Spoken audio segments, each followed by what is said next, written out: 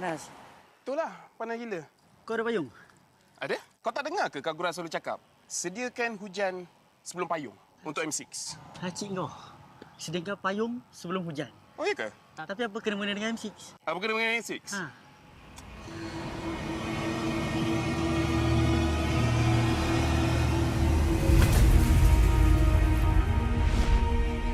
Apa itu hujan emas?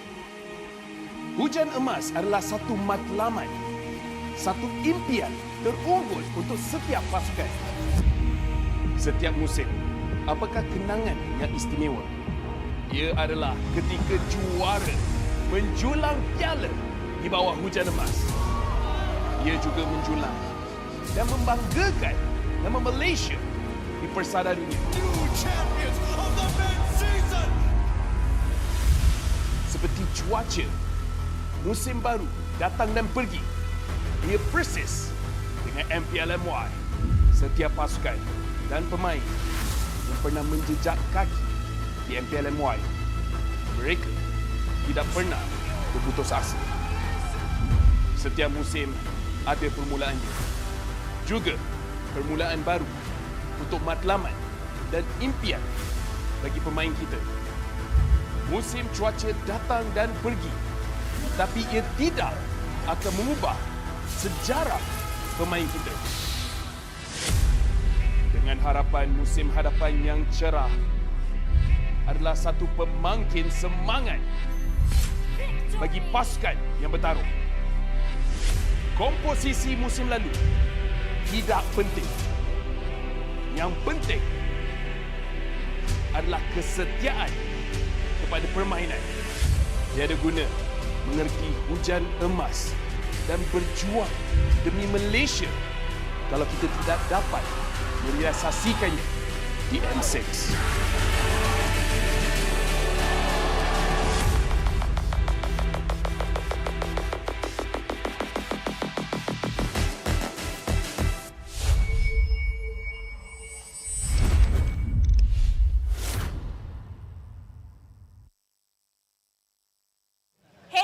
Rose dan sekarang ni saya bersama dengan SRG untuk main game Siapa Dalam Team. So, on my hand, kita ada a series of questions and bila I tanya tu, korang point and then cakaplah kenapa orang tu paling dalam team. So, siapa dalam team paling kelakar? Yums. Why Yums? Why Yums? So loud. So loud. Wow. Bising. Wow. So cutesy. So demure. It's overload. Who likes to do weird things in the team? Weird. Innocent, what do you do?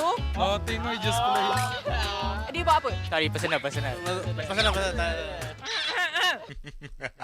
Who's in the team that's most fierce? Garang. Yo, stop. Coach, okay. Coach paling garang. Who sleeps the longest? Yum. A lot, Sleeps the yum. longest. This one, I can agree, gorgeous. Who eats the most? Yum. What do you like to eat? Rice, cereal. Wow. One pack one day. One pack one day. Who in the team is always late? Second. Why? Because they always wake up late to the training. Oh? Sometimes. Second is number one. Oh, okay. Who gets angry easily? Angry bird of the team. Gram. Crab. Why are you the one who gets angry the most? Pag may nangyayaring pangit sa laro. Oh, dia cakap kalau anything bad happen in game, dia cepat marah. Betul. Strict. Okay, last question. This one very fast one, ah. You guys will point to the person. 1, 2, 3. Who talks the most? So who's the answer? Okay, I'm pretty sure we got it. Everybody talks a lot in this team and they're all very, very cutesy. Thank you very much to Selangor Red Giants. I can say early preparation is the biggest changes lah. He can adapt it very well, make him look shine. If we win, what do we need to improve more? Apa yang terjadi dengan match with Homeboys tadi? What went wrong? Homeboys tu caught us off guard sebab tiba-tiba diorang punya rotation makin improve dengan connection diorang dengan ESP baru. And first game tu kita orang agak tak synchronize sangat lah untuk bagi team fight tu. And then move on ke second game, mungkin diorang tak berapa ready lah untuk second game tu. And Homeboys tu dapat momentum daripada first game and diorang menang lah game tu. Now kita nampak dari segi prestasi Monster Vicious season ni memang lain daripada musim lepas. So what changes and what's the biggest change? I think what's the biggest change is our early preparation. We start very early after last season ended. We straight continue with Snapdragons and then we join some semi-pro tournaments and then we get a new sports psychologist and everything. So I can say early preparation is the biggest changes lah. The one that improved for this season is, I can say that Zainal, because from the communication, how he communicate with the teammates, and then the skill set, how he using the skill management, everything that Todak already applies to him, I think he can adapt it very well and then make him look shine on this season. What are your thoughts going up against Vamos, one of the top contender this season? I think it will be a test lah for us. Like if we lose, what do we lack to go for the playoff? If we win, what do we need to improve more? What would it mean when you guys win against Vamos? Like how big of an impact is that to Monster Vicious? It will create a very good momentum for us to go to fight last boss. Oh, dia tak nak bagi nama, last boss je lah. Last boss. Alright, so thank you very much to the coaching staff of Monster Vicious.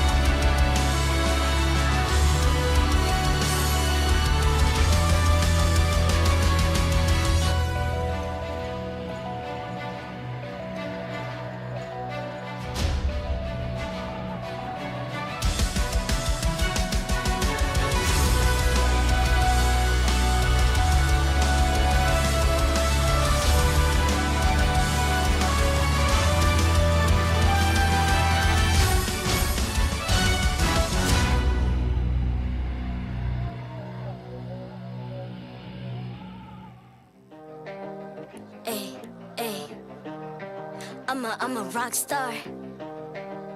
Yeah, rock star. Ay, ay, ay. I'm a rock star, baby. I'm a rock star. I'm a rock star. I'm a rock star. I'm a rock star. Panggil aku rock star. Ini kejohanan kita semua orang rock star.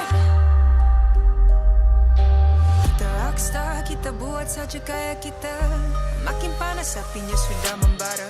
Macam mana pun kau menempuh segala. Demi negara kau buat semua bangga. Step into my world, you know I'm always in my zone. You know I got my team, no I'm never alone. Bring out my best, buat yang terbaik. Jadi juara perlahan kita naik. Get on my way, aku nak push. Naik-naik jadi lebih bagus. Jadi hero, ku ada skill. Berapa banyak musuh aku dah kill. Ramai cuba mencapai, cause they envy me. Tiap game aku pasti jadi MVP. I'm a rock star, baby, I'm a rock star. I'm a rock star, I'm a rock star. I'm a rock star, panggil aku rock star. Ini kejohanan kita semua orang rock star. I'm a rock star, baby, I'm a rock star. I'm a rock star, I'm a rock star. I'm a rock star, panggil aku rock star. Ini kejohanan kita semua orang rock star. Tengok nanti siapa yang juara. Ni peluang kita bawa pulang piala. This is my game, this is my time. Menang semua, everything will be mine. Kalau jatuh kau pasti kembali. Bangun balik ku tegak berdiri. Kuatkanlah tenaga, ganjaran diperoleh. Ni kejohanan kita, Malaysia memang boleh. Rise up to the top, kita buat bersama. Semangat kita kuat di bawah satu bendera. Ay. I'ma go hard for the win. Win. On the battlefield till the end. I'm trying to beat the greatest anyone has ever seen. Stand by, I'm coming in for I'm the a rock win. star. I'm a rock star, baby, I'm a rock star. I'm a rock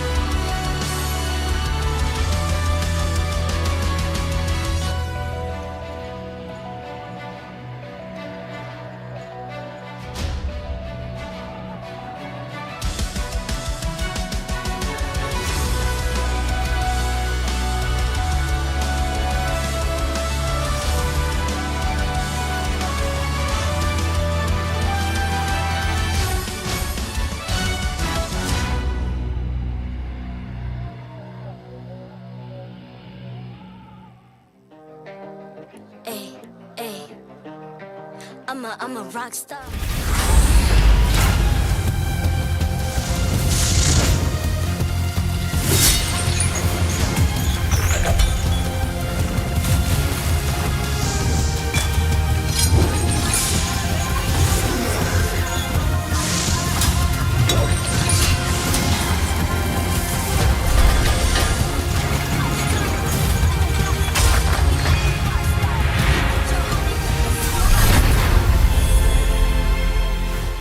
MPL MY Season 14 is powered by Moonton, KPRG, and MSNJ.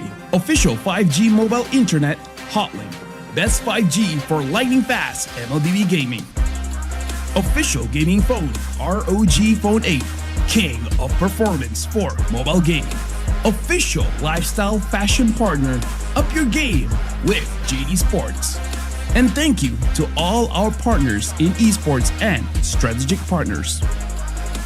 Selamat datang ke MPL Malaysia musim ke-14 bersiaran langsung dari Stadium MBSJ Serdang Jaya. Nama saya Rose, host anda sepanjang season ini dan hari ini merupakan minggu ke-5 hari ke-3. Maksud tu regular season kita seminggu lagi dah nak end tapi banyak lagi pasukan tengah kejar slot untuk masuk ke playoff. Sekarang ni kita luar satu player room and this team actually akan decide ataupun buat match decision pasukan mana lagi yang akan layak ke playoff selepas perlawanan ini. So, apa kata kita pergi tengok apa Todak tengah buat sekarang ni? Jom. Knock knock. Hi guys. Hello. Okay, Amox ah. Okay. Hi Amox, how are you? Good, fine, thank you. Good, fine. Okay, I tak naklah bagi korang pressure ke nervous ke tapi I nak tanya, you ni nervous tak hari ni? Sebab banyak team yang akan layak ke playoff is going to be decided by your match. Kalau korang 2-0, Vamos akan masuk. JP Niners akan masuk. Lepas tu ada satu lagi. MV akan masuk. So, you rasa pressure tak? Sebab a lot of teams faith lies upon your hands. Tak pressure sebab apa-apa pun kita memang nak langgar semua team. So memang sorry to say to Team Ray, kita dah nak prepare tu langgar dorang walaupun dorang kawan saya juga. Oh, walaupun kawan juga. Okay, so I nampak Saiful kat belakang ni. Amox, I nak tanya pendapat awak pasal Amoy. Okay, sebab si Saiful ni setiap kali lah I buat live ke I buat apa-apa dia masuk. Rose, kenapa Amoy tak duduk sebelah Todak? Tapi cikgu tak nak. You nak Amoy duduk sebelah Todak nanti ke atau tak nak? Tu belakang tu. Dia kalau kasih pembakar semangat boleh lah Amoy sebelah kita. Oh, okay cikgu, sorry ah. I told you, sorry ah. Nak Amoy sebelah Todak. Okay. Now, match kedua nanti dia akan jadi satu match yang agak best juga. Sebab kita ada JP Niners dengan SRG. Technically kita panggil ni the state derby lah kan. Dua-dua state. Now, you rasa boleh ke JP stop SRG punya win streak? Never done before. SRG is currently on an 18-0 win streak if I'm not mistaken untuk musim ini.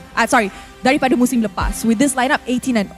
Tak pernah drop match lagi. So you rasa is JP gonna be the deciding factor, you know, stop that win streak?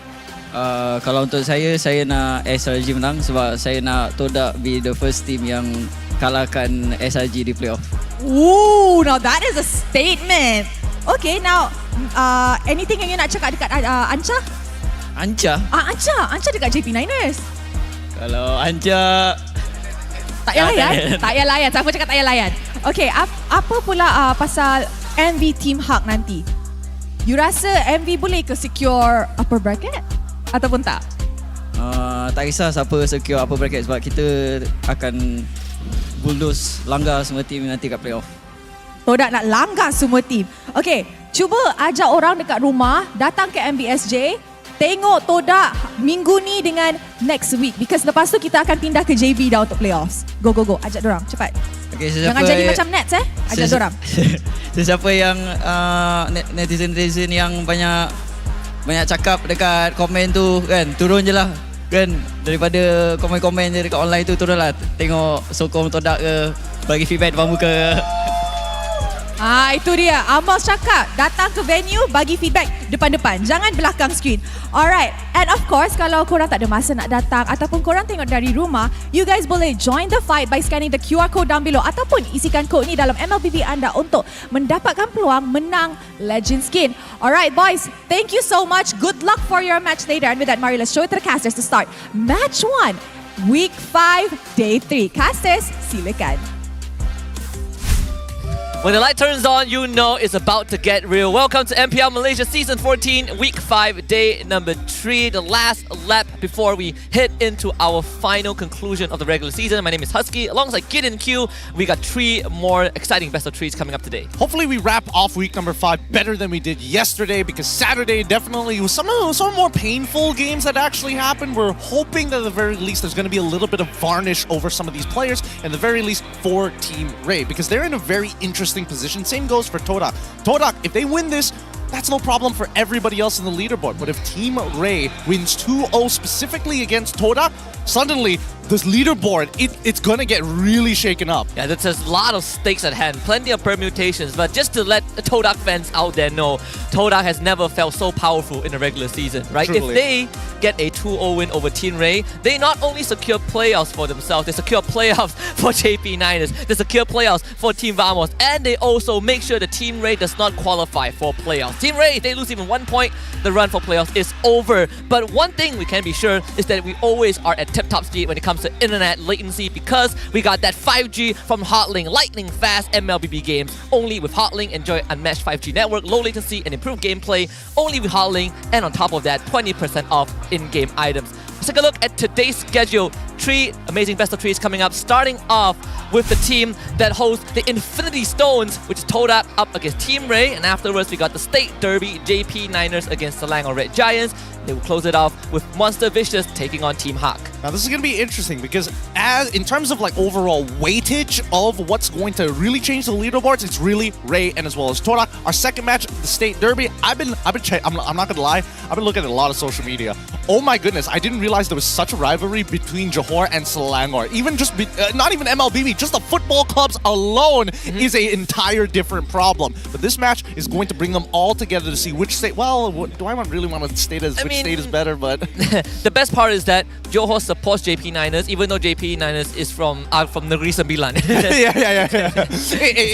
It's about the banner name, okay? Yep. It's about the banner name, not where they're actually from. But finally, MV versus Haq. Yesterday, Haq didn't exactly have the best series yet, and even MV last week a little slow on the ball, despite being, honestly, they had second place almost in the bag. Yeah, they had second place. It was overtaken by Red Esports, because yesterday they did win against RSG MY. A good chance for MV to turn it around, right? Because they are almost there in that playoff slot. But for now, we got a small challenge with Todak. Let's take a look.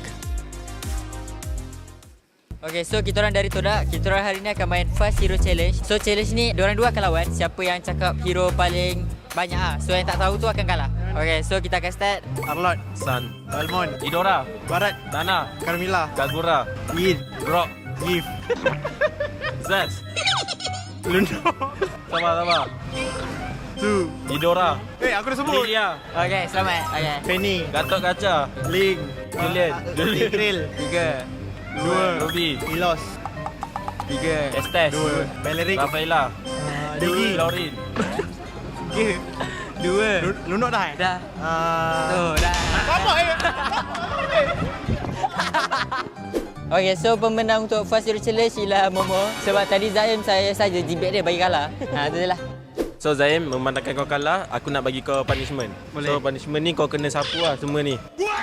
Satu arena ni? Satu arena ni kau kena sapu. Boleh? Sapu sekarang tak? Okay.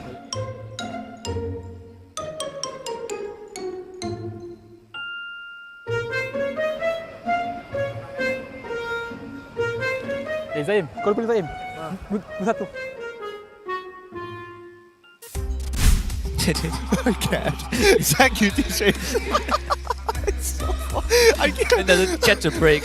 He really can. He had to clean an entire arena. As you can clearly tell, there's a very large arena. But there's also Zach QT, who probably just finished watching Sensui do probably his squats just to mess with. I can't. It's too funny. But here we go. This is Team Ray, the competitors here today to challenge them up on our arena. AJ, EV, Kids, Virgin, as well as Traps. Yeah, I mean, they have shown some pretty interesting development over the season, right? We have seen some great games and some very underwhelming performance, but if they even want to have a chance to contend for playoffs, today has to be the perfect version of Team Ray. Absolutely, and I think, the one thing we know for MPL MY, our teams aren't very consistent. They're very explosive. Some days they're really, really good. Other days we're as good as everybody else, but for a nice way of putting it. But I think the Team Ray definitely have different ideas of what the phases of the game are supposed to be looking like, right? Because they are very much centraled around the early game. Mid and late really depends on that. But then we have Todak,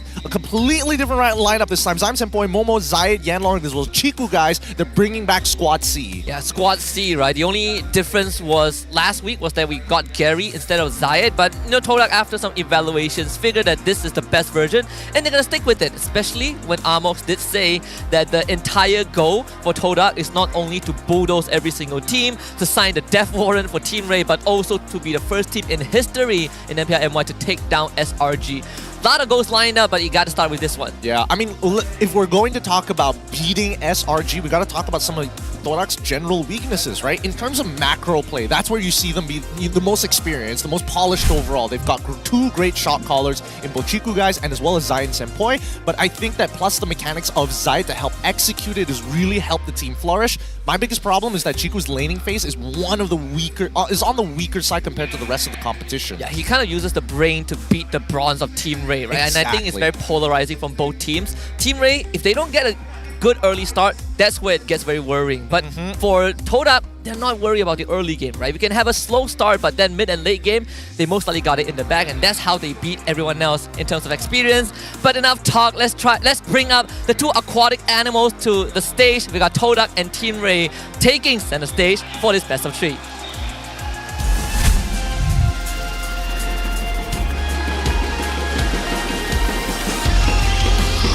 Team Ray. After a roller coaster of a season, they now sit in 7th place with playoffs hanging in the balance. But the true test lies ahead. Today, they face none other than the 3-time MPL champions. The climb from the lower ranks begins today. Let's cheer for the relentless warriors. It's Team Ray! Todak.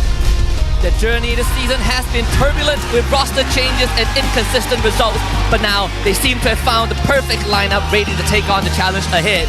With the race to M6 intensifying, every win is crucial and they know it. Let's hear it for the teams they will keep on Langar, Team Todak!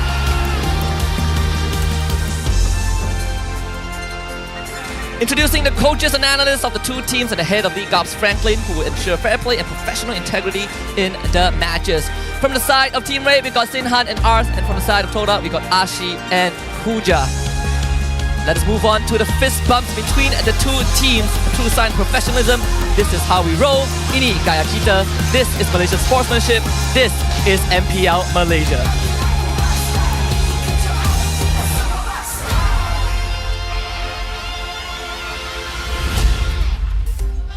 Good luck to both of our competitors up on the stage. It's been a very hectic week already, but this is going to mean so much if Todak is able to secure a win here.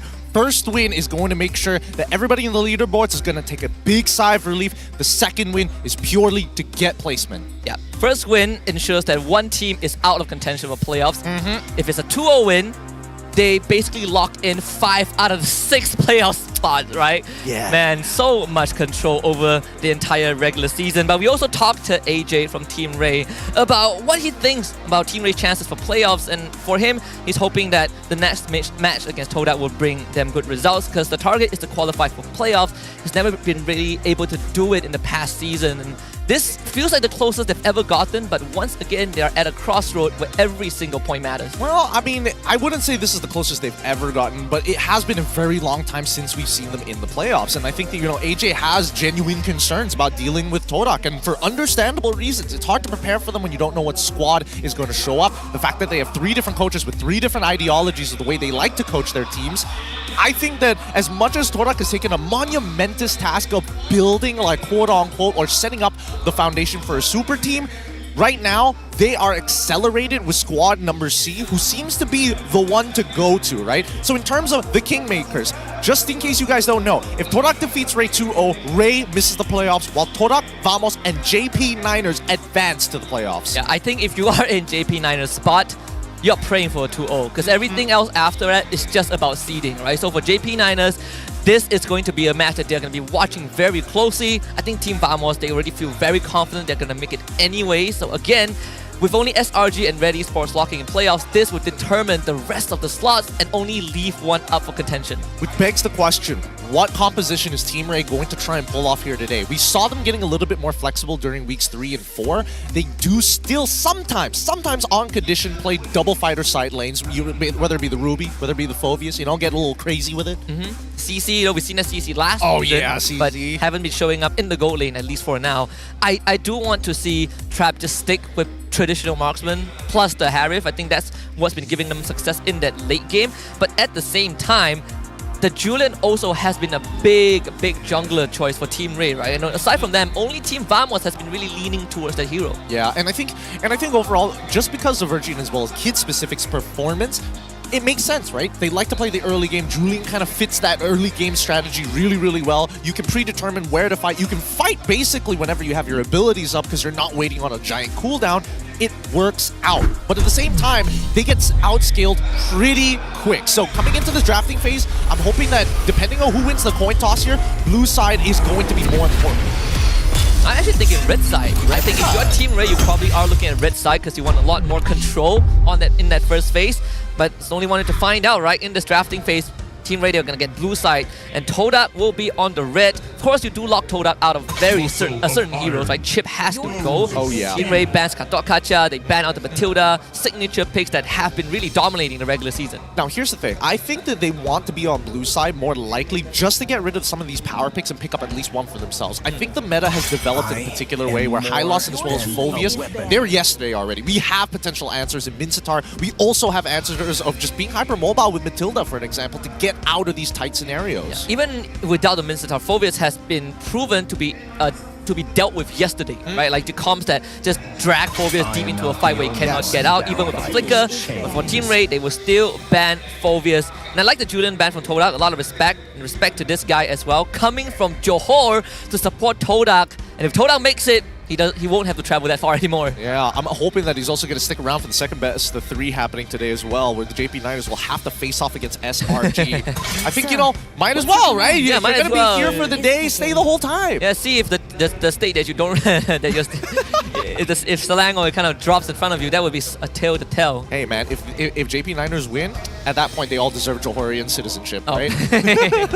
Oh, especially when we're traveling there for playoffs, right? Like Anja, exactly. Anja did say, see you guys in Johor, and it's not even, they don't even need to have full control of that situation, which is the best part. It is the best part. Okay, so this is the pick that I wanted to talk about specifically for EV, right? He was one of the few players that have played. I wouldn't even say he is a legacy player, but definitely a standout during his time with Suhas Evos, Suhas, and then so on and so forth, right?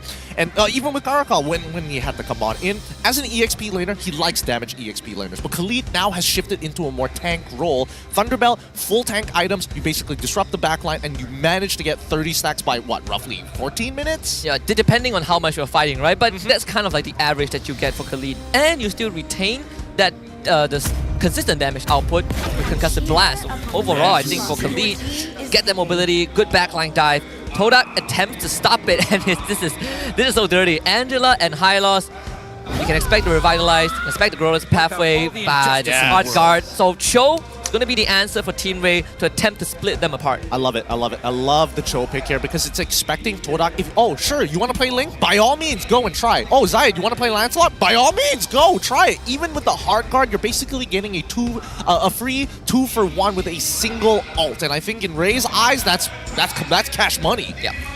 We saw the idea from Red Esports yesterday with a high loss pick, which is essentially I lay down the carpet, we run it down, and then we win the fight. But if that is going to be the case for Todak, and potentially it would be, what is the answer to it? Well, I think number one is heroes that can zone, can slow, have soft CC, or at the very least have ways of dealing with frontliners. And I think, yesterday we did see Red Esports actually, Lo Yi in particular, really, really good against these types of, I want to run at you with a straight line. It's supposed to be having Hayabusa that can kind of infiltrate the backline isn't too bad of an option, right? You either deal with them or you kind of split up the battle line. Like do you force Todak to divert resources to multiple people? Possibly. I don't know. I personally feel like Alpha was probably the better pick in this case because, again, you don't know what exactly you're facing up with. We don't know how the mid lane is going to start playing out. And when we know we have a winning matchup in EXP and as well as a really good mid trio, that's when you know your purple buff is basically as good as gone. And with the Jawhead, it does make the life slightly more difficult for kids, right? You have now a guaranteed catch, good isolation, and they also puts Momo on the highlights to kind of sandbag Eevee. I mean, is there a potential for that show to go XP in a Khalid roam? We have seen that example in other regions. We have seen that example, but I think in terms of what both of these heroes provide, Cho is probably the better roamer because he can get around the map pretty quick, but at the same time, but the problem with Khalid is that he can't really hold his ground if there's a good amount of CC, right? His main weakness is CC, and if you try and go for a quicksand guard, you get knocked out of it, you basically have no means of escape. Cho, on the other hand, getting in and out of the fights to scout for opponents and actually deal with the Jawhead more effectively if this Jawhead does go roam, then sure, it makes sense. This is going to be an Angela mid as well for Zion Senpoi, right? A slightly different approach from Todak, especially when Zion is put on a full utility hero. So Link banned out by Team Ray, still trying to narrow down the possibilities for Zayed. We know the Lancelot can always be an option if Todak wants to go for it. The Loi is still up on the table. We'll see if Todak considers that ban. And it will be the Valentina instead. Okay. Makes sense, right?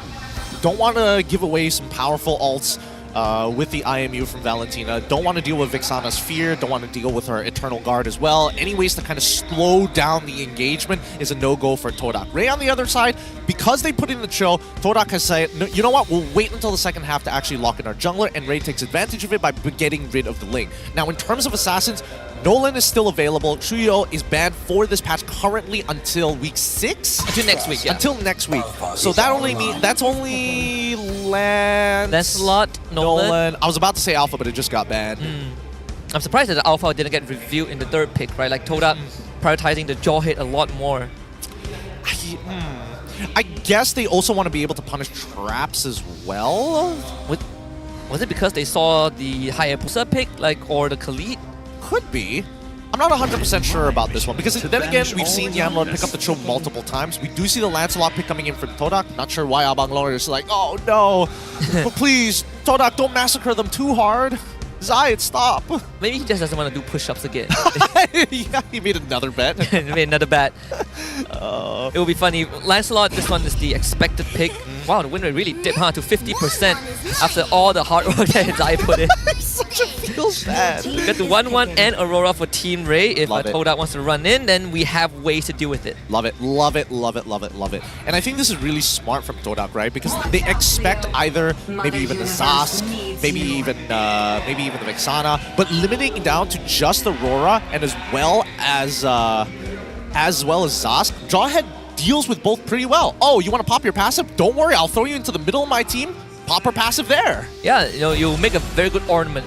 So we see the Irithel first time Irithel being picked for Todak's side. I actually had someone ask me in IG DM about the matchup between Irithel and 1-1. I actually didn't get to reply it on time, but how is this going to play out? So, Irithel outranges 1-1 in the earlier stages of the game, especially with the Queen's Call, right? Which is her main source of slowing your opponent down and sneaking in that damage. Ideally, you want to keep these trades extremely short against the 1-1, but once you hit level 4, that's where it gets a little bit dangerous, right? You want to make sure you're close to walls to deny that stack while still being able to bombard your opponent. So at the end of the day, Chiku guys will outscale this 1-1, assuming she doesn't get the crossbow. Okay, there are 2 crossbow users, but only one will reign victorious in this series. Well, game 1 is going to be underway. We've got Todak on the red side, Team Ray on the blue. Let's kick it off. Team Ray, they gotta be able to secure every single lead. Oh yeah. Zayed, he's going to be starting on his orange buff, while Team Ray Kid's going to be starting on his own purple. They're going to end up on the bottom side of the map, and I can only imagine that that's the gold lane. Wow, very early invade from Virgie and Eevee. This is something that we did see before from SRG, but Todak well prepared. And that's just 2 kills at the start of the game. Talk about early game. Angela is the early game, and Zaim Senpai is in the perfect position to do so. As a roamer, you're not going to be able to scale as quickly, but Zaim Senpai in the early game as a mid laner plus Impure Rage does so much. Yeah, so Todak definitely did their homework, right? You saw the Cho, Khalid, there have been case studies on it. And that gives the lane over to Momo on top side. Virgie is now going to be behind compared to Yanlord. Team Ray, not really what they were looking for in that early game, and that also makes the life of Kiss even harder. Eevee is going to lose the trade-off against Momo topside. Yeah, he needs the quicksand guard whenever he has the opportunity, especially when Law & Order has been thrown out by Momo. Every time the Law & Order comes out, okay, no problem. Take the stun, go start healing, and then trade backwards. AJ actually flickers to find a freeze onto Zyme. They need a kill with a shadow kill. They find it. Very good response. Great stuff, great stuff. That's what we want to see from Team Ray. Proactiveness in the early game, being able to recover from that previous damage. Yanlord, great support here, trying to block that wave to ensure that at least Zaim Senpai can hit level 4 on time. And I think Team Ray also were very aware of the possibility of Zai being nearby, because he has now moved to top side, completely away from where the turtle is. So see, Team Ray is aware of this potential movement. That's going to put Eevee in a rough spot. Should be fine. Yeah, should be okay for now. I think that Team Ray, they just need to start farming kills at this point on this first turtle. They don't actually need this first turtle. If they can find a pick, that'd be great. There's pathway just to cut off AJ and Virgie. To get Zayed a head start on that turtle, Eevee is going to show up. Does have the Raging Sandstorm. Hard Guard as a response from Zaim Senpai. They get the quick freeze, and Team Ray actually getting the team fight up. Turtle goes over the kit, and Todak forced to retreat. Huge freeze coming in from AJ to stop Zayed from going with the puncture, with the Phantom Execution plus Retribution, allowing Team Ray to take the first turtle for themselves. A pretty good start here for the side of Team Ray, but we need to see that inflated economy. Eevee is going to hold that orange buff hostage just for a while, as we did see Yanlord and Zyme also protecting the purple as much as they can, probably helping Zayed leash it. Team Ray is going to show up to try and disrupt this. There is Momo around though, so Virgie can't really get the timing on the Jeet Kune Do, but should be able to get out. Yeah, they do force the Retribution out of Zayed here. Eevee should be able to sustain for the most part. Kid's going to go for a counter-offensive on the opposite side of the map. I thought he might take this time to maybe try and sneak off a gank onto Chiku guys. Might make an attempt on the top side onto Momo, and it's a successful one. Woo! Good call. Great feint coming in from Team Ray, and Todak falls straight for it. You can see that even their mid lane trio were leaning towards the gold side of the map, expecting the movements from Team Ray to attack Chiku, just like how I thought they were going to attack Chiku. And AJ was able to catch the wave, so he loses nothing. And even getting a third assist off of that gank top side, which allows Kids to basically shave off more than half the gold plating. And now they get to divert their resources, assist trap, get him into a good spot, as Todak starts to stick together for the next turtle. Beautiful stuff. Eevee should probably cut the wave here and maybe look for a rotation on down to the mid lane, but instead decides to leave that wave. This might be an opportunity if they know where Zaim Senpai and Chiku are. And Virgie is going to find a case to throw his life for this. Executed by Zayed as Raging Sandstorm to the backline, actually finding Zaim Senpai. Zayed also falls down at the crossbow tank as Chiku guys not able to fight this, tries to ride the Ducati away, but this bike is rusty. Team Ray finding 4 kills. Gotta keep that bike maintained. That's gonna be 4 huge kills for the side of Team Ray, and probably also the turtle as well on top of it. If they do this fast enough, they might be able to invade the orange buff from Todak's side and deny it from Zayed, but this early game now in Team Ray's hands. Full control with a 2.6k lead. And we also see the benefit of the Khalid, right? The cross-map movements, the constant scouting. takes the pressure off of Virgie's shoulder for a big chunk of that early game. Second turtle for Team Ray and a 3.3k gold lead. And the problem is that with structures still available for both Team Ray and as well as Todak, it makes it, oh no. Chiku guys has no Purify, that's the second death. Man just got back to lane. Taking advantage of them. Team Ray's really starting to run away with this. But yeah, as long as the laning phase continues, Team Ray can really take advantage of Todak expecting these fixed movements from them. Zai will be forced to kind of slow down his pace a little bit, right? The whole idea is to have Zaim Senpoi be the spearhead and allow Zai to get that snowball rolling. But so far, Team Ray they brought the snowplow. They make sure that Todak cannot get it going. I think once they hit the 5k mark this early on, I think that Todak just completely has to back off here. Just sacrifice the tier 1s, maybe not the mid one, but at least top side for this upcoming turtle, and then look to trade on bottom. Even Eevee forced Zai out of his own jungle. That top side is barren. And with kids around, Zai would just have to back off. That's a lot of time wasted. Yeah, I'm surprised that kids didn't opt to go for like an early Sky Piercer. He did finish off the Hunter's Strike, and it looks like he's building in maybe into a BOD. I'm not 100% sure about that. One Legion Sword, not enough info to say for sure. Bot tier 1 also went down. Yeah, he's gotta be buying with BOD, right? 2 Legion Swords, but then what's with the extra dagger? Extra attack speed, I guess. Zai is kicked away. Norris pathway laid out by Momo. Yano is just going in with the Unstoppable Force to get Virgie. Virgie will Shunpo to safety. A good attempt. Momo ends up going down. Trap also overcommitted. And with the help of Zaim Senpoi, Shigo guys will now just start dealing numbers. But Team Ray able to cut their losses. Yeah, once Virgie does not connect with a good kick, that's when you walk away. Trap did not have to double down. Maybe a little bit too much faith being put into Virgie. But as time goes by, you can see that Todak's adjustment. Oh, no hard guard. That's a shadow kill, and AJ is gonna help out kids. So Chiku guys ends up going down again. Melting so fast here. And even on the bottom side, the adjustment from Todak is to play cross-map, right? Zayed is able to kind of hold off on his own, but the rest of the team needs to stick his forward. Yeah, but Eevee was able to keep him tracked down, and this time Trap comes back in time, gets the turtle, and now Yanlord is in a bit of a danger. Tries to unlock all of the counters for the crossbow. Tank Trap doesn't need it. Takes him out anyways. Good stuff, and we even catch the hand cam as well. Oh! No! The hard guard bait, Eevee overextended. Punished. He's mad. He's so mad. He's like, come on, I nearly just solo killed him at this point. But while the pressure is being pulled towards the bottom side on purple, Trap is able to get a tier 2 on top as well as the orange buff at the same time. So this is just really good dynamics coming in from Team Ray, trying to stay as fluid as possible. Able to recover from a botched gank attempt at level 1, right? You thought that Todak would be able to at least kind of keep Team Ray in check, but they got their priorities straight. I think Virgie and Kids, the two guys that we highlighted, they're having a fantastic game in their own way. Yeah, and hopefully Team Ray can keep this up, right? As long as they continue to be fluid against Todak, any kind of holes or cracks in their defense, they can easily start slipping through and maybe steal away more gold. That's about that mid-tier 1. And with Eevee and AJ around this area, it is so tough for Todak to find an opening. Yeah, they do not have a read, and I think they got to send Momo out just to scout, right? They need Yanlord as a secondary engage. I think he's not strong enough as of right now to be able to tank against 4 people. He's not willing to walk up, not with Virgie around because he has to kick. Oh! And Zai trying to play with the timing. Thorn Rose dodge, and that forces out a glorious pathway. Ice in his veins. Did not even flinch when Virgie was there. I thought at some point he was going to throw out the Thorn Rose, but no. Even with just the puncture, he just stands his ground. So fleeting time for Zaim Senpoi, Winds of Nature for Trap. And Zaim Senpoi is going to play this side lane, right? He can always join with the hard guard if needed. But Team Ray are just slowly ballooning that goal lead. We're looking at a close to 5k advantage, almost 9 minutes in. I think the worst part about the composition coming in from Todak, it's heavily dependent on Chiku guys and as well as Zayed, right? Like, Zayed can only do so much from early to mid. Eventually, when he gets his items, then he's depending on Chiku guys to do a majority of that damage. But so far, it looks like Todak are willing to sacrifice their outer tier turrets, and I don't know if that's a good choice, because now that Team Ray has that 5k gold lead, especially on First Lord, it's going to be really tough for them to get in. Look at Momo! He lost half his health bar. Virgie actually kicks him away into a raging sandstorm!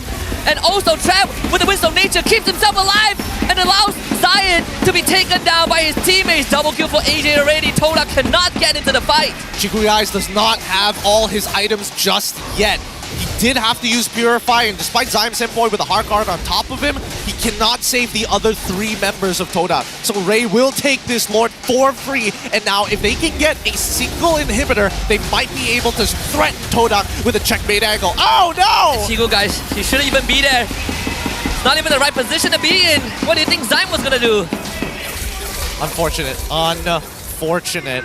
No kill resets to help Zyme Senpai trigger that fleeting time. And right now, AJ is doing so much for the team. He has caught so many people with just the flicker alone. 7-0-7. Zai has a lot more than just a kick to worry about, right? You get caught by one freeze, it's lights out. And not to mention that Kids has more than enough damage on top of the war cry to just blow through the hard guard that Todak has. Yep. BOD completed here by Zayed. Very greedy with his build so far. I think he's going to go into Malefic Roar next before he even thinks about finishing off that Hunter Strike. Maybe even a Heptasis. Hard to say what he's going to build that into eventually. But for now, Ray looking to knock on the doors of the inhibitors.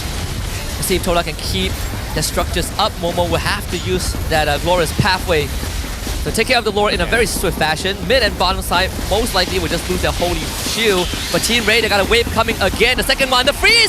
Oh, catching Momo!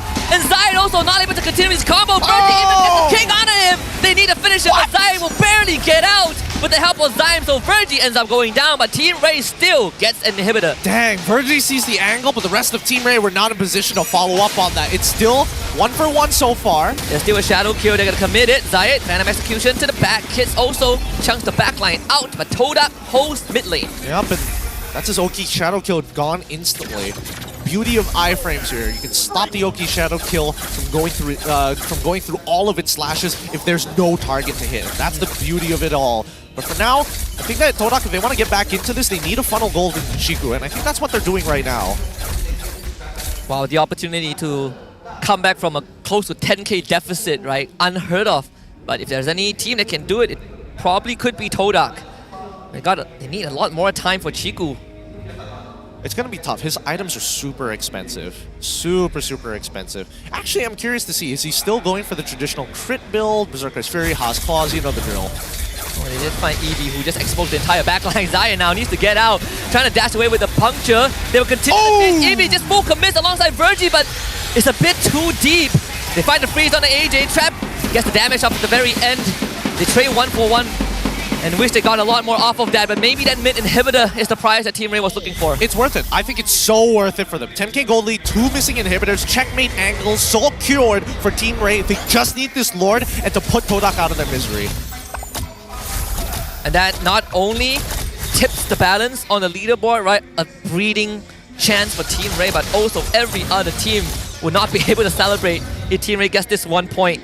So much significance to what they've kind of cooked up this game. Yeah, I mean, the fact that they are playing so fluidly, the fact that they are now being very proactive when they have a guaranteed lead, I'm liking this version of Team Ray. Todak, on the other hand, it's a little unfortunate because their position can only do so much, especially when you're behind, 10k behind, might I add.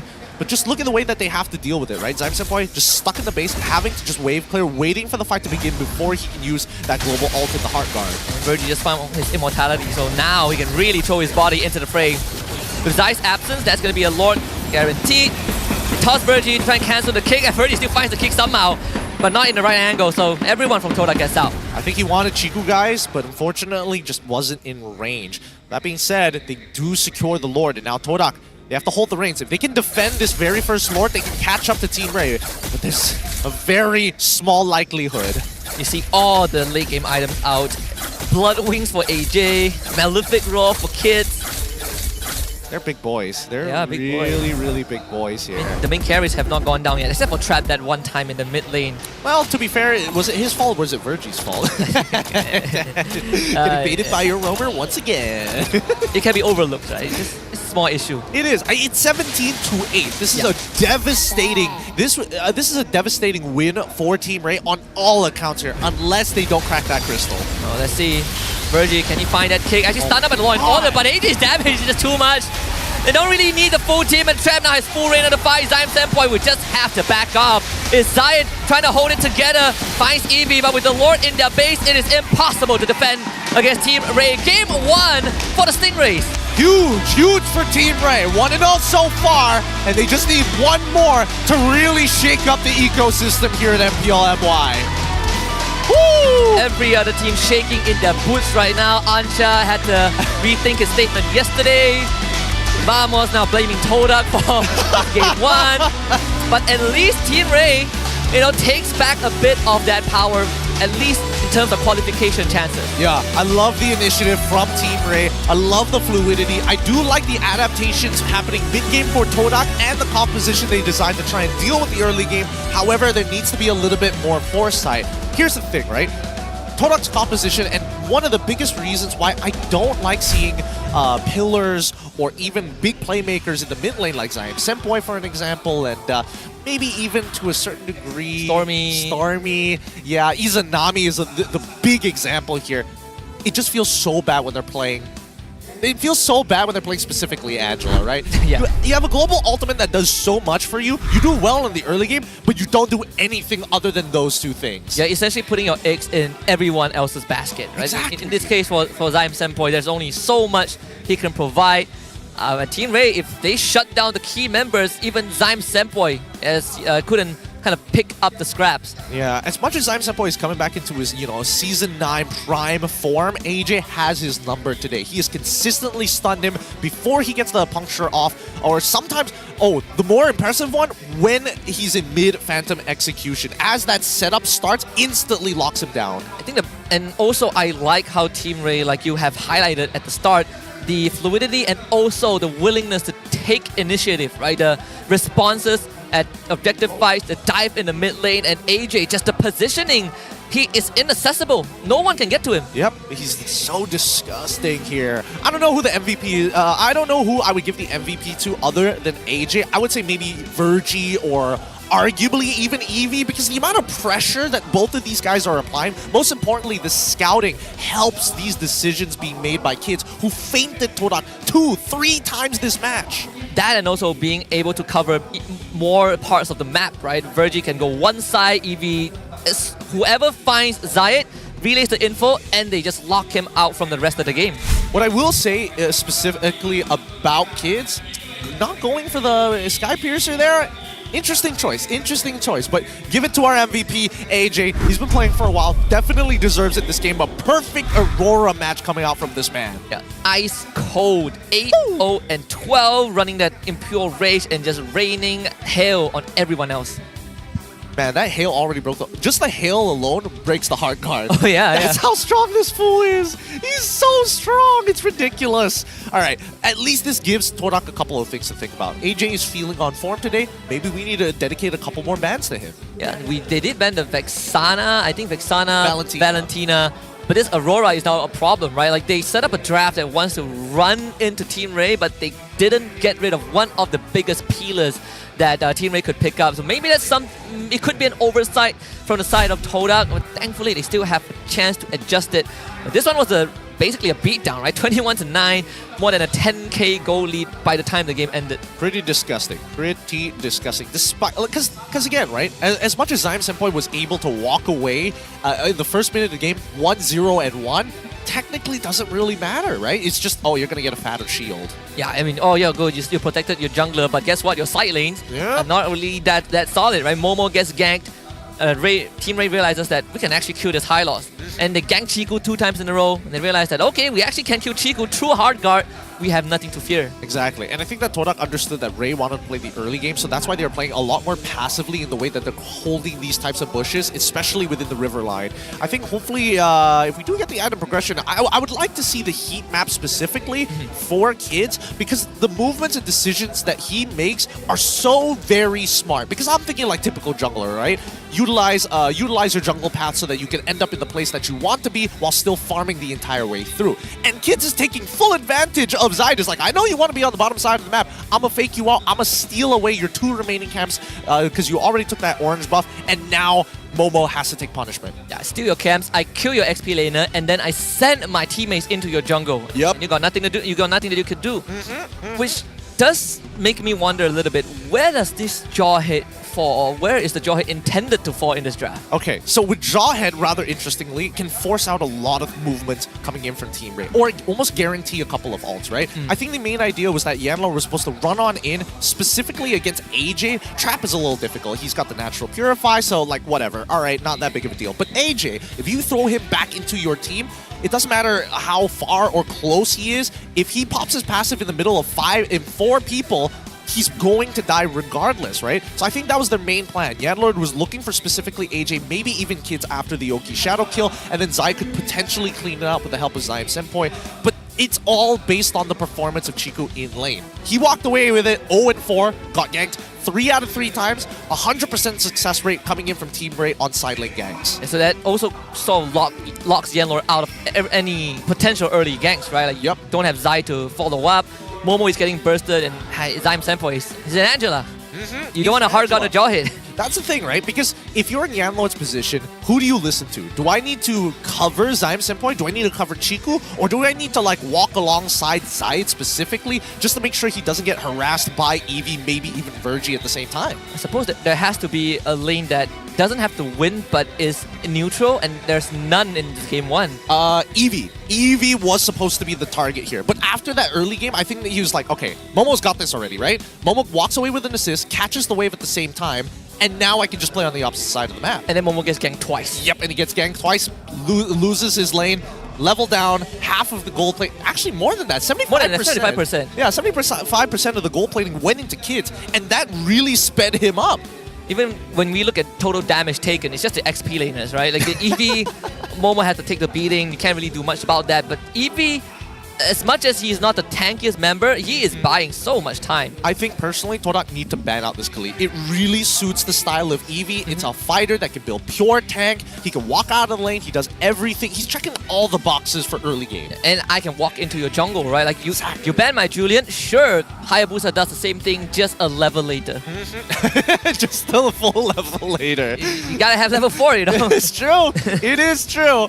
I think that at least for Todak, this is why I was nervous about them dealing with blue side specifically, because in terms of pre-preparation, that first pick is so important now, and more so that the meta has developed in a way that you have access to Khalid as a power pick, you have access to Cho as a power pick. You can not only slow down assassins, but also really affect the EXP lane in terms of like draft matchup alone. Yeah. With such a dominant win, I want to look at the Hall of Famers for game 1. We got Kids as the rich guy with just an astounding GPM.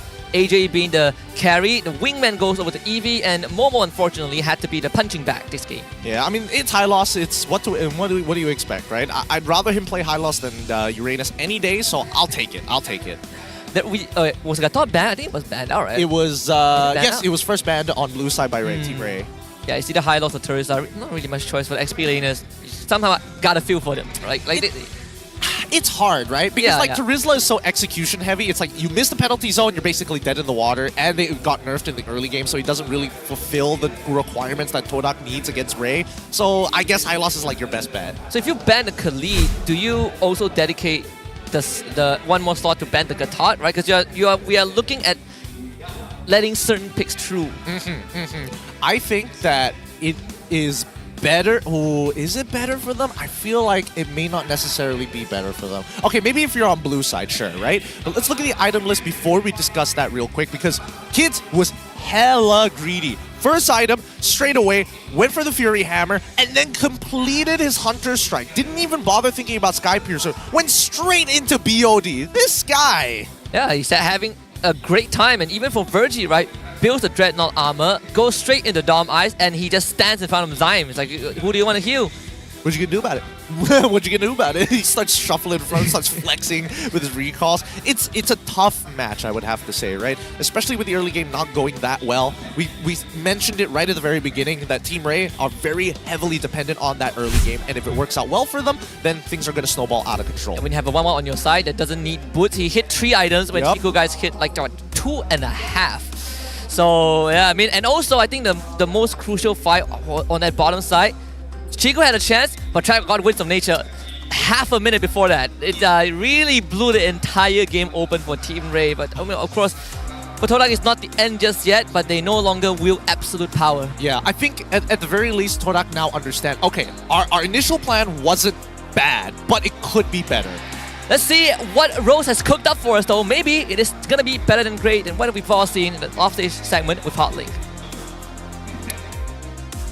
Selamat datang ke MPL Offstage yang dibawa khas oleh Hotlink. Dan sekarang ni saya bersama dengan wakil ataupun orang daripada Todak. Okay, so apa kata korang introduce yourself kepada audience kita yang tak kenal korang? Maybe we can start with you. Okay, baik. Hai, nama saya Manjawa. Saya adalah talent untuk Todak. Dan dalam saya sama, saya juga adalah PA kepada Haji Lan Todak. I see. Okay, you pula? Hello, nama saya Sri. Saya talent Todak lah. I see. Okay, now sebagai talent korang ni, apa yang korang usually buat dalam Todak ni? Kita orang lebih kepada content and then promoting some brands and streaming. So more towards content creation. So same goes to you lah. Yes. Okay, now kita tahu match ni actually sangat besar, bukan saja untuk Todak, tapi tim lain yang nak main ataupun nak layak ke playoffs. Tapi diorang kena menang 2-0 and kita nampak as of now 2-0 chance sudah gone lah kan. So apa expectation korang sebelum match tadi? Korang ingat memang easy 2-0 ke? Ingat memang di easy 0 boleh 2-0 lah, boleh layak ke playoff. Tapi tengok-tengok game mereka bantai macam tu kan. Sekarang takut tapi Todak tetap akan langgar lah. Boleh comeback 2-1. So boleh reverse sweep lah? Boleh. Okay, in your opinion, awal-awal season ni Todak kan suka bereksperimen dengan line-up mereka. You rasa line-up mana your favourite? Saya rasa line-up sekarang solid. Boleh diteruskan dengan line-up sekarang juga. So kalau awak yang coaching staff, awak nak line-up ni sampai ke playoffs? Sampai playoff. Alright. Okay, maybe kita boleh bagi kata-kata semangat dekat Todak untuk mendapatkan reverse sweep yang Sri tengah cakap tadi tu? Saya percaya pada Zaid. Zaid budak saya, dia memang akan bantai game ni. Kita boleh kasih comeback? Boleh. Alright, kasih comeback. You, any kata-kata semangat kepada Todak? Sentiasa doakan kejayaan Todak dan doakan kita orang menang reverse sweep serta game seterusnya kita menang 2-0. Alright, jumpa diorang dekat playoff. Playoff. Yes. Let's go. Alright guys, mari let's show it back to the casters untuk start game kedua dalam match pertama minggu kelima. Let's go. Thank you, Rose. Not all hope is lost. Playoffs might not be a certainty by the end of this series, but for Todak, chances are still high. Again, we gotta take a quick refresh. For Team Ray to have a high chance of making the playoffs, they have to 2-0 Todak and Vamos must lose 0-2 to RSG MY and Team Ray, which in of itself is a monumental ask. It's tough. Man, they're playing it on hard mode. I feel like Team Vamos got the better side of the bet here. I mean, Team Ray is playing on, what do you call that? The permadeath mode. They're playing on ultra difficulty. Oh, man. To 2-0 both Todak as well as Vamos is not going to be an easy task, but if they can do it against Todak, I think Vamos is it's possible. But then again, I'm thinking about GB just stealing away objectives by himself, and I'm like... That and also, even if they 2-0 Todak and Vamos, they still need RCMY to beat Vamos. Yeah. You know, that one is a bit tough, you know, I'm not gonna lie. That one... Oh man, imagine winning 2-0, and then you're just looking at RSG, it's like, come on. You got the best run of your life, and then it hinges on the team at the last place on the standings to beat Vamos. Odds are not looking good, but hey, you know what? A man can hope. And if they can take out Todak 2-0, I think it definitely at least puts a bit of comfort in Team Ray's minds, knowing that, hey, we're not too shabby after all. I mean, that's why I would only imagine that RSG is watching this match. Maima specifically looking at both our player head-to-heads of AJ as well as Zyme Senpoi. AJ really stepping up here. Look at those stats. Average KDA beating out Zyme Senpoi, who is known to be one of the, well, quote-unquote KDA players, but his Cypher is so uncomfortably close to him. It makes me uncomfortable. But yeah, Zyme Senpoi, he's very focused on his positioning, and that's why his KDA isn't extravagant, but at the very least, very minimal deaths. I think it's the Angela. I think Angela messed it up a little bit. Because AJ walks away 8-0 and 8, and he's just like, yo, my KDA is gonna be nuts after this. See what I mean? She should have given me that Aurora. But remember to scan the QR code on your screen, because M6 is coming to Malaysia. If you don't know just yet, and redeem some free stuff. I know a lot of people in chat they looked at Game 1 Stratford and they're like, what is Todak even doing? Well, I have no answer to that. But, but what I do know is that there's still one game. I think they got outplayed. That's number one. Definitely wasn't expecting Team Ray to be this proactive. And even for me, right? I don't expect Team Ray to be this active. I expect them to get that first initial pick, back off, cool down period, go back at it again. Sometimes you just gotta step on the gas, right? You keep on fighting and make sure that they never get back up in one piece. But game 2 is where Todak will have the chance to swing that pendulum back onto their side, head into the drafting phase and see if Todak is going to get that blue side, and they will. So Ray on red. Oh man, I don't like the strategy coming in from Kuja. Just focus very much on kids. They've banned out the Julian, they've banned out the Hayabusa as well as the Fanny. This has been done before. They're going to pick Ling or Nolan. I mean, they've got to, right? They got to pick Nolan, right? Junglers are going to come in first rotation, guaranteed here. And then Kuja just picks Alpha. I don't think that's that bad because Gatot is still available and it forces Ray to kind of really think about what one of the picks have to be. This Angela again. Oh boy. All right, okay. Maybe this is Yadlord's time. It's just like, Zaim, you suck. Here, let me play it. Don't put me on that jawhead. That thing's hard. I mean, would you put Yadlord on Angela? I would much rather a Cho pick. I mean, no matter what, somebody's got to do it, right? It just feels like the flavor of the month for Todak. Well, I mean, it's the flavor of the series for Team Ray, right? They just take Cho again. They're still the Gatot up, but they take the Khalid because it has worked before.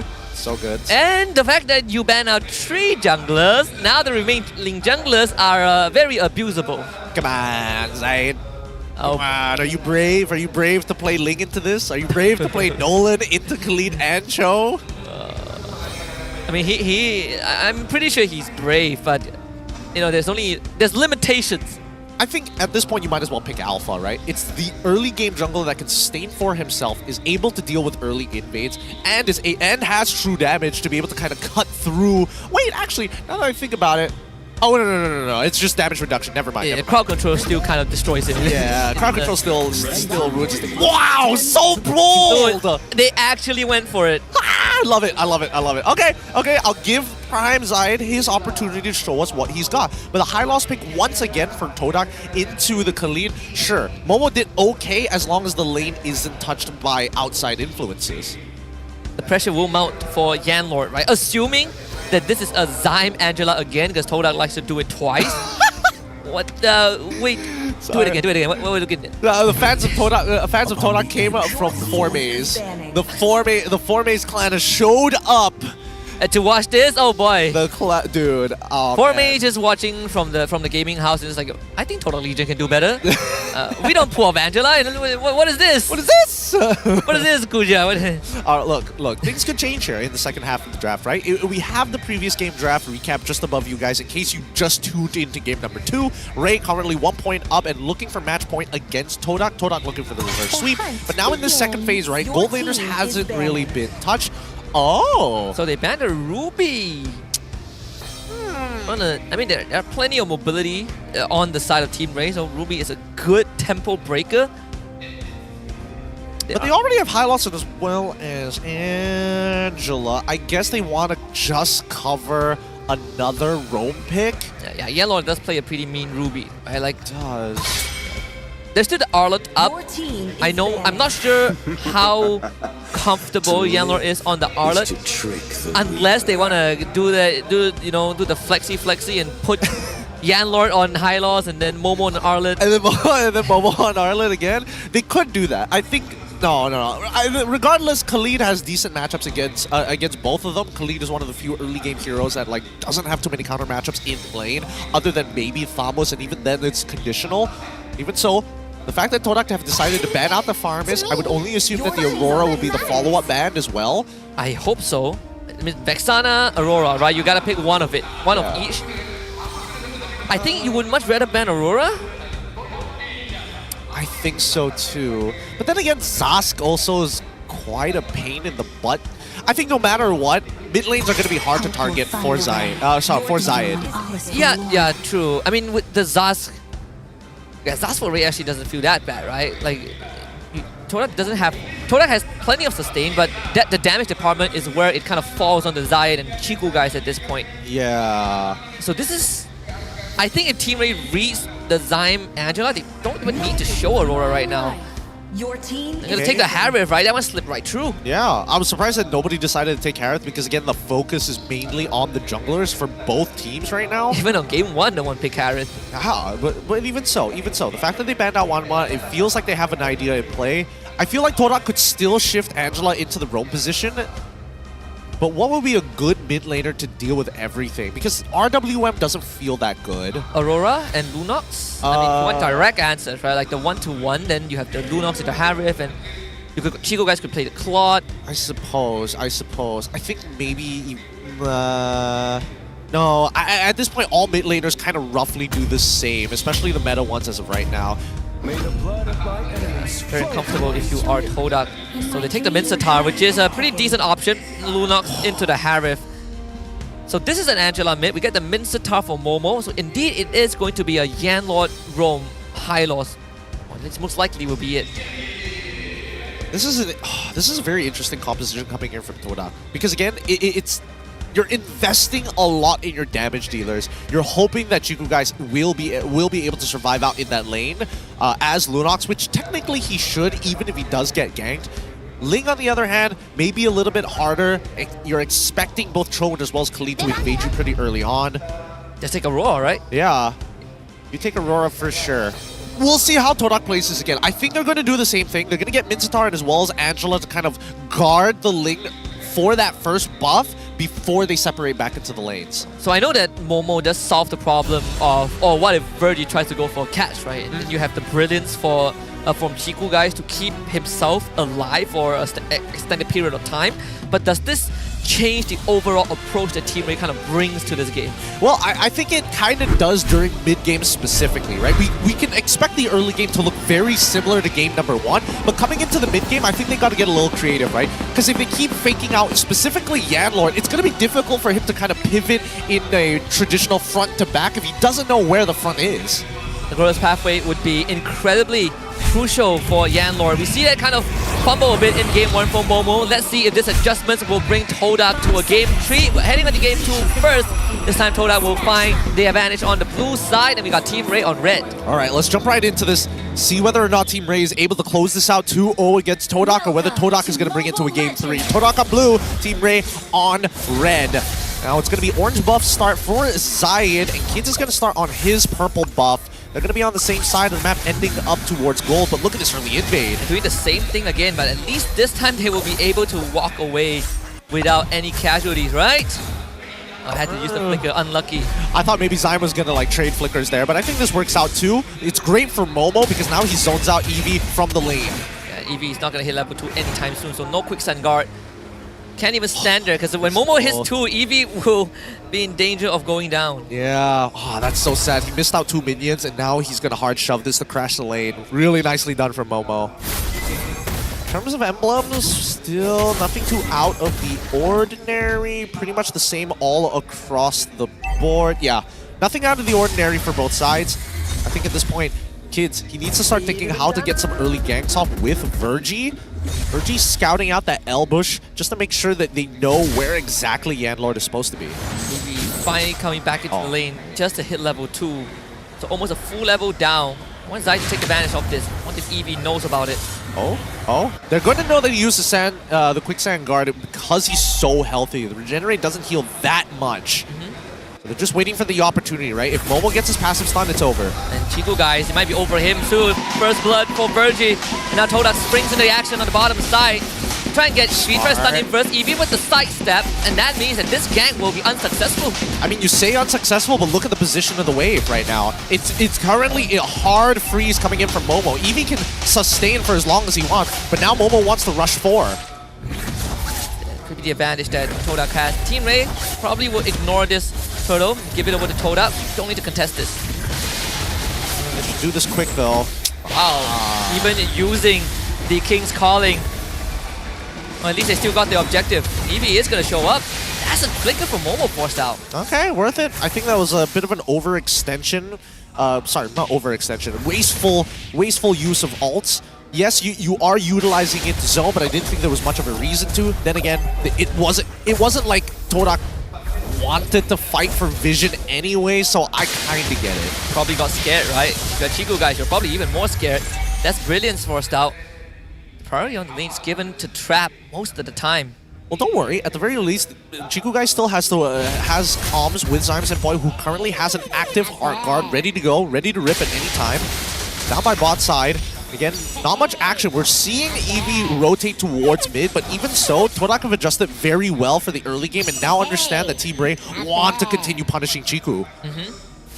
So that allows Momo to be in the same position as game 1, constantly shoving up the wave, winning out the lane, getting first move. But I'd say that, you know, Team Ray has been able to put Eevee, especially Eevee himself, has been able to really readjust accordingly, right? He's not really losing out on too much. Oh, Eevee might make the bait of a lifetime here. Quicksand Guard's gonna Raging Sandstorm in as well. They get the freeze on the Momo, but the damage is not really there. Now Hard Guard shows up to cover for Zai. Eevee flickers with the Quicksand Guard to ensure he survives. Ah, nicely done by Eevee. Good stuff. He knows that he can still use his flicker in the Quicksand Guard. The man knows it. He knows his Khalid. Well, I learned something new. I didn't know you could do that. Oh, now that's the kick onto Momo. Not really out of turret range though, and that might be a fatal mistake. And they just lost Virgie, they just lost Eevee, a double kill for Momo. Great response from Zion, a great counter engagement here. Kids does get his, the Blade of Hep Disease, but he's gonna get zoned off. In the meantime, we do see the rotation against Chiku guys. Don't get stunned! How on the edge do you want to play this? Brilliant's out. Nice, nice. Very patient from Chiku guys. That's what we want to see from him. Hard Guard is not going to be back up for a while, but you also don't have a flicker kick. So Team Ray give this turtle away to Todak. Second one for them. And then, okay, Eevee not going to be bold here, but it's going to be first item already complete for Zai. Zyme Senpai also finds the Flask of an Oasis. This is the first item power spike for Zai. This next fight is going to keep a lot of people alive here. Until we see Zayed actually have that Haas Claw, we're not expecting him to be able to one-shot anybody just yet. And waiting for AJ to find the glowing one to really dampen the healing power of Todak. Give Team Ray a fighting chance in that mid game. That's where it will get a bit tougher, right? Especially with the draft that Todak has. Yeah. Virgie could set up a play, but honestly, Trap, I don't think he has enough items just yet. I am curious though, what did Chiku guys opt to go for as his first item? Tried to look for Zayed. Couldn't find it. And Zayed is getting Little Wanderer, beautiful. Orange buff side camp, and also bottom lane. Yellow even cuts off Trap from Virgie. They want this tier 1. AJ shows up just in time to stop that. Okay. Good responses here from both Team Ray and as well as Todak. I like the way that they are cutting the waves. I like the way that they are denying reinforcement routes to that tier 1. Because as soon as Chiku guys is out of this lane, he's gonna start wreaking havoc.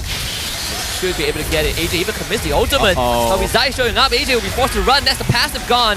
This should be an easy kill going over to Zayed.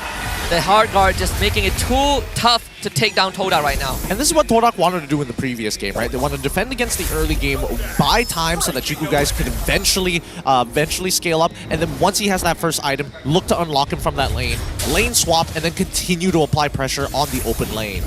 So this Thunderbell timing is slightly later for Eevee. I think 2 minutes late if you compare it to average. But it does give Chiku guys more room to work with. And Yanlong is going to face check this one. Not too much of an issue. Drops the Glorious halfway. Eevee just before on engage. Quicksand Guard, flicker to heal himself back up. The kick onto Momo sends him away from the team. Virgie wants to save his teammate, but you gotta use the flicker to get out. Unfortunate. Can't do much about that at all. And even Momo, very patient, not dropping the King's Calling as well to guarantee this kill. Getting 3 battle spells is huge for him because now this upcoming turtle fight is essentially impossible for Team Ray to win. Zai having a way better game compared to game 1 as well. So this really is a roadblock that Team Ray needs to find a solution to, right? A constant pew, not just from the Hylos, but also this Mincetar. Mincetar is really dampering how much they can actually do in the early game. And now with the 2k gold lead, rough 2k gold lead for Todak. See how they press it. Trap gets out of there just in time. Wow, the tick damage didn't get him. Dang. There, that's unlucky. Unlucky. But Zion gets to continue power farming. He now has his 2 items, so he can take more prolonged fights. However, we haven't seen much presence from kids this entire game. He's been power farming, but unable to really find these isolated picks. And one time he showed up was that bot lane gank onto Momo, and that one resulted in 2 of his teammates going down. Trying to force Zayed away. You can see the hover of the hard guard from Zyme Senpai. Zayed is buying time. The energy is there with the purple buff. Cancel 8? That's a contested recall. AJ not paying attention. Uh-oh. That's a free kill. He thought he was safe. This guy, he thought it was real safe. Now, invasion over the purple buff just to make sure that this Nolan isn't going to be able to be zipping across the map as quickly. A very important objective for assassin-style junglers. And now Zayed will pick up his own, making sure that there are no purple buffs in play. Flores pathway in the backline as well. Again, Eevee will have to use the ult this time defensively. Momo just flickers in with the King's Calling, pulls Virgie back into the fray as well. They're going to get a 2-0.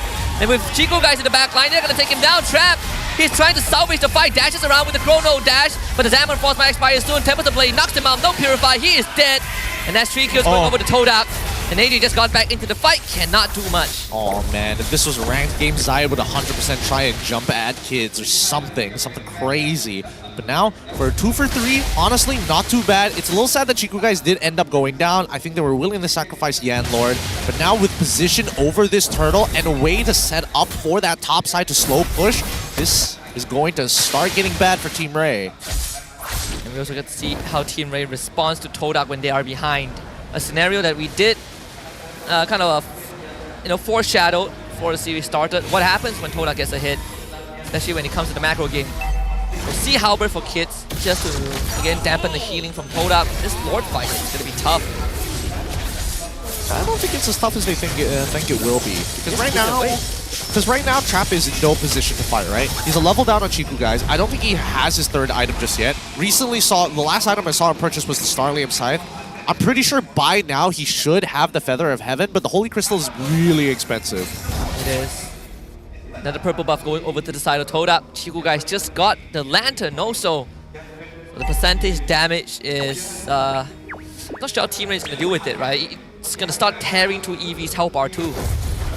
Currently with the most damage in the game, only 2nd to Zayed. Now looking at the items, yeah, still midway, building the wands to get up to that Holy Crystal. In terms of first items, we do see that Chiku guys opted to go for the traditional build, right?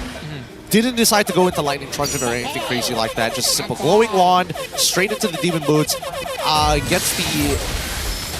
Oh, that was close. That hook almost connected there. But yeah, completed all 3 at this point. I'm only expecting a Holy Crystal, maybe even a Winter Crown coming in from Chiku guys, knowing how he plays. He's already he jumps into the backline pretty often, so I can only assume that's his next item. Can't really take down Chiku guys swiftly, and that's going to be a big problem for Team Ray. All the waves synced up to perfection to get the Holy Barrier out of the mid side, but this Lord needs to be taken care of, and Team Ray will commit to it. Zayed just waiting for the perfect opportunity to find a kick onto Yan Lord, but the backline is already dead. Chiku and Zayed just dealing too much damage, and it's just easy cleanup for Todak. 3 dead for Team Ray. Genuinely disgusting. He hops off the Finch Poise and he basically puts 2 people at 1 HP. He didn't even auto-attack. He didn't need to auto-attack. A singular skill is all it took. Now Team Ray, at this point, this is starting to look like an endgame scenario. The inhibitor down on the top side, that's the first step. They aren't looking for an endgame or considering it. So Virgie would just want to buy time, even commits the flicker to draw attention on Todak away. He knows that he's going to go down. And Zion Standpoint willingly trades the flicker. Gets the way of the dragon now to the very end here. Another death. Another purple buff coming in from Zayed. We're waiting for that bottom wave to actually crash because Trap, honestly, I don't know how he's going to survive this. Me neither. We'll probably lose it. King's Calling would have been great if caught Trap. Eevee actually just engages in the Raging Sandstorm, but he's just going to go down. His teammate's not there to support him. What was the call there? It looks like we lost a coin flip on Team Ray this time around. Maybe in game number 3 it might be better, but right now Todak are setting for a checkmate angle. They've got 2 open inhibitors already, and now with this next Lord, probably the final nail in the coffin for Team Ray. Comeback angle has to come from some sick kick from Virgie, some sick positioning from Trap, which at this point in time feels very tough. Now with Chiku guys and Zayed diving the back line. Yeah, I think the only way they win this is if Momo whiffs his ult and Zayed gets caught by either Way of the Dragon or Raging Sandstorm while Zyme is on top of it with the Heart Guard. I think that's the only way they lose at this point. Tall ask. So we just got the Holy Crystal for Trap. But Team Ray will let this Lord go. Just cannot risk a 50-50. Right, nicely done by Todak here. They still want to maintain their lead, and now they're going to start invading the jungle. By the end of this, they should have close to 9 to 10,000 on their side against Team Ray. Same position that Team Ray put them in game number 1. We say that this is almost a checkmate angle, but it's more significant if you're Team Ray because this loss will put you out of playoff contention. Game 3 is just a battle for pride at this point. Yep. And hopefully Team Ray are able to pull through here. It's looking pretty grim, I'm not going to lie, but Todak, we'll see. They're taking their time with this, trying to sync up these waves. You can clearly see that Zyme Senpai is ensuring that the backs are clear while still holding the Heart Guard just to make sure if anybody sneaks through. The door is swiftly closing on Team Ray, shutting on their face. They only got half a foot through, and one last play from Todak would make sure that they sever the limbs of Team Ray. They get rid of Chiku, guys, somehow. What? It happened off screen, but still Todak has the lore on their side. Team Ray attempt to defend against this push, and I think it will be successful. They just bought themselves some time. The willpower to stay in this game, not fizzling out just yet. Oh no! Oh no! Okay. How did they catch him? I mean, kids just dashed in and just one-shot him. He landed the fracture, he hit every ability, Chiku disappeared. He just didn't react fast enough to him. I don't even think Chiku guys was ready for that as well. I blinked, he was gone. We weren't ready for that. But that did buy time for Team Ray at the cost of the whole base. Now this is where housekeeping is of utmost importance for Team Ray. Less than a minute and a half until the third Lord, which would be the game ender for Team Ray. They gotta somehow find a way back. Let's not forget that Zayed is able to transverse the map really quick with that Finch poise and can set up for backdoor angles. So Team Ray, they can... Oh. EB pulled in. Sandstorm guard, quicksand guard? No, not even gonna bother? Not even... Okay, alright. Saves his ult. Okay, gets jumped on by Zayed. EB now is in a Raging. rough spot. Has to wait for Sandstorm. Doesn't even get to use it. And this just could be the final blow. And Todak signing the death warrant of Team Ray's chances for playoffs. Waves pushing in as well. 4v5, Wishing Lantern, Divine Glade, Malefic Roar, endgame item for Team Ray. The final chance. Momo misses the king calling entirely. Reggie finds the king. They gotta clear out the wave first though. But Trap, he's getting jumped on, and there's nothing he could do about it. The wave goes down, but a fresh one arrives. Team Ray, with their last breath, needs to somehow pull it together for 5 more seconds. Evie will be back soon, as the Crystal is down to less than half health, but they have just barely hung on. Todak have missed the mark on this one. They could have gone straight. Oh! Found Virgie. And an attempted dive. Eevee raiding Sandstorm to the back. And this time, it will be Zayed to clean it up. And the door is completely shut on Team Ray. Todak survives. And Team Ray have been felled. Woo! For a cost of a finger, they take the whole hand here against Ray. No more opportunities to make it into playoff. Todak has equalized against them. And you can see that Ray, they take that loss hard.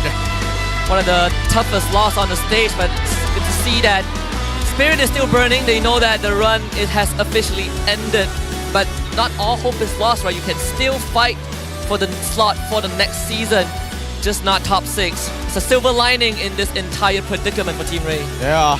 Again, we now see the full game plan at the very least for Todak specifically. That's what they wanted to do in game number 1. Now a little bit more efficient, add a tiny bit more mobility so that you can really pick out your targets rather than having to wait. Do I have to cut through them in a more complicated manner? No, just point, click, you're there. Yes. So Ling over Lancelot. In terms of execution, yes. I would have to say that Ling over Lancelot is my go-to. But let's look at the highlights here, right? Because this game, we saw a couple of similar moves from game number 1, but a lot of variations coming in from Todak, right? They know what to expect now from Team Ray. The early ganks were thwarted, and once they kind of survived that laning phase, you can see that Zayed was really starting to run away with the game. That and also having a side lane that is good at stopping mobile heroes, good at catching, and also hard to catch at the same time, really prevented Team Ray from getting these early moves out, right? Like the ganks on the Chiku guys, not gonna work out. He has Purify and Brilliance. Your Roamer now is hard to catch Ling, and then you have a Minsata to worry about, and the Ling is just too far ahead for anyone to even remotely take care of. Oh yeah, it really doesn't help that Zyme Senpai is making sure that he never dies as well. The extra heart guard and the stats that you get from it is kind of disgusting, which is why he can kind of bulldoze his way through. But at the end of the day, I think that Team Ray, they have to start changing things up, right? If they want to deal with Zayed specifically, because he is getting a lot of information from his side laners. If behaviors change, you can kind of expect what is to happen next. So give it up for our MVP Zayed here. Big plays coming out of him from this link. Let's see if we can do it again one more time for the reverse sweep. Man, after game 1 and a couple of destroyed Roti Canai, this one is a good recovery. You know, 7-0-3 on the link. That don't have to toss bottles anymore for the next half an hour. Redemption at the very least. Ooh, thank God. I was looking back to see if any glass was broken, but thank God, not yet. Maybe, I don't know, there's a couple of walls that I can't necessarily see on either of the player rooms, so maybe that's where you can expect the shattered glass and the random pieces of roti on the floor. But hey, still, I think that the fluidity wasn't there for Team Ray. It felt like they were trying to repeat game number 1, making the same motions, right? Even the feints. But they did it without condition. They decided, hey, we could path more efficiently, or we could look for a gank onto Momo again. Instantly, at the exact same timing, you just see Momo start to back away. He's like, I know I'm expecting a gank around this timing. I need to guarantee, I need that information. And that's when Yanlord decided to invade on the opposite side to give him that confirmation. That, and as well, is because Kid's not on the Hayabusa this game, you don't really have to worry too much about catching shadows, right? Nolan, if he's in your face, he's in your face. Better yet, if I'm a Mincetar, I want him to be in my face. Yep, very honest hero here. Very, very honest. Super fast to transverse the map and actually catch you off guard mid-rotation, but even so, Todak kept their coherency throughout the entire game. If we're playing around Chiku, guys, make sure that we build a wall from mid lane all the way up to his lane to ensure that nobody can sneak through. So the Yanlord high loss was actually true, right? He just a major sandbag, and I think the best part was also compared to being in that XP lane, you're not as susceptible to gank, right? Like if you can match the Cho, if you can find out where the Nolan is, they essentially don't have the damage to take you out. Yeah, and that's why the Mincetar pick was a very big contention for me. Whether or not Todak was going to bring it out or not, I knew that at least for Team Ray, they're going to play an assassin, regardless. If you give him Julian, sure, fine. He performs very well, but against a Mincetar, there's no escaping it. So the 3 bans on the assassin probably was just to condition Team Ray to get into the spot, right? It's a powerful blue side pick. That in mind, I do wonder if Team Ray will go back on the blue side. Again, all the weight, or most of the weight has been lifted off their shoulders. Do you get to play a bit more freely in that game 3? Game number 3. Okay, if I was Team Ray, what would I do? Would I want to go back on blue side to prioritize the Cho Khalid one more time? I think the Khalid is not bad. I think the Cho is also totally fine, but it's difficult to split them up against Todak because you expect them to eventually get an assassin of some sort. So maybe first phase is what they have to start shaking things up, get an early, show their jungle early, or at the very least have a flex pick for it, an EXP maybe jungle flex, or even then, there's not too many picks that actually do that well. Yeah, even in terms of total damage dealt, the number is not too impressive for Team Ray because most of the time they don't even get to fight properly. It's difficult to find your battle lines, especially with a composition that's expected to snowball, but you don't find the early economy. Tough spot to be in. Chiku, guys, just clocking in 65,000 total damage. I don't even see half of it most of the time. Yeah, to be fair, I do think that Lunox might need like a graphical update because a lot of her projectiles, you blink, you miss it, you know? Yeah, it's I don't know, the particles are very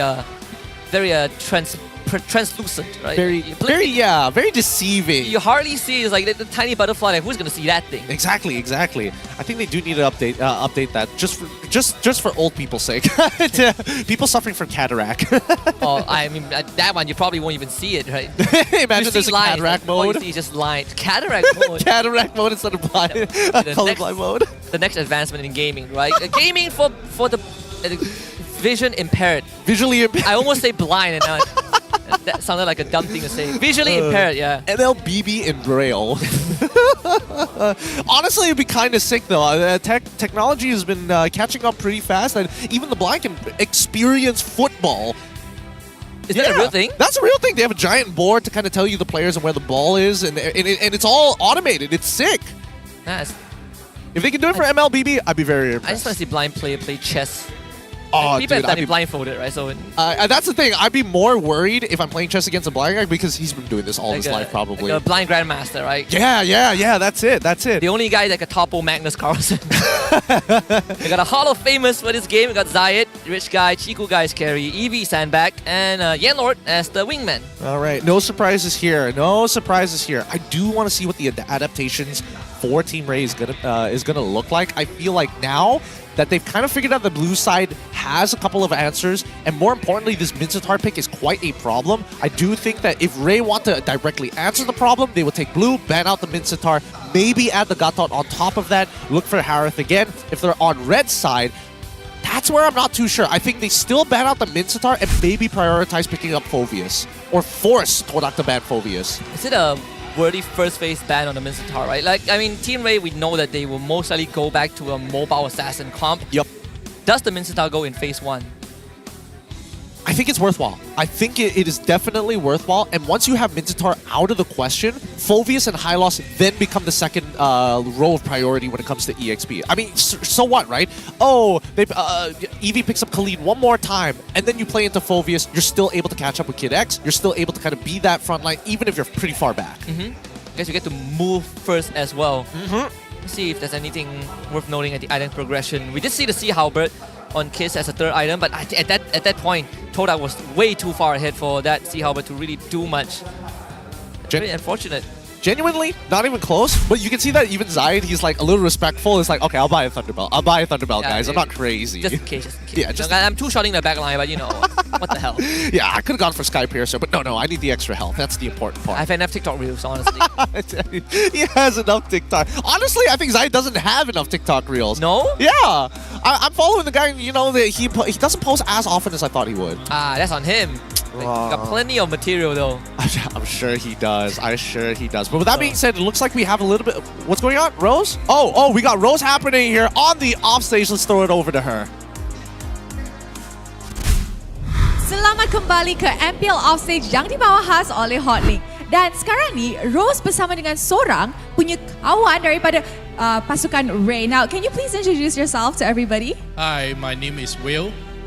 I'm friend of one of the Team Ray members. Oh, okay. Who's your friend in Team Ray? Actually, it's their managers. Oh, okay. So you came here just to support them? Yes, I'm come here to support them because they're quite new. So come here to give some encouragement to them. Ni kawan yang sebenar.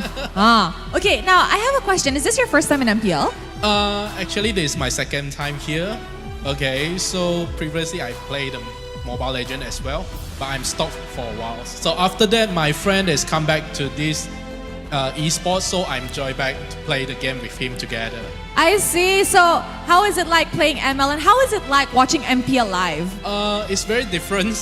So I'm quite enjoying the environment here. It's quite excited. Okay, now I'm pretty sure you know that Ray is still fighting for their playoff slot, Yes. right? And as of now, it's a 2-1. Yeah. Ray still has a chance to Yes. enter playoff so long as it's they win this game against Todak. Todak does not win any more games, and they 2-0 their next match. Do you think Team Ray still has a chance to make it to the playoffs? Yes, definitely. I believe they can win this round. Okay, now as you also may know, our playoffs will be happening in Johor, right? Yes. So let's say Team Ray does qualify for the playoffs. Will you be going down to Johor to support your friend? Yes, of course. I will be there. Ni memang best friend. Memang best friend. Are you guys like really good friends? Yes, my college mate. Oh, okay. So you guys went to school together. Yes. All right. So maybe he needs some words of encouragement. Yes. Can you give him some words of support or encouragement before they start the last game? I think they will do their best and they can get this round. Alright, so harap Ray boleh dapat round ni sebab Will ni memang fan dengan friend sebenar Team Ray. Alright, so Mario, let's throw it back to the casters. To start, game ketiga dalam Best of 3 series ni, siapa akan layak ke playoffs? Thank you, Rose. And you know what they say, when there's a will, there's a way. Maybe the power of friendship will be able to bring Team Ray across the finishing line and keep that fire burning, because we still got one game to go. Yeah, I mean, they got to give them encourage, right? As Man said himself, with that, the extra motivation might just be what Team Ray needs to push them over the edge to secure at least a 2-1 victory. That's going to definitely help them, especially since right now, solving the issue of Minstar might be the first problem they got to deal with. And just want to do a quick correction. Team Ray actually still have a chance. Still have a chance? After going through the Doctor Strange permutation of a million different scenarios. Okay. If they win this 2-1, there is still a chance, but the odds get a bit more unfavorable against them than if they get a 2-0. Does that mean... This does, though, lock Vamos for playoffs. Oh, okay, so that's one team that's locked in. Yeah, so Vamos is the third team that is guaranteed playoffs because Todak took 1 point off of Team Ray. And of course, the permutation right now is a bit different, right? Team Ray, they need to 2-1 Todak. They gotta win the rest of their games 2-0, and Todak needs to go 0-2 in their following games. Oh, which is a lot more tougher. A lot tougher than what they bargained for at the start of the series. At least the door hasn't completely shut, right? I mean, they lost one limb, but they still got the other arm. I swear the BM casting desk is dangerous. Don't compliment the players. I think it's just LaFell. It's just LaFell. I think it's just LaFell. You know? I know it. When LaFell is here, he does the same thing. Oh, it's a caster curse. Yeah, he truly. praises Ruff and MV loses the game, you know? Instantly. No, he literally is just like, oh, Ruff's making a sick play, instantly dies 2 seconds later. Yeah, that's just a LaFell thing. Some things don't change here. But hopefully for this upcoming game, I hope that in terms of sides, I would... What would I be more excited to see? Team Ray back on blue or to try and answer the question of Minsatar on red? I don't know. I feel like you answer Minsatar. It is one of the pocket picks that Todak has in their arsenal, right? Like, so if that was one of the biggest solution to what you want to pull out, I do feel like it's worth taking out, but it's left open in the first phase because they are actually prioritized the Angela ban a lot more. Interesting. Okay, Angela ban, don't want this Link to go out of control. I guess they feel like they can handle him, but now Todak, on the other hand, they had to ban out Chip, so they can't dedicate 3 bans towards the jungle picks against kids. Do they want to get rid of the Julian? Do they even care about it? Are they considering other options like Hayabusa? Yeah, Julian, Hayabusa. There is. I mean, Team Ray probably will be looking at a Khalid first pick again. They do ban the Julian out of respect for kids. The two are looking a lot more comfortable in this third game. All right. Do they go for the Khalid once again? If they switch it up, there is still the Gatot, right? Like, we haven't seen the Gatot has been a big first pick on that blue side. I feel... Okay. All right. So they leave the question up to Todak. Now I have to think about some of the relationships and matchups, right? Khalid versus Gatot, for an example. I wouldn't be too surprised if Momo is just holding it in his back pocket. I think that since they're on red side, they're going to leave Momo's pick for the very last here. So that would mean Cho pick up for the side of Todak, most likely, and then maybe save third pick for Chiku unless we see a direct counter matchup from Ray. Ooh, so after this, I mean, Todak, they still have access to the high loss if they want, but now they also have Cho. Brian Lord, Jawhead, something they pick. Yeah, Cho feels a lot more comfortable. Cho and Vexana. Okay. So Vexana as a deterrent against the high loss. Cho to make sure that Hayabusa doesn't have an easy time. How does Ray respond to this? Because Cho could go anywhere. I wouldn't be too surprised if Momo, honestly, anything also, I wouldn't be too surprised if Momo plays it to some degree. This also deters the Khalid pick, right? Now he can't just kind of ride the Sandstorm into the fight. True. Does that mean you just pick Phoveus here? But then it starts... Oh no, it's already banned out. Yeah. Does Minsatar feel good? Do you... I know for a fact that high loss probably isn't going to feel the greatest. Khalid, as much as you want to do well in lane, there's no guarantees with the Cho around. So they go for the safe option. They go in for the Aurora, just in case. So same deterrence, right? Hey, if you want to go for high loss again, by all means, do it. We have the Aurora. We also have the Gatot to maybe split that bad line in half. Big zone control.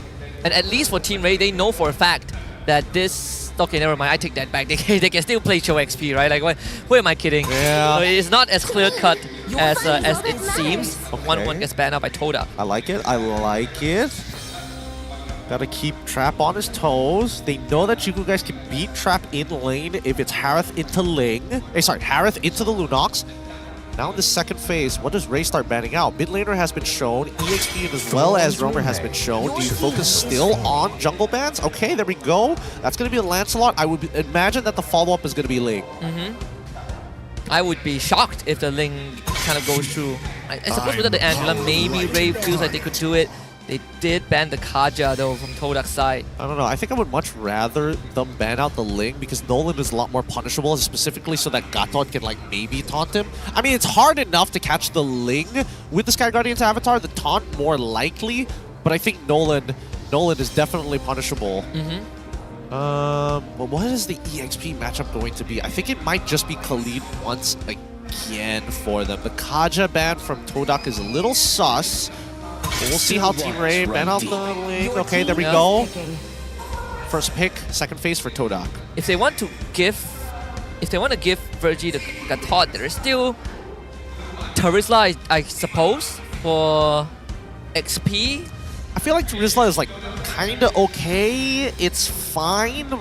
I think there are better options out there though. What XP laners are still in the pool? Oh man, the pool is so small in this meta. No, I mean there's Ruby and Arlet, right? And there's Yeah, there's still Ruby and Arlet. So in terms of like to slow down your opponents, those would be the go-to for Peel. But this pick is so important. Okay, so they take a Nolan. They take the Nolan. This is to be expected. Now let's see how Ray responds because they basically have to go in blind for the EXP matchup. Probably I'm thinking maybe an Arlet. No, so they put the Gatot in XP. They take the Jawhead, which is, if I remember correctly, Team Ray was the first team to play the Jawhead in the regular season. And it was against JP9ers that time.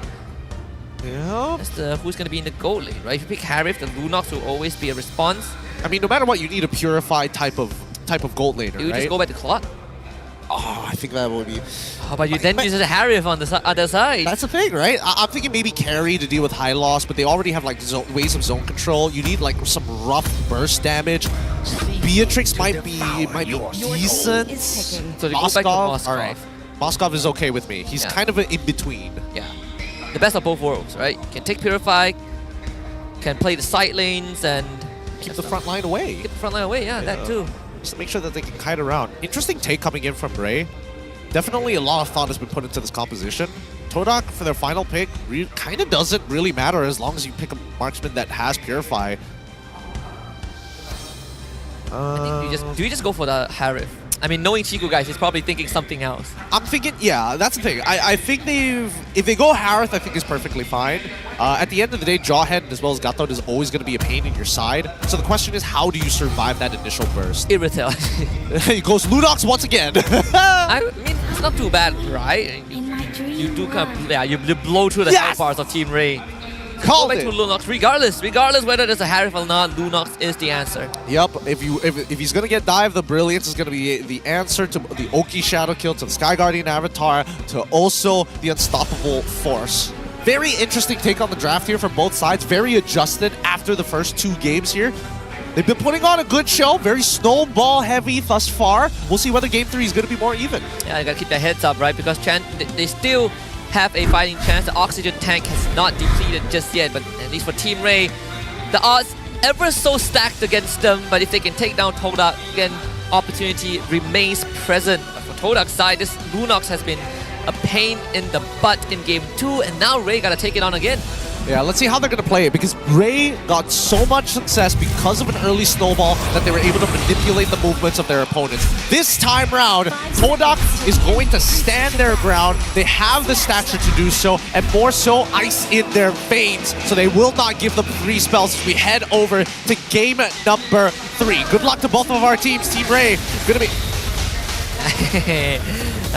we saw this in our ranked game just now, but at least they're helping out kids. Yeah, they're not just sitting around defending. Yan Lord walks into that purple, expecting him to be there. Does he steal this camp? No, he does not. Good try, though. Good try. Virgie smells something. Big Sag, big Sag. And I mean, the same can be said about Todak as well, right? You see that Nolan doesn't start on his purple buff straight away, decides to stick on orange side first in case maybe Virgie walks up to him.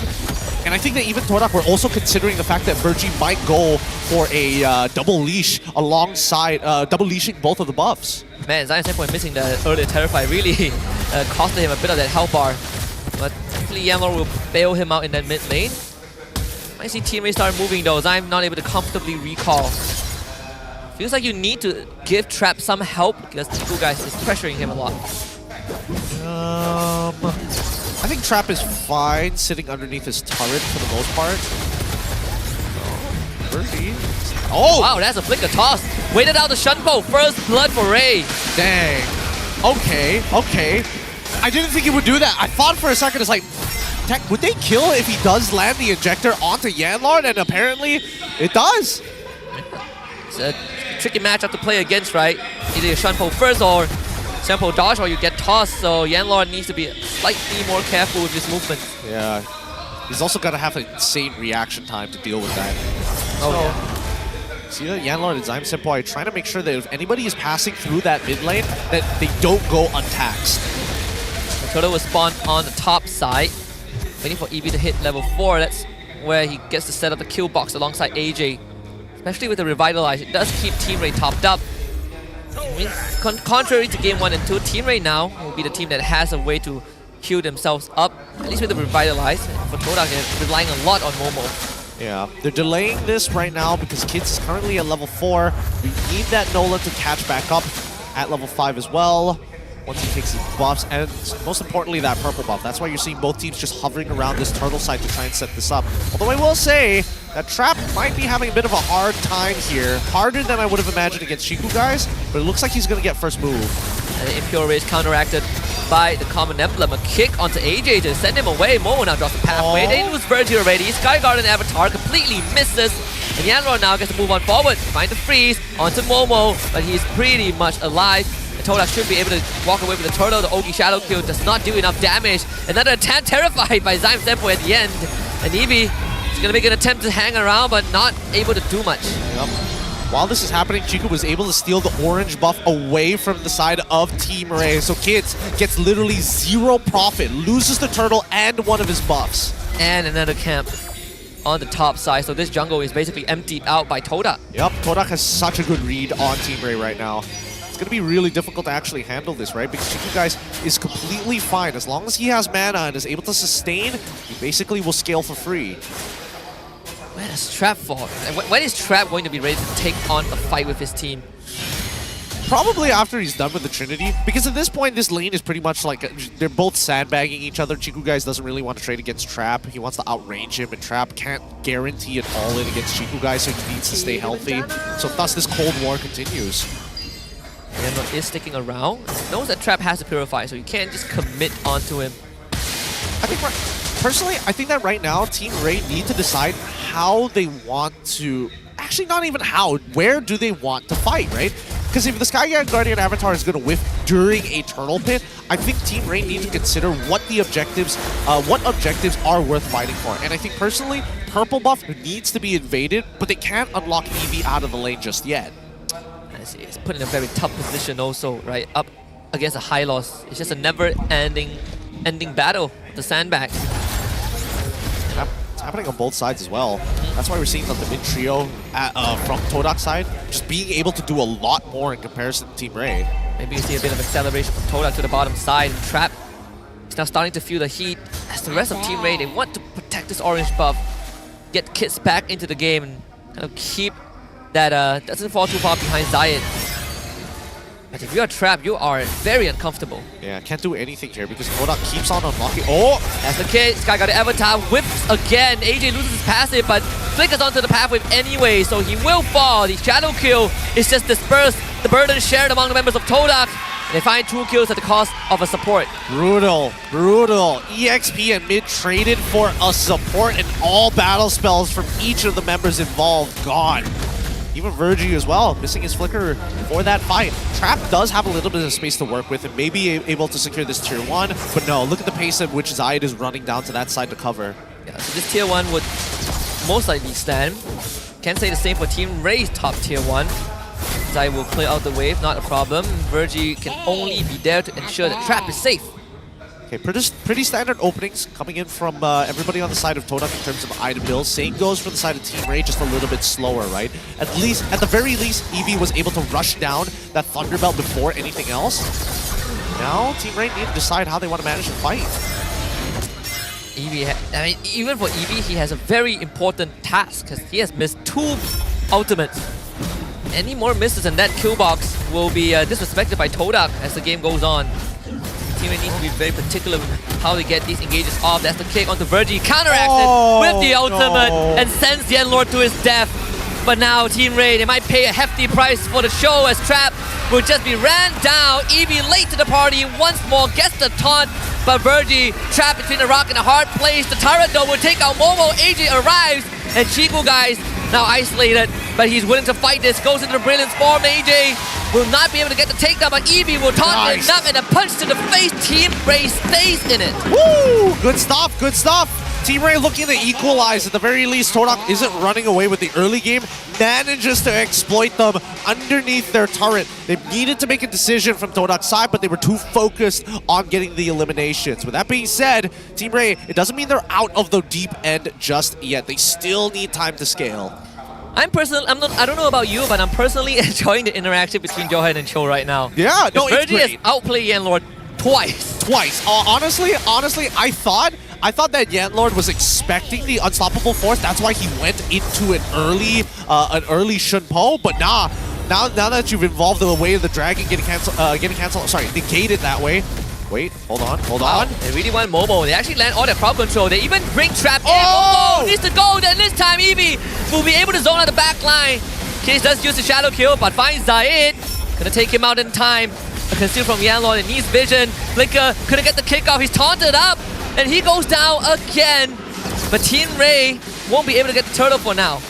AJ is so good at hiding in bushes. He just catches people off guard every single time. He really knows how to play with line of sight, especially in a game that doesn't predetermine what the fog of war boundaries are supposed to be. And Team Ray starting to feel themselves as well to, actively find these catches. And the fact that they now know it's possible to blow out Momo without taking much of a casualty, I can expect them to kind of speed this up a bit more. But silver lining for Todak is that Zaid is still way ahead in terms of experience. Yeah. It's going to be difficult for kids to try and contest him for these neutral takes. Trap has to be clear up this wave. Yeah, Virgie might not be able to do the same trick again. Let's get the toss back, but there's no follow-up this time from Team Ray. Just not prepared to take on the fight. All scattered, and Eevee will have to also be sacrificed. Can't even get the ult off. The worst possible timing. Yeah, the chain CC was too much, even for Virgie as well, right? Didn't want to use his unstoppable force, but honestly never had the opportunity to do so. With so much crowd control for the side of Todak, you really have to preemptively utilize these ults. Try will finally get the bot tier 1 at least. So Todak finds the first major gold lead in this game. We're looking at a baseline of 3,000, but with these structures falling and the Lord spawning, can expect that to go up by another 2k at least. Yeah, so we see Trap go for the recall here. They probably need to respond to the top side of the map because right now, nobody's showing up. But here comes Yenlord. He might get a cool kick here. Eevee spots him out. Good game sense. Didn't know that Chiku guys is in that bush. Oh wow, he just showed himself. Just casually walks out. Stands out there menacingly. I'm the pre-lord. That's the conceal. No cigar for Yenlord. They just want to get the purple buff. Lock it away from Kits. Kits won't be able to get it. The wave synced up almost perfectly as well. The mid wave just get cleared out. Todak should at least get the bottom tier 2, right? Yeah, they should. Bottom tier 2, mid tier 2 should fall into the hands of Todak, no problem. I'm just a little sad that the top inhibitor did lose out on its holy shield. Todak really gonna take their time with this one. Honestly, no reason to rush this. They want to just play the rest of the game waiting for the second Lord. I don't think it's gonna be a problem either. So BOD for Zaid. It's his third core item. Malefic Roll could be the next one. He's really far ahead at this point. I think he's that 2,000 ahead. Yeah, like if Trap accidentally dashes into a bush which he's standing in, you're gonna get one shot.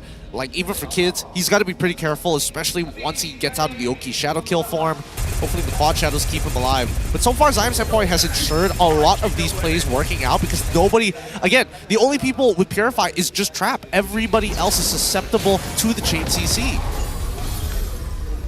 Todak taking control of the jungle in such a manner. It is starting to choke out Team Ray, especially Kids, who has been at level 12 for the longest of time now. Not not getting any closer to catching up to Zayed. Yeah, he's literally not finding any farm on the map.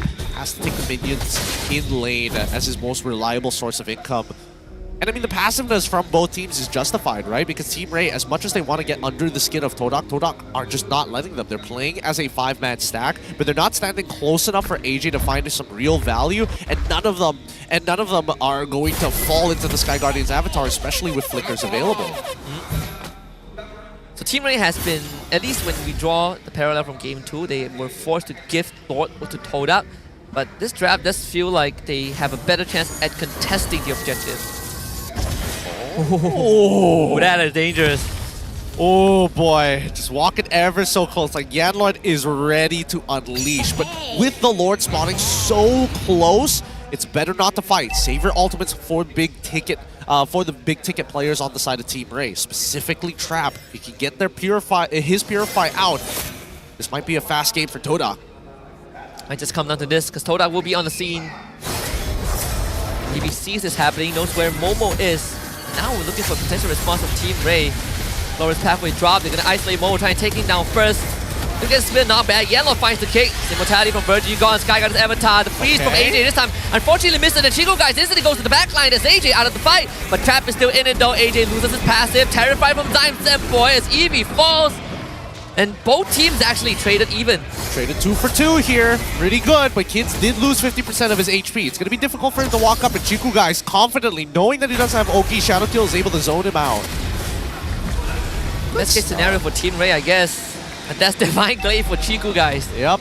Chiku guys is in a really powerful position. And even with the Winds of Nature, it's not meant for Chiku guys. It's about everybody else around him who's been causing Trap so many problems. Played the game of a lifetime. But of course, there were some crucial moments, right? AJ's ultimate going wide. That one was kind of the kicker right there for Team Ray. Would have made it a lot slightly easier, I think, to prevent the backline of Todak from moving up. Yeah, but that's the thing, right? Todak is now taking the approach of, like, instead of throwing all of our ults at the same time, let's just delay it, like, by half a second. Because every time they delay it by half a second, AJ is forced to make a choice whether to throw it out blindly or to walk up. Oh, here we go. An attempt at a toss. Momo with Q out with the Revitalize. At least they got that out of him. But Todak will start taking structures. This is going to be the rush. Eevee has lost his life. The front line has disappeared. Lord still, it's a very important objective to take care of. Kiss goes into the shadow kill, trying to look for Zayed, trying to share the burden. Zayed with the Winter Crown, and Kiss still finds the kill, but Trap, what was that move? That could have just costed everything. They needed him alive. Kiss gonna get terrified. Timing by Zyme Senpai. And it is just a disaster for Team Ray. And maybe truly the door will shut after this game. Todak, they were looking to really put the nail in the coffin. They gave Team Ray a second chance, but now that will be signed, sealed, and delivered by Todak. Yanlord will just stand there menacingly. The wave gets completely cleared out. There is just no more life yet. No more life left. And Todak will truly nail them in the ground. GG, well played. Todak, they played a strong, consistent game, adapted well against Team Ray's singular early game strategy, and once they got their mojo back, Team Ray could not bounce back from the raw damage at the end. Nicely played by Todak, as instead of giving that final nail in the coffin, just a quick, shallow burial for Team Ray. Yeah, the shallow grave, you don't even pass on in peace. But now they're really in pieces, right? All the limbs severed, and there's just no chance of coming back from this. Let's hear what Todak have to say. Rose, it's your turn. Kemenangan 2-1 untuk pasukan Todak. Guys, give them a warm round of applause. Alright, Ciku. Alright. 2-1. Okay. Sikit lagi dah nak secure playoffs dah. Kalau korang dapat 2-0, bukan korang je secure playoff, tapi pasukan lain juga secure playoff. Korang ni sengaja ke nak buat pasukan lain fight for the slot untuk playoff ni? Sebenarnya first game tu kita orang nervous kot rasanya.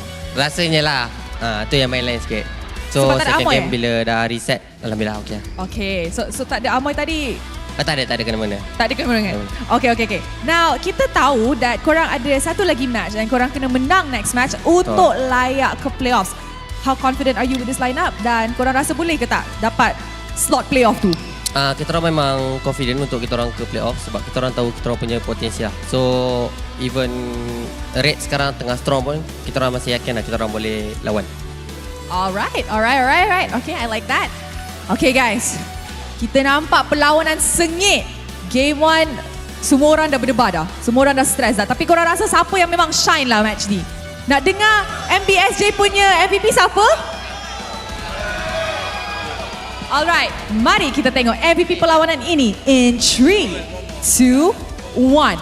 MVP jatuh kepada Zaim Sempoy. Alright. Hello. Hi Zaim. Hello, I hi. rasa I tak interview you banyak lah season ni. Okay, now Zaim, match terakhir Todak akan lawan Red. Ya, betul. In your opinion, you dah ready ke nak jumpa ubih strat dorang? Kita orang ready, kita orang ada je strats yang kita orang tak bawa lagi. So kita orang ada beberapa hero yang kita orang tak keluarkan. Mungkin kita orang main untuk lawan Red nanti. Okay, and I nak tanya, apa yang terjadi dalam game 1? Sebab Ciku cakap mungkin nervous. Tapi in your opinion, apa yang kesilapan daripada Todak tadi? Mungkin kita orang silap sikit je dekat bahagian tactical tu. So kita orang fix balik and then menang. Alright. Can we please pass it to Zaid? Sekarang dah cakap pasal Red kan? Boleh lah kan? Zaid. Now, semalam kalau I tak tahu you tengok MPL ke tak, tapi semalam Red Esports layak ke playoffs. Diorang dapat slot kedua dan I tanyalah Kim, ready ke nak jumpa Todak? Dan dia cakap kalau Zaid ada prime, dia pun ada prime dan dia nak tunjuk dia yang prime sebenar.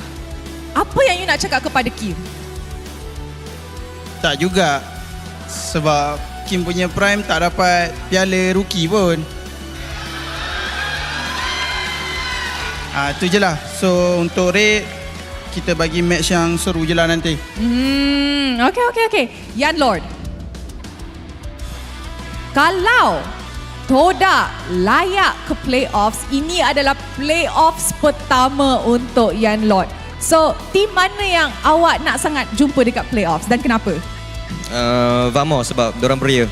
Wow! Tu je? Je. Sebab diorang beria? Alright, I rasa ini akan match yang akan jadi menarik kalau Todak layak ke playoffs. Saiful? Sini Saiful. Hello. Saiful, Yep. happy ke tadi? Okay. Jangan bawa isu tu. Tak. I nak Okay, bawa. okay. First second game Amoy tak ada. I pergi kat Marshall. Okay. Kenapa tak letak Amoy dekat sana? Dia cakap nak ke? Ciku cakap tak nak. I cakap, Saya nak. Tapi I cakap, Angah nak, Saiful nak. Betul. So macam mana? Dia buff ke? Apa yang nak cakap ke Amoy? Teruskanlah duduk belakang saya lah kan. Walaupun saya tidur luar malam ni, tapi saya okey je. Demi untuk Amoy? Tak juga. Tidur luar malam ni Alright, on a serious note, apa yang Saiful nak cakap kepada audience yang datang ke MBSJ hari ini dan support korang. And jangan lupa, ajak dorang support korang minggu depan. Okay guys, terima kasih semua peminat-peminat tim Todak. Terima kasih sebab korang support kita orang. Korang datang, tanpa korang kita orang rasa macam tak lengkap. So still support kita orang sampai minggu depan. Jangan lupa guys, apa-apa pun Todak. Terima kasih guys. Dan itu yang kita nak. Satu lagi. One more time. Alright. Thank you very much kepada Saiful. And of course, Todak, congratulations on your win. 2 berbalas 1 untuk Todak. Tak lagi layak ke playoffs, tapi jangan risau, minggu depan dorang ada satu lagi perlawanan. And of course, kalau korang nampak QR code, sila scan QR code ni untuk bagi rating dekat favorite player anda. And with that, mari kita dengar mic check daripada side Todak untuk mendapat tahu macam mana dorang communicate in game.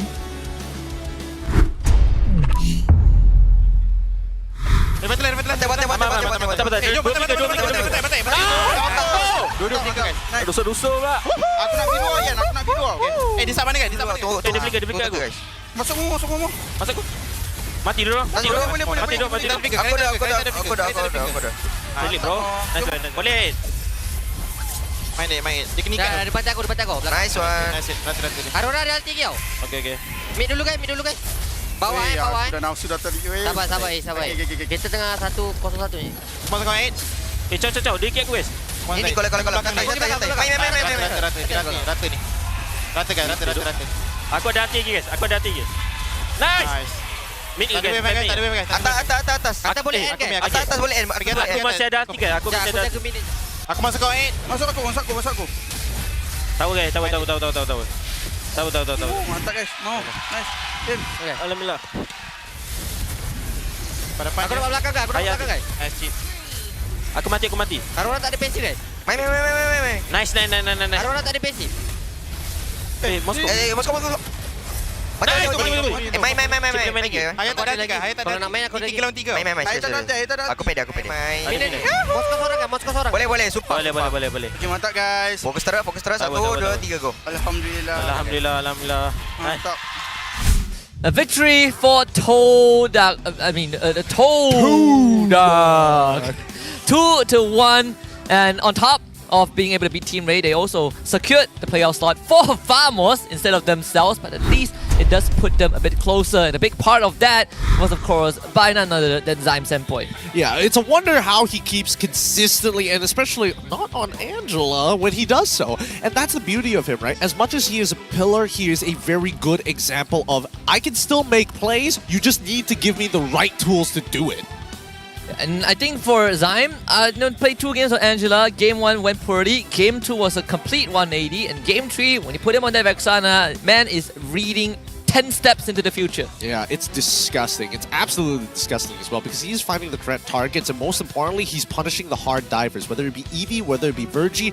Fortunately, even Trap is part of that list when they push it too far. And that's the thing, right? Todak's adjustment in game number 3 took everything into consideration. What the early game is going to start looking like for the side of Team Ray, they adjusted well in game number 2, but coming into game 3, now that they have got taught, it does still change the dynamics a little, right? But once we get to the point of, hey, he's missing the Sky Guardian's avatar, and he cannot keep up with our raw mobility and pace, the only thing is where is Zyme Senpai standing, and if he's not visible on the map, that means everybody else is allowed to play aggressive. Yeah, some very crucial mistakes or maybe desperate maneuvers from Team Ray. Of course, we saw the Winter Crown from Zai at the end, a big clutch, but big moves that didn't pay off for Team Ray at the end. And Zyme Senpai with the catch of a lifetime onto Kids also kind of sealed the deal for Todak. Both games that they won, he went deathless. Yeah, really, really good stuff coming in from Zyme Senpai. One of the top mid laners in my list personally. He is stable, he is good, he has an eye for opportunity, and most importantly, he's got a very macro-centered mind. You can hear that in a lot of the comms, he always ends it with, "Hey, what are we doing next? What's the next move we're going to do? Where are we moving towards to?" Right? He's asking the right things. Yeah, he's also the only guy I would accept asking me why am I playing that bad, because I know it's not going to be his fault when the game doesn't go his way. But honestly, it did feel a lot closer than it seemed, right? Like Team Ray had a decent fighting chance. They were trying to pull off some good moves, especially kind of hard focusing onto Momo, but at one point it just stopped working. Yeah, no, honestly, once we saw the inhibitors start falling down for Ray, first inhibitor that fell, okay, sure, maybe Todak is getting close to the checkmate angle. They've got their arm around the neck. They just need to seal the deal to knock Ray out. But once they lost the second inhibitor, I pretty much agreed that it was basically over, right? They got it before Todak. That inhibitor fell before Todak even completed the Lord spawn. Yeah, so that and also Chiku he hit full item. Yeah, and so fast. It's pretty impossible to play at that stage. I think that Ray, if the only thing I would like for them to actually adjust is the way they handled the early game. They need multiple openings, right? The first opening having the Khalid as well as Chill. I'm not talking about draft, by the way. I'm talking about like in-game decisions. Double invasion from those two. They spot it out 4. They lose out on their flickers. Go back into lane like nothing ever happened, right? Game number 3, now that you have Gatot, I think the only adjustment is that you don't want to walk too far. You just need to walk far enough to see where the jungler is starting, and that is pretty much your job is done. You walk away at that point. Suppose they applied the same MO, but with a draft that needs to function slightly differently. Like kind of did the Botas Gambit in. Wow, that's a deep cut for chess. Very. I'm a nerd, right? Sorry, Gotham. Just calm down. All right, jeez. Just for context, the Botas Gambit is basically you trade your chess piece for nothing. I think it's a queen or something. It's a dumb move. Don't do it. Don't do it. It's what people would also call a blunder. The layman's term is the blunder, but in professional term, it's the Botes gambit. Courtesy of the Botes sisters. Okay, I'm going too far off with this. Look, either way, I think that even if Ray were to kind of like adjust the way that they played, a lot of it just comes down to can they compromise the positions of the anchor in Zyme Senpoi, right? Because if Chico Guys is too far and he's off of his cooldown, he's basically dead in the water. So the only person that Chico Guys relies on heavily is Zyme Senpoi to fall back to when Momo, Yanlord, and Zayed are all the way in the front making plays of their own. So Team Ray are essentially looking for small windows of opportunities, right? We are trying to catch Chico Guys or Zyme off cooldown. And maybe their approach this game was trying to eliminate Momo first, right? You get rid of that brick wall, unlock that backline? Well, a little bit. There's two ways you can handle it, right? It's either you take away the frontline spearhead altogether, or you start coming in from flank angles, but you have to do it in a delayed fashion, right? You can't do it on the Glorious Pathway. You have to wait for them to walk out of the Glorious Pathway and somehow bait Chico Guys to use his brilliance early. Because imagine this, right? If you're taking on in a full front to back, Virgie goes in, he's looking for somebody. The only person in range is Chico Guys, which is a high priority target, because Zayed ain't showing up anytime soon. He goes for Chico Guys, forces out the Brilliance, and then Eevee has to wait until the Brilliance is done before the Sky Guardian Avatar. In that time, Zayed starts popping up, Yanlord is going to go for a kick on another priority target, and most of the time, Virgie does not survive the battle. Essentially, got to come in waves. And that's why, even for Momo at one point, soaked up lesser damage compared to Eevee, but the overall effectiveness that goes over the Momo. Hall of Famous Chico Guys as the rich guy and the carry, with Eevee being the sandbag and Zayed in this game being the best wingman. Yeah, I gotta give it to him.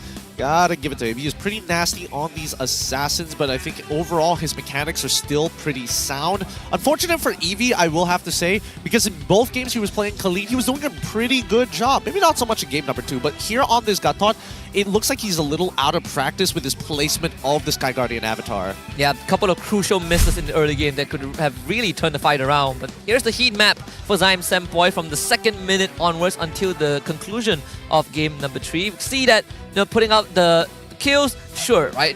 But they're on key targets, especially the last one, so onto Kids. Yeah. Let's not forget with some of the assists that he did get involved with, right? So first couple of kills, it's happening on the frontliners, and then he starts assisting, getting Virgie as well, AJ being part of that mix. But here's the thing. Once they get that kill onto Kids, from that point onwards, what are the assists, right? Who is getting accidentally splashback? Who is getting hit by the Eternal Guard specifically? Because he's throwing out that fear, but he's specifically holding on to his Eternal Guard for maybe combo potential with the Law and Order, maybe an opportunity to follow up on the kick. So that's why he's just letting the fear loose and holding the big Magnum bullet in that ult. We have the item progression this game, and very straightforward. Yanlord went straight for the Antique Cuirass. Chico Guys glowing on Demon Shoes. Holy Crystal 2nd item. Fancy work. Good to know, and definitely had a good game. Definitely had a good game. Definitely scaled up way faster than I would have expected. 8 minutes, before 10 minutes already having 2 completed items. Pretty good start overall. I definitely think that Chico Guys is going to start playing Lunox a little bit more against these types of dive comps. Oh man, it's going to put D out of business. If anyone even remembers that. That's from the Team A of Todak. But let's take a look at the updated standings. SRG still remains at the top. We got Team Vamos in close 2nd, tied up with Red Esports, followed by JP9ers, tied up with Todak, who just overtook Monster Vicious. Team Ray placed in 7th, Homeboys in 8th, RCMY 9th spot, Team Haq in last. Now we're seeing the clearer divide, right? SRG in their own different category, but from 2nd place all the way to 6th place, pretty tight between the middle of the pack.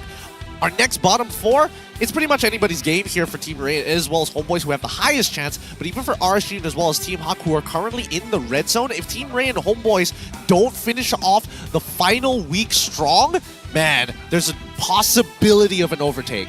I think the craziest thing is that Monster Vicious and JP9ers are playing, right? Monster Vicious, JP9ers, and SRG will be playing soon. Yes. Team Haq as well. And for MV, they're not sitting at 11th point. They got 3 more series left. Yep. They get 1 point. They basically hit the maximum possible cap that Team Ray could hit with their remaining series. And if you look at head-to-head, it ain't looking good for Team Ray. So Monster Vicious could just lock Team Ray out of any other playoff possibility, as if Todak hasn't already done the legwork in this series. But here's the thing, MV still has some pretty tough matches up ahead of them, so that's true. I think, you know, that if I was in Team Ray's position, I would take that gamble. I would more likely take that gamble in comparison to SRG, which nobody seems to be able to shake them off their current pedestal. Yeah, so you gotta hope that MV doesn't even get a single point, right? Because then it makes it hard, but against Team Haq, that's a different story. But thankfully, they will have time to deliberate, because coming up next is the State Derby. We got Negeri Sembilan against Selangor, JP9ers against Selangor Red Giants. We'll let them cook for a while as we go for a break, but when we come back, you don't want to miss this best of 3.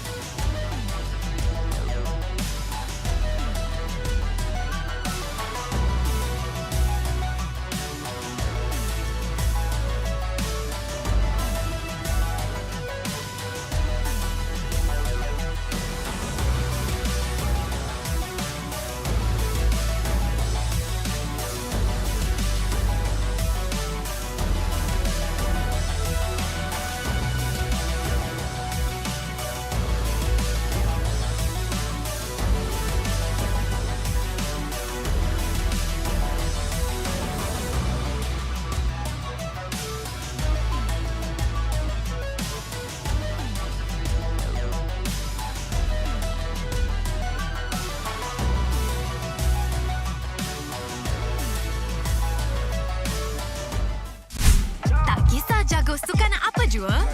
Jagokan lagi dengan rangkaian 5G termantap dan tanpa lag. Gaming sepantas kilat.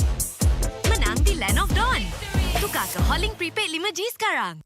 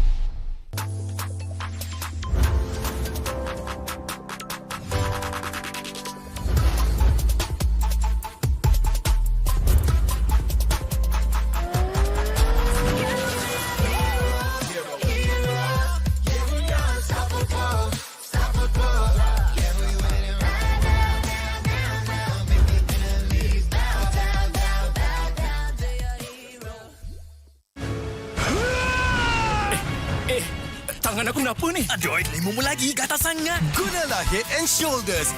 100% keyakinan, kelumamu dan kegatalan. White out.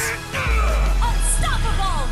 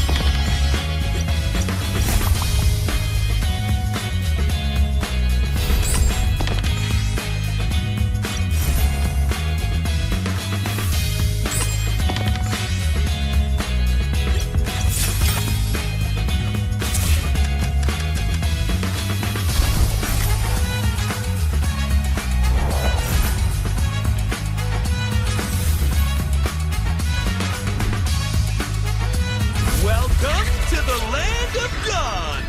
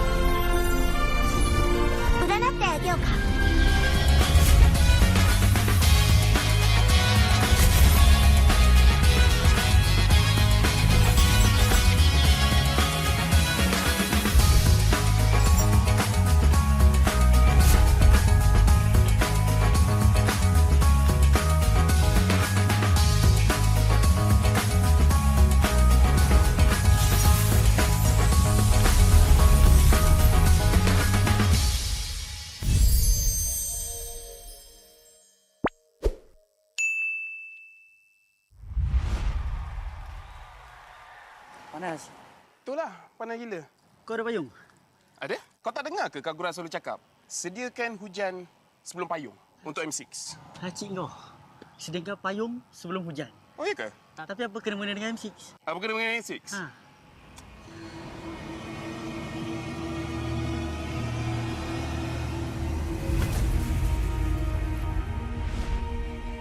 Apa itu hujan emas?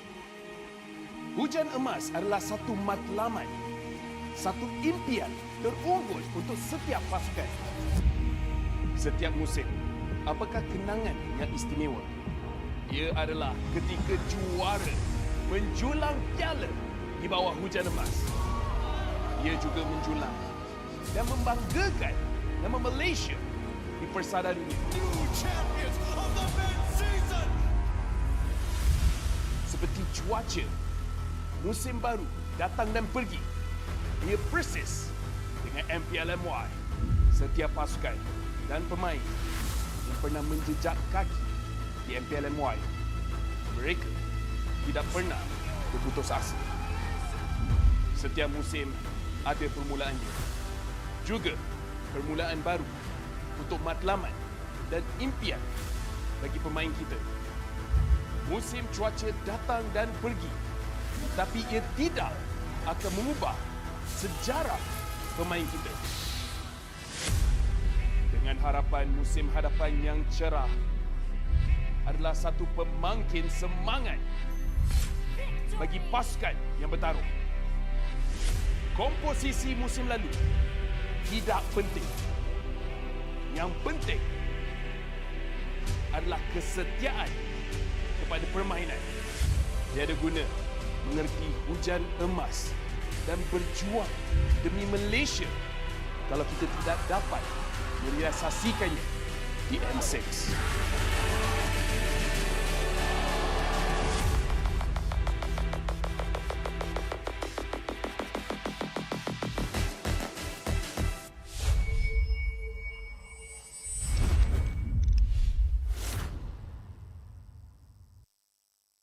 Okay, so kita orang dari Todak, kita orang hari ni akan main Fast Hero Challenge. So challenge ni, diorang dua akan lawan. Siapa yang cakap hero paling banyak So yang tak tahu tu akan kalah. Okay, so kita akan start. Arlot, Sun, Almond, Idora, Barat, Dana, Carmilla, Kagura, Yin, Rock, Gift, Zaz, Lundo.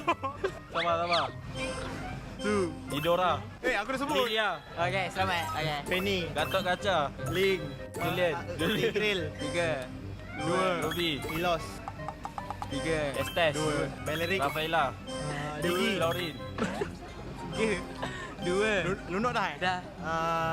Dah. Apa Okay, so pemenang untuk Fast Hero Challenge ialah Momo. Sebab tadi Zaim saya saja jibet dia bagi kalah. Itu je lah. So Zaim, memandangkan kau kalah, aku nak bagi kau punishment. Boleh. So punishment ni kau kena sapu lah semua ni. Satu arena ni. Satu arena ni kau kena sapu. Boleh? Sapu sekarang tak? Okay.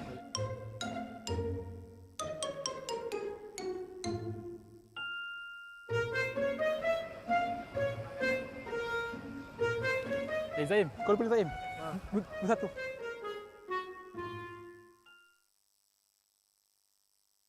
Hey guys, this is Rose dan sekarang ni saya bersama dengan SRG untuk main game Siapa Dalam Team. So, on my hand, kita ada a series of questions and bila I tanya tu, korang point and then cakaplah kenapa orang tu paling dalam team. So, siapa dalam team paling kelakar? Yums. Why Yums? Why Yums? So loud. So loud. Wow. Bising. Wow. So cutesy. So demure. It's overload. Who likes to do weird things in the team? Weird. Innocent. What do you do? Nothing, I just play. Dia buat apa? Sorry, personal. Personal. Who's in the team that's most fierce? Garang. Yum, stop. Coach, okay. Coach paling garang. Who sleeps the longest? Yum. Alat, The yum. longest. This one I can agree. Gorgeous. Who eats the most? Yum. What do you like to eat? Rice, cereal. Wow. One pack, one day. One pack, one day. Who in the team is always late? Second. Why? Because they always wake up late to the training. Sometimes. Second is number 1. Oh, okay. Who gets angry easily? Angry bird of the team. Gram. Crap. Why are you the one who gets angry the most? Pag may nangyayaring pangit sa laro. Oh, dia cakap kalau anything bad happen in game, dia cepat marah. Betul. Strict. Okay, last question. This one very fast one, ah. You guys will point to the person. 1, 2, 3. Who talks the most? So who's the answer? So, okay, I'm pretty sure we got it. Everybody talks a lot in this team and they're all very, very cutesy. Thank you very much to Selangor Red Giants. I can say early preparation is the biggest changes lah. He can adapt it very well, make him look shine. If we win, what do we need to improve more? Apa yang terjadi dengan match with Homeboys tadi? What went wrong? Homeboys tu caught us off guard sebab tiba-tiba diorang punya rotation makin improve dengan connection diorang dengan ESP baru. And first game tu kita orang agak tak synchronize sangat lah untuk bagi team fight tu. And then move on ke second game, mungkin diorang tak beberapa ready lah untuk second game tu. And Homeboys tu dapat momentum daripada first game and diorang menang lah game tu. Now, kita nampak dari segi prestasi Monster Vicious season ni memang lain daripada musim lepas. So what changes and what's the biggest change? I think what's the biggest change is our early preparation. We start very early. After last season ended, we straight continue with Snapdragons and then we join some semi-pro punya tournaments and then we get a new sports psychologist and everything. So I can say early preparation is the biggest changes lah. The one that improved for this season is, I can say that Zaino, because from the communication, how he communicate with the teammates, and then the skill set, how he using the skill management, everything that Todak already applies to him, I think he can adapt it very well and then make him look shine on this season. What are your thoughts going up against Vamos, one of the top contender this season? I think it will be a test lah for us. Like if we lose, what do we lack to go for the playoff? If we win, what do we need to improve more? What would it mean when you guys win against Vamos? Like how big of an impact is that to Monster Vicious? It will create a very good momentum for us to go to fight last boss. Oh. Oh, dia tak nak bagi nama. Last boss je lah. Last boss je. Alright, so thank you very much to the coaching staff of Monster Vicious. Thank you. Hey guys, this is Rose dan sekarang I dengan Monster Vicious sebab kita diorang nak main game. Okay, game yang kita akan main, bukan nyanyi So kita akan main game siapa dalam team. So I akan cakap satu ayat, lepas tu korang akan point orang mana yang selalu buat benda-benda macam ni, lepas tu explain lah kenapa. Ready? Siapa dalam team paling kelakar? Ni. Kenapa dia kelakar? Bagi kau kenapa tak? Sebab dia badut. Sebab tu dia selalu jadi penghibur orang. Siapa tidur paling lama? Oh, Rock. Oh, kenapa? Kalau boleh straight seminggu tu dia memang nak tidur. Siapa makan banyak? Ada dua. Okay. Siapa? Nama dia Nova Escobar. Dengan? Uni. Soalnya kalau makanan tak habis kat J tu, semua dia orang yang habiskan. Siapa cepat marah? Cepat koyak? Amak. Sebab dia budak baru. So dia marah sini lah? Siapa yang daydream banyak? Pak Tam. Zeno.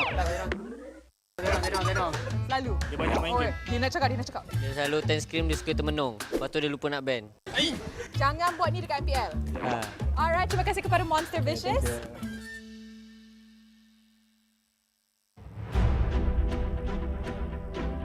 Semua orang boleh menyarum jersey kebangsaan. Jadi once you pakai menyarum jersey kebangsaan, you rasa sangat-sangat berbangga, you dipilih atau diberi tanggungjawab untuk mewakili negara. Perasaan bangga tu you tak terangkan dekat semua orang. Cuma feeling you pakai saja, once you pakai saja jersey tu, you akan rasa macam you want to give something to Malaysia. I think if you guys have any issues, so make sure lean on to each other, talk to each other as much as you can.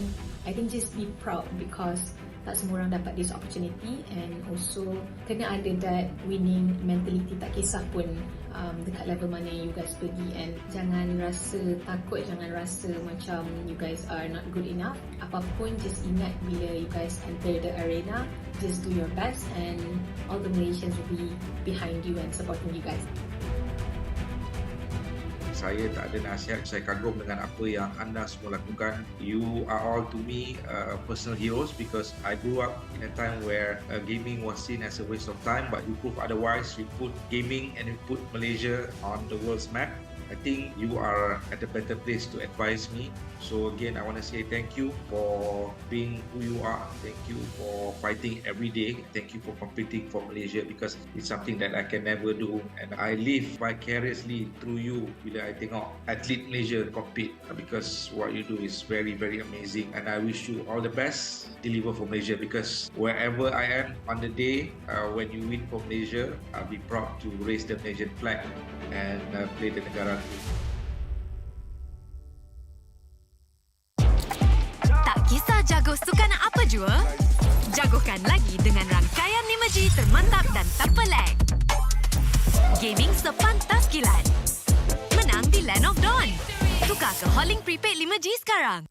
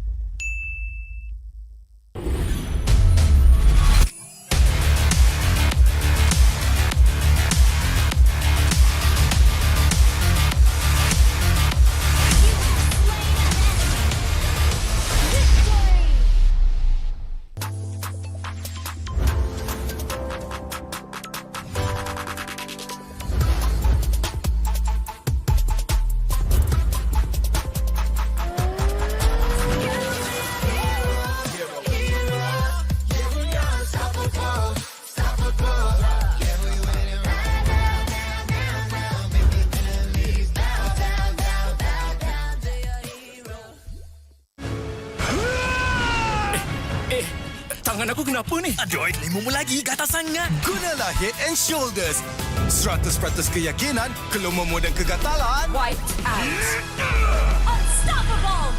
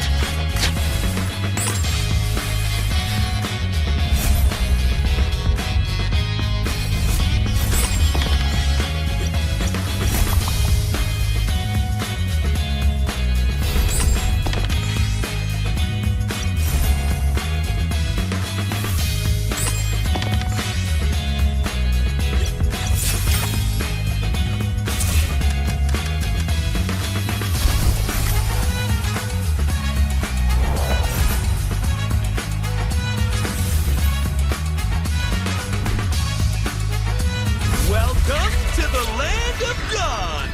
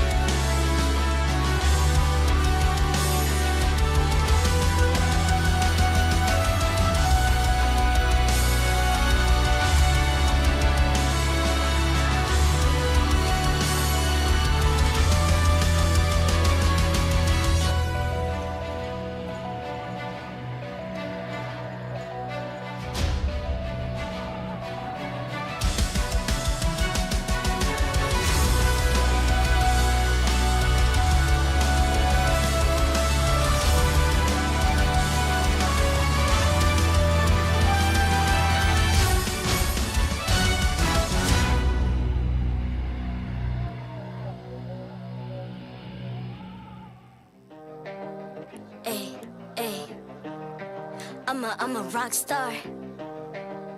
Yeah, rock star.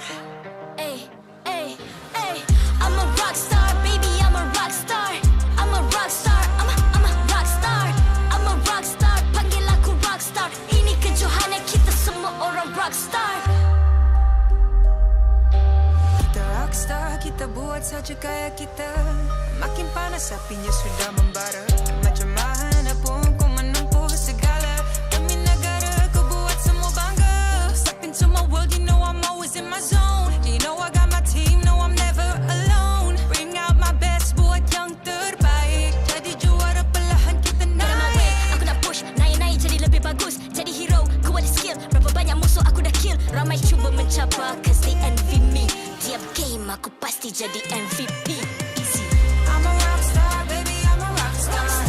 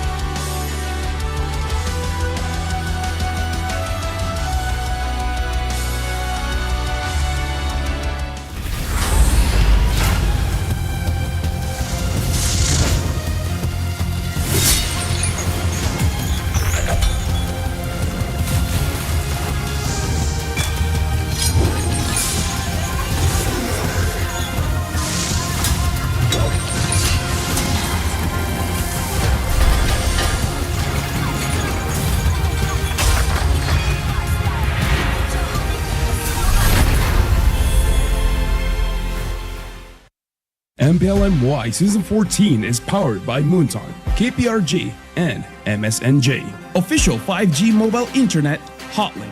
Best 5G for lightning fast MLBB gaming. Official gaming phone ROG Phone 8, king of performance for mobile gaming. Official lifestyle fashion partner, up your game with JD Sports. And thank you to all our partners in esports and strategic partners. Welcome back to Super Sunday of MPL Malaysia Season 14. It's Week 5, Day 3, and it's only about to get even hotter because the State Derby is coming up. So practice your state anthem. It's Negeri Sembilan against Selangor, JP Niners against Selangor Red Giants, and it's Husky and Gideon Q to bring you guys the action. This game is going to be a pretty big one locally amongst the Malaysians, right? Both backed by their own individual FCs or football clubs, if you guys are unaware. States, in a matter of fact, going at war with each other for a singular purpose, to see if their esports team is going to come up on top. Yeah, if they can't win in sports, you better win in gaming. And so far, the track record has been 2-0 over the SRG across the seasons, and even with different iterations of roster as well. Their slick gameplay is actually powered by official gaming phone partner ROG Phone 8. The official gaming phone for MPL MY Season 14 has helped the pros to constantly be at the top at their game. And not only that, it now comes with a sleek new design and improved cameras to retain the crown as a king of performance, because the ROG Phone 8 goes beyond gaming. And that's why some of these teams are doing so well some days. And I don't know, it feels like even on some of their worst days, they were still playing decently well, if we're talking about SRG specifically. JP Niners, on the other hand, they're interesting. They've really been on the up and rise. They're finding their own playstyle that they're most comfortable with. But against a team that's so well-rounded, so polished against SRG, it might be a bit of a challenge. Yeah, we saw them up against Team Haq yesterday, and that was a slugfest, so I hope they clean it up today. But before we head into the series, let's talk about the current standings, because I have some big news to announce to everyone out there. You look at the standings, 5 teams have secured their playoff slots. Selangor Red Giants, Team Vamos, Red Esports, JP Niners, and Todak after that series that we had just now between Todak and Team Ray, which means that we only have one more slot left, and the benchmark is now held by Monster Vicious. But get this, Monster Vicious is playing Team Haq later on, and if they take even one game, they would have locked in the 6th slot. Yeah, and that will basically predetermine who's going off to the playoffs or who's not making it here. And then it's just the bottom 4 trying to stay out of the bottom 2 so that you don't get relegated and have to face off against the champion conference of the MAL. Regardless, right, in this battle, we're hoping to see maybe JP Niners have some kind of strategy, something new to poke SRG with. Yeah, they got 2 more series left. This is the penultimate series for JP Niners. We saw them yesterday. Let's see them today again with the same lineup: ZQT, Yetri, Max, Rasi, and Loliel. Now, this team has really been centered around their jungler Max, right? He's able to power farm, and when he does have his item power spikes, he really takes full advantage of them, really not giving much room for error on himself and his opponents at the same time. But ZQT also being the pillar of the team, and now that Rasi and as well as Max can communicate very fluently with each other, ZQT has a very supportive role to these two. Yeah, definitely a very standout player on the side of JP Niners. Not only is he the guy that makes it work, but also when you couple him with the proficiency of Max and getting things done around the map on his own without having to rely on his teammates, it does make JP Niners pretty deadly when it comes to split-second decisions, especially when Max had such an incredible series yesterday, right? Clocking in at 16, 17 kills on a Hayabusa. Yep, having the time of his life. Loliel's, on the other case, bit of a coin flip. When he's doing well, he's doing really well, but when he's doing bad, he's doing really bad in comparison to his opponent from SRG, Selangor Red Giants, Innocent, who is just consistent all the way through. If you look at direct matchup, it seems like it's an SRG favorite one, right? On top of Innocent, you got Yums, you got Surguys, Cram, and Stormy. But I do agree, I think that gold lane is going to be put under the microscope, because if Loliel doesn't play on his good side today, you can expect Innocent to just run him down. But here's the thing, SRG has been getting away with a little too much against some of our bottom tier teams, right? And I feel like they need to get punished a little bit more, get put back in their place, because most of the time SRG is just going to be like, hey, we can maybe out-mechanic this. If not, we're just going to walk away from the fight entirely. JP Niners really need to exploit every single movement from the side of SRG, because we expect them, if they snowball from the early game, then it's going to get harder in the later game. So guys, play the game. Let's take a look. And the game is called Mobile Legends Bang Bang because, I got you right there, our ping test from the both teams. And I mean, for SRG to look in, good in spirit, right? Even when you look at their what do you call it? Their comms, the voice comms, the calls in between the teammates are actually very relaxed. They are. Even when Innocent achieved his maniac, it was the Savage. He literally he was the only one cheering, and everybody else is just like, yeah. Woo. Wow, you got a Savage. Good Great. You just stood there and pressed one button, like, nice. Yeah, who did all the hard work? Definitely not you. I don't know. Maybe it's called Yums. The State Derby will be our main headline for this series. It's been going on for as long as these two teams have existed in the ecosystem. But so far, again, Selangor, led by SRG, has been winning all of their previous encounters. And that's the thing, right? With SRG and especially being in the state itself, their entire fan base has come out here in support. The Niners, on the other hand, a good turnout, don't get me wrong, but they're not bringing the drums, they're not bringing the anthems just yet. I'm sure the Niners at home will be giving their support through the screens. But one improvement is definitely, last season we had to think about putting up barriers. At least this time they're a lot more control, right? The fans have learn to work with one another, support their favorite teams. If Vamos and Homeboys can do it, I am very confident that the two different states can gel together at least for one series. I mean, hopefully they can. I'm expecting it to be a very rowdy best of 3 for our second series of the day. And let's not forget, there's a good chance Rose is going to get an interview with the offstage, and I think even that might just be, stoking the flames a little. Yeah, for Malaysian fans, which are the state teams that you want to see at MPL MY? Because I know there's been a lot of talk about Johor showing up, if JDT shows up and it's the JDT against the Selangor State Derby, oh boy, I don't think the stadium is going to be enough to fit all of them. I mean, at that point, I feel like all the other states are going to get involved with the MPL, right? Imagine we're not just seeing any casual names anymore. It's just all state names here in MPL MY. We need to have a different league, right? We have to have a state league. We have a state league going on at the same time. Maybe that could be the MAL. Who knows? A lot of potential here for the Malaysian ecosystem. But at the same time, SRG they are the mid-season champions for a reason. And we haven't...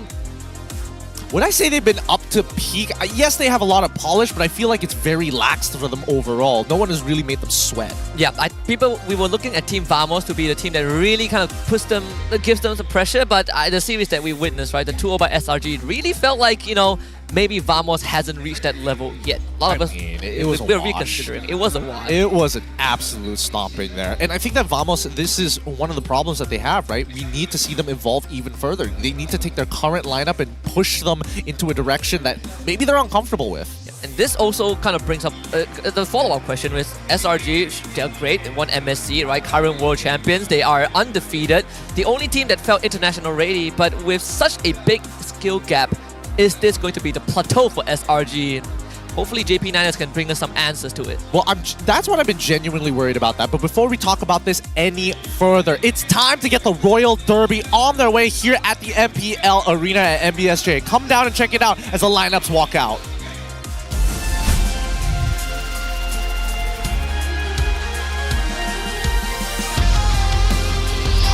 JP Niners. This is more than just another match. It's a battle for state pride. Because a victory here means claiming the crown of supremacy in this epic derby. They've come prepared to defend their honor, but can they topple the giants and reign supreme? Put your hands together for the warriors of Negeri Sembilan, JP Niners! Selangor Red Giants. Still undefeated, still untouchable, and with a perfect record, they've been a force of nature all season long. Mastering both individual brilliance and team cohesion, they remain the team to beat. Will they continue their reign and compete? Their second flawless regular season is the Red Wave Selangor Red Giants! Introducing the coaches and analysts of the two teams at the head of League Ops, Franklin, will ensure fair play and professional integrity in the matches. On the side of JP Niners, we got Antagonist and Chico and Coach Arcadia and Ozora Vecchi from the side of Selangor Red Giants. Let's keep it going with fist bumps between the teams because state lines will be crossed. And this is a true sign of professionalism. This is how we roll. This is Malaysian sportsmanship. This is MPL Malaysia.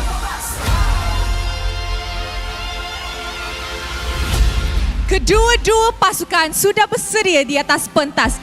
Tapi sebelum kita mulakan perlawanan hari ini, Rose ada satu announcement setakat match tadi.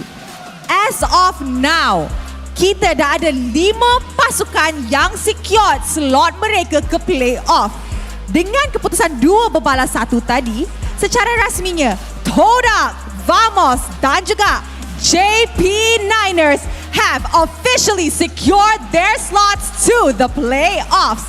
So, pasukan mana akan dapat slot terakhir untuk layak ke Johor Bahru? And with that, mari kita tengok vibe dekat MBSJ untuk State Derby match kita. So side ni kita ada JP9ers. Mari kita dengar suara mereka. JP9ers, are you guys ready? All right. Pretty good. Can this side beat theirs? Selangor Red Giants, are you guys ready? Nampaknya kedua-dua audience dah ready. Tapi sebelum tu, mestilah Rose ada gift untuk semua orang yang tengah tengok live ni. So, for those of you guys who are at home, mari join the fight by scanning the QR code down below ataupun isikan kod ni dalam MLBB anda untuk mendapatkan peluang menang Skin Legend.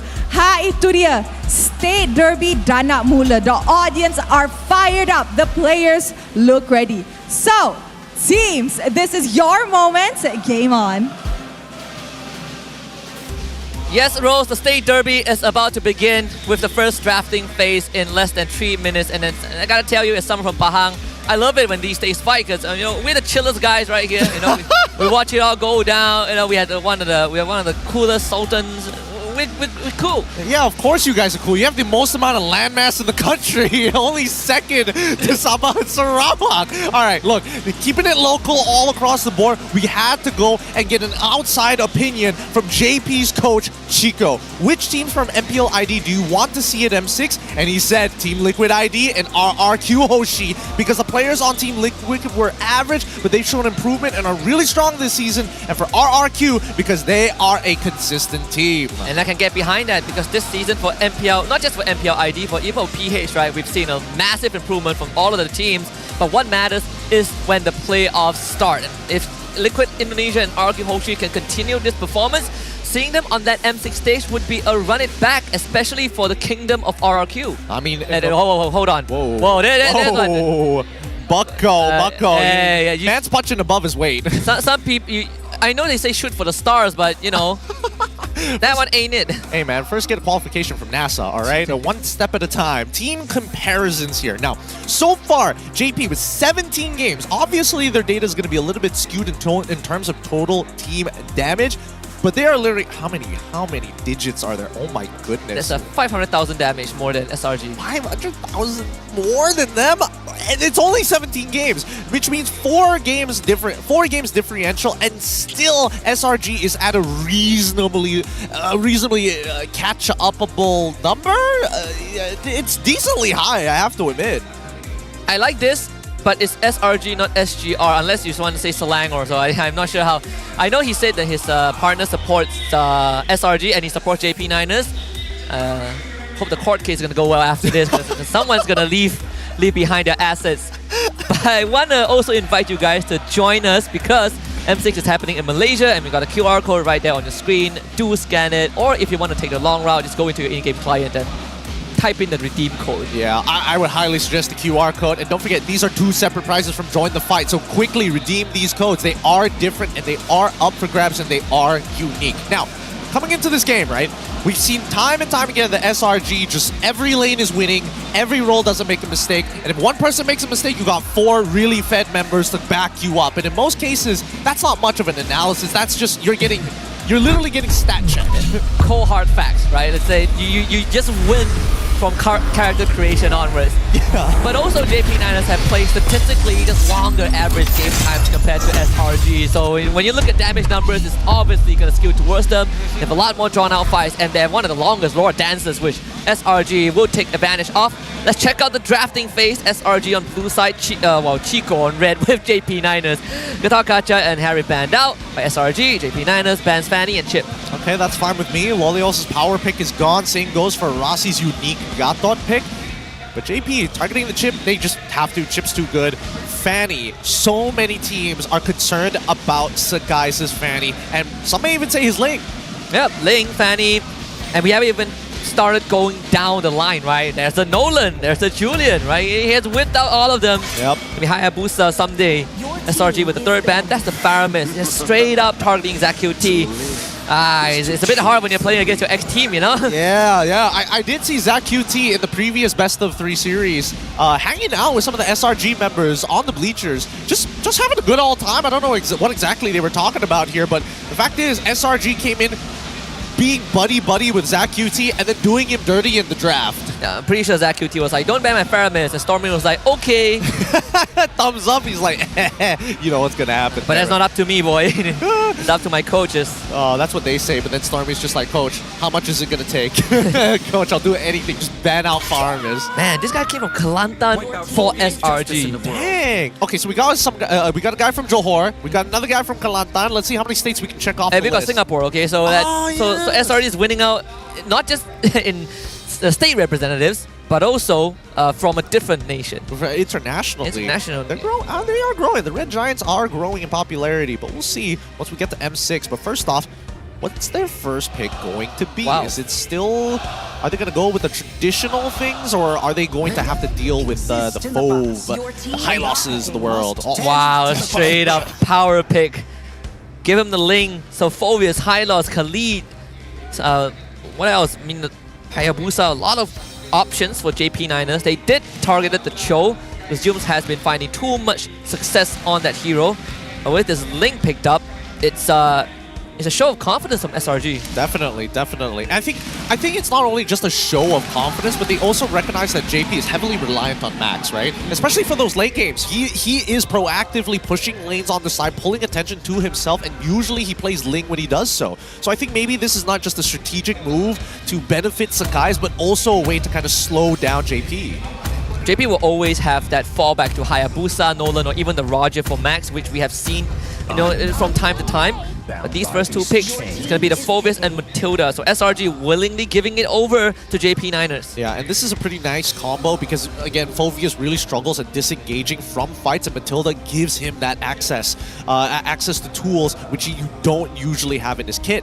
Now that SRG, they see the Phobius and as well as the Matilda, it begs the question whether they're concerned about, picking up Phobius for themselves, maybe even get a Cho along the lines of that. I do wonder if what is SRG's thought process now that the Phobius is in that XP lane, right? We've seen a couple of solutions. Minsuta was the first one that was shown by RSG MY. They would take the Edith and Luo Yi, especially the Edith, which has been a hot contest in that first ban phase for a lot of teams.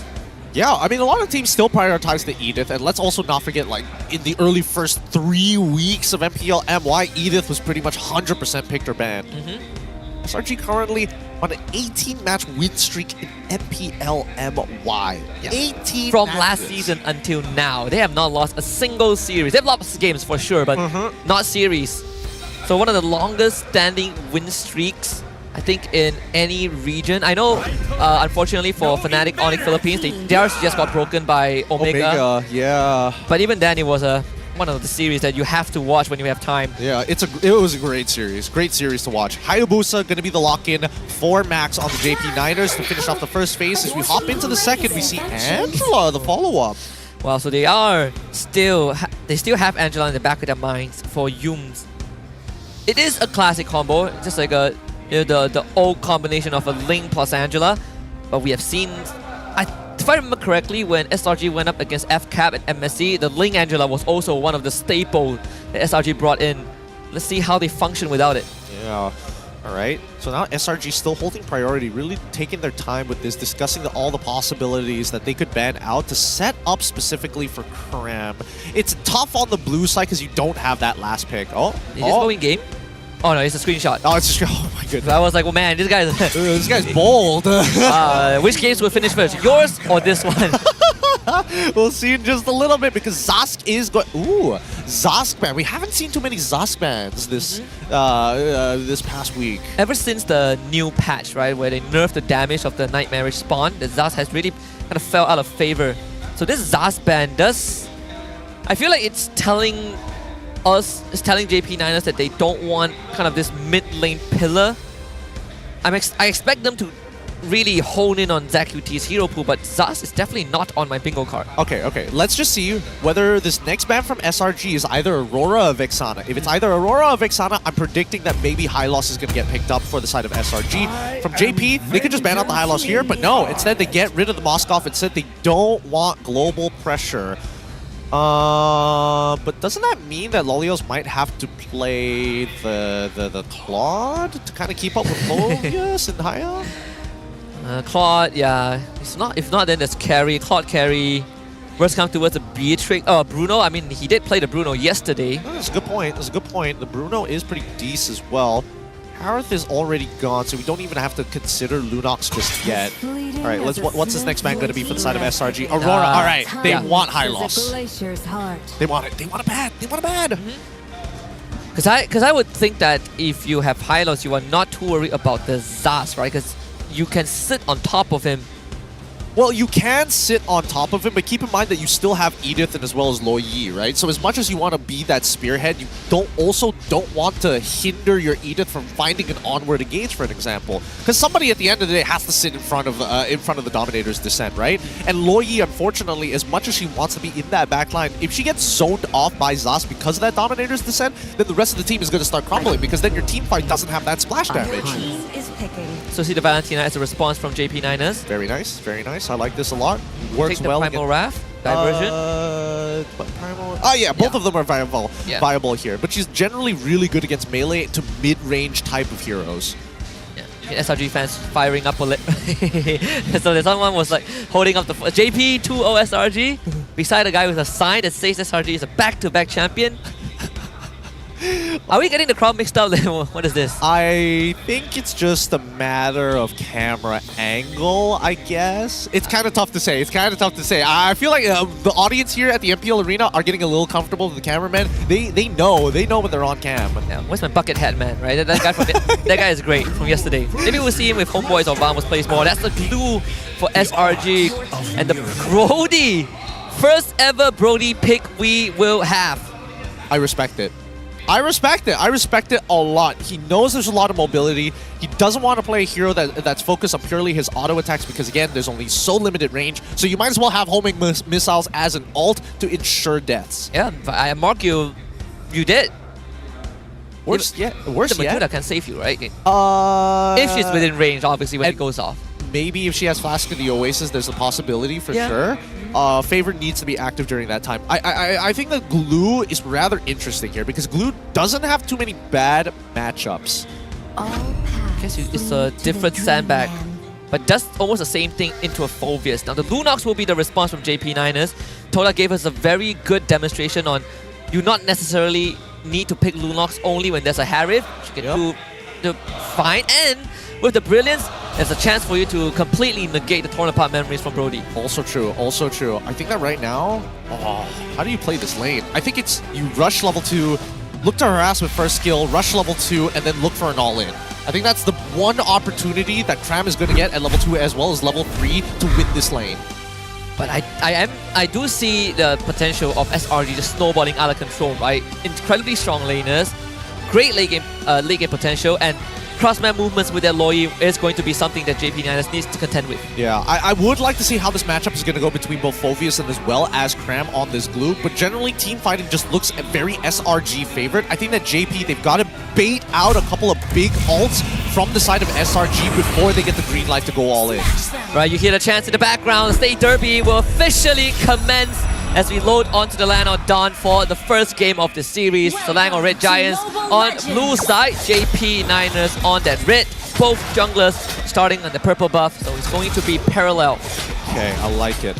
If they're going parallel, let's see which lanes they're going to end up at. Okay, so gold lane for JP9ers, but it is going to be SRG heading over to the EXP side of things when they hit level 4, which I think is very doable, right? It's smart from SRG's side because Cram is never going to lose this lane. He's basically never going to die, and the poke coming in from Year 3 is essentially useless. And he doesn't have Flicker, right? He took Vengeance, so Year 3 just have to eat it. Smack.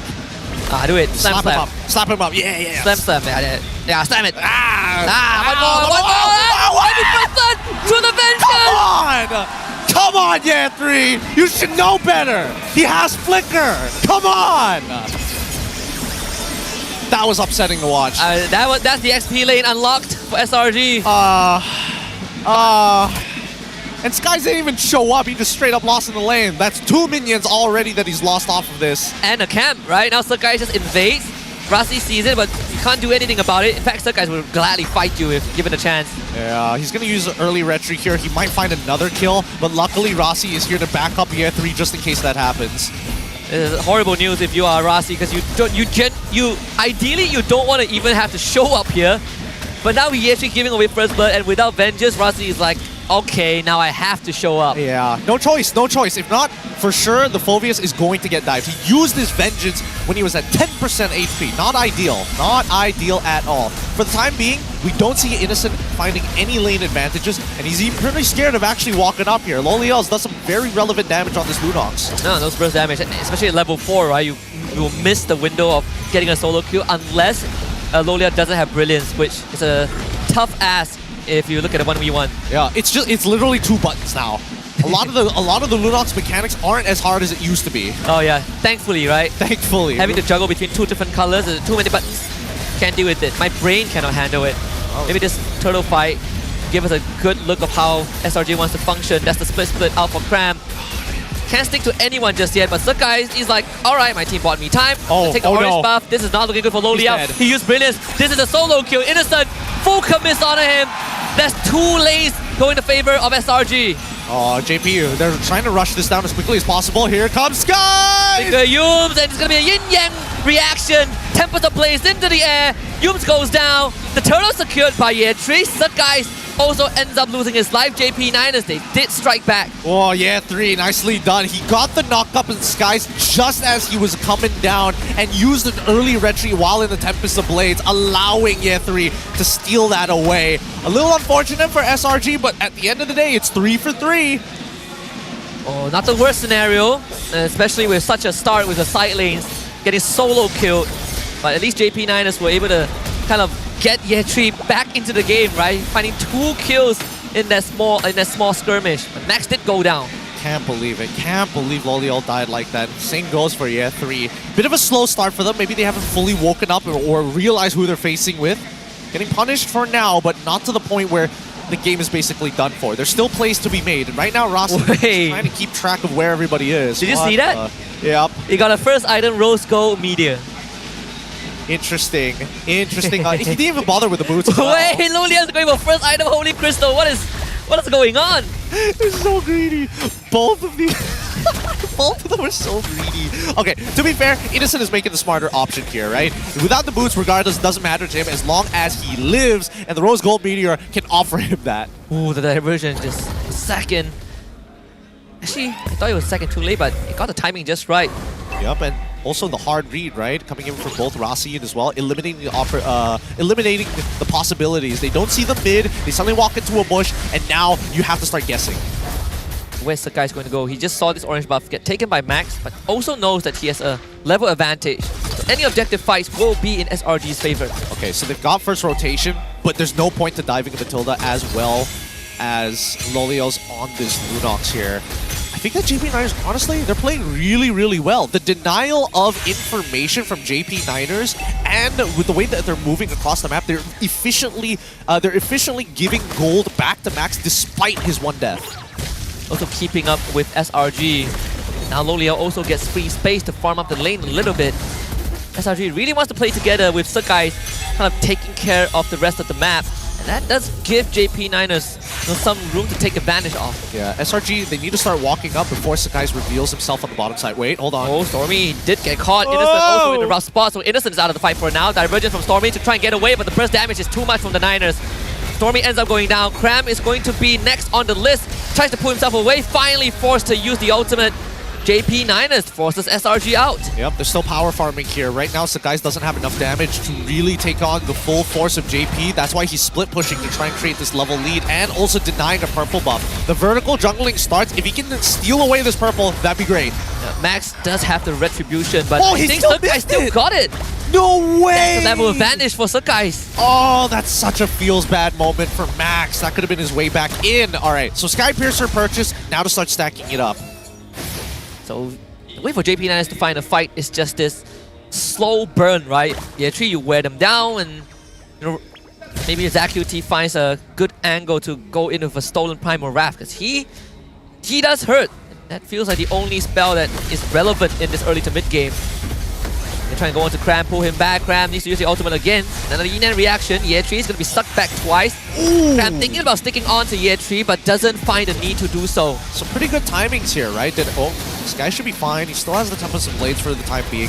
And, wow, you somehow grabs Yeatri like that. Yeah. I mean, so far, Stormy has been playing, like, as much as he's going to struggle against Max, he's making sure that at least his yin-yang reactions are effective. Good sidestep from Sakai's. Man, he's 2 levels ahead of Max. He's so big. He's so huge. Doesn't help when he got more buffs than Max's did.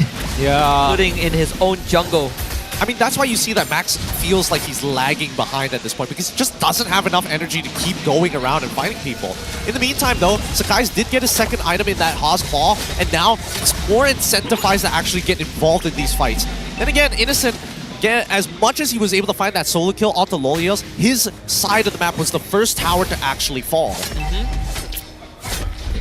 Doesn't get any more comfortable, right? It's one of those snowball situations where I have a lead, but JP9's draft have a very easy way to get on top of him, regardless. Yeah, Yeatri is going to start giving SRG a lot of problems in the meantime here. Innocent consistently losing out his flicker because of these raw ganks coming in from Lolios and Rasi. That's the movement you want from JP9ers, but they will relinquish control on this turtle pit. SRG, they're not really rushing it down. Yeatri getting worn out though, stuck on by Cram. He's gonna jump in with the ultimate. Max shows up, so guys gets the objective as Yeatri ends up falling. Rasi now needs to back off. JP9ers not able to get anything done. JP9ers putting up one hell of a fight here. There's Divergent onto the left side, but JP9ers retreats towards the right. Cram still finds the route. Goes into the split, sticks onto ZQT. Can he get more though? ZQT getting stunned, pulls him into Rasi, and Rasi can't get Zach out.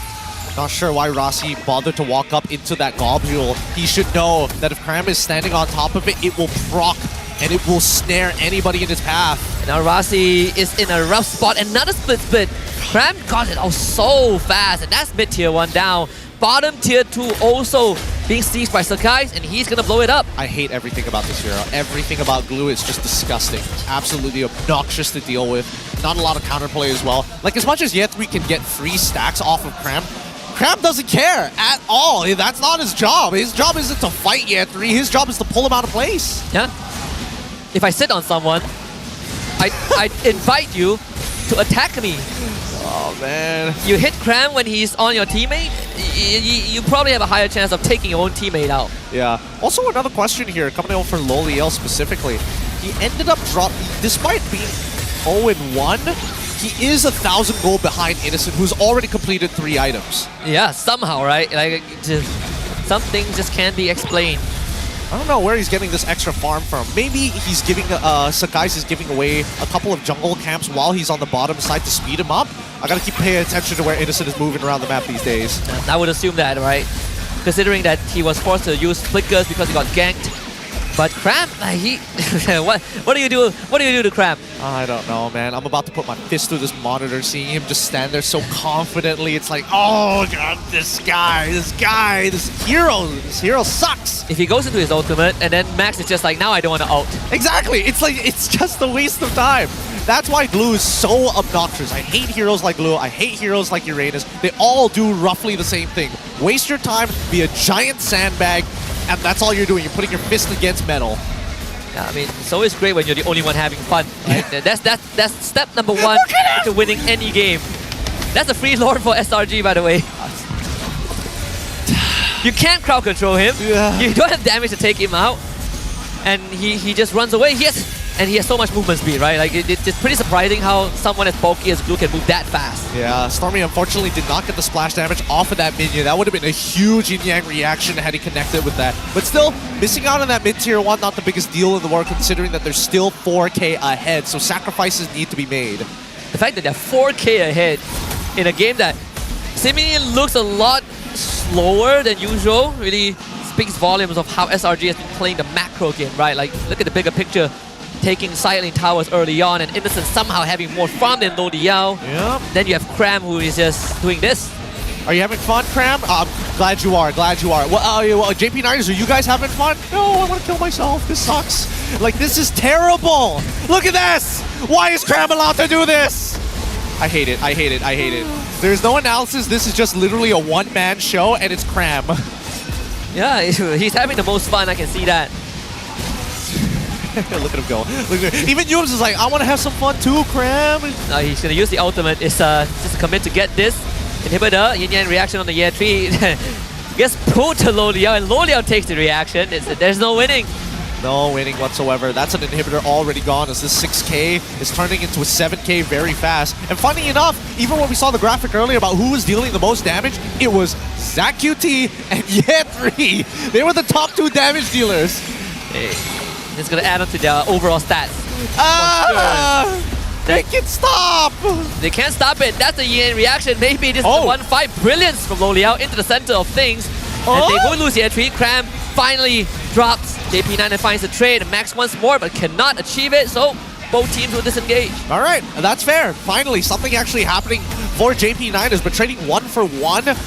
Probably they wanted a little bit more. Let's double check on the... Oh my god. Let's look at the current lead. It's the guys 3.2k ahead and a BOD complete 12 minutes into the game. Holy mother of god. He has 4 items. Endless battle. BOD. I think Malefic Roar coming soon. Oh yeah, it is definitely coming soon. Woo. Jeez, haha. He spent most of the game farming, right? Yep. Yeah. Oh boy.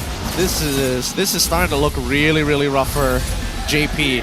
Even though we're moving into the 13th minute of it, the checkmate angle seems to be very possible for SRG. They've already got an exposed inhibitor.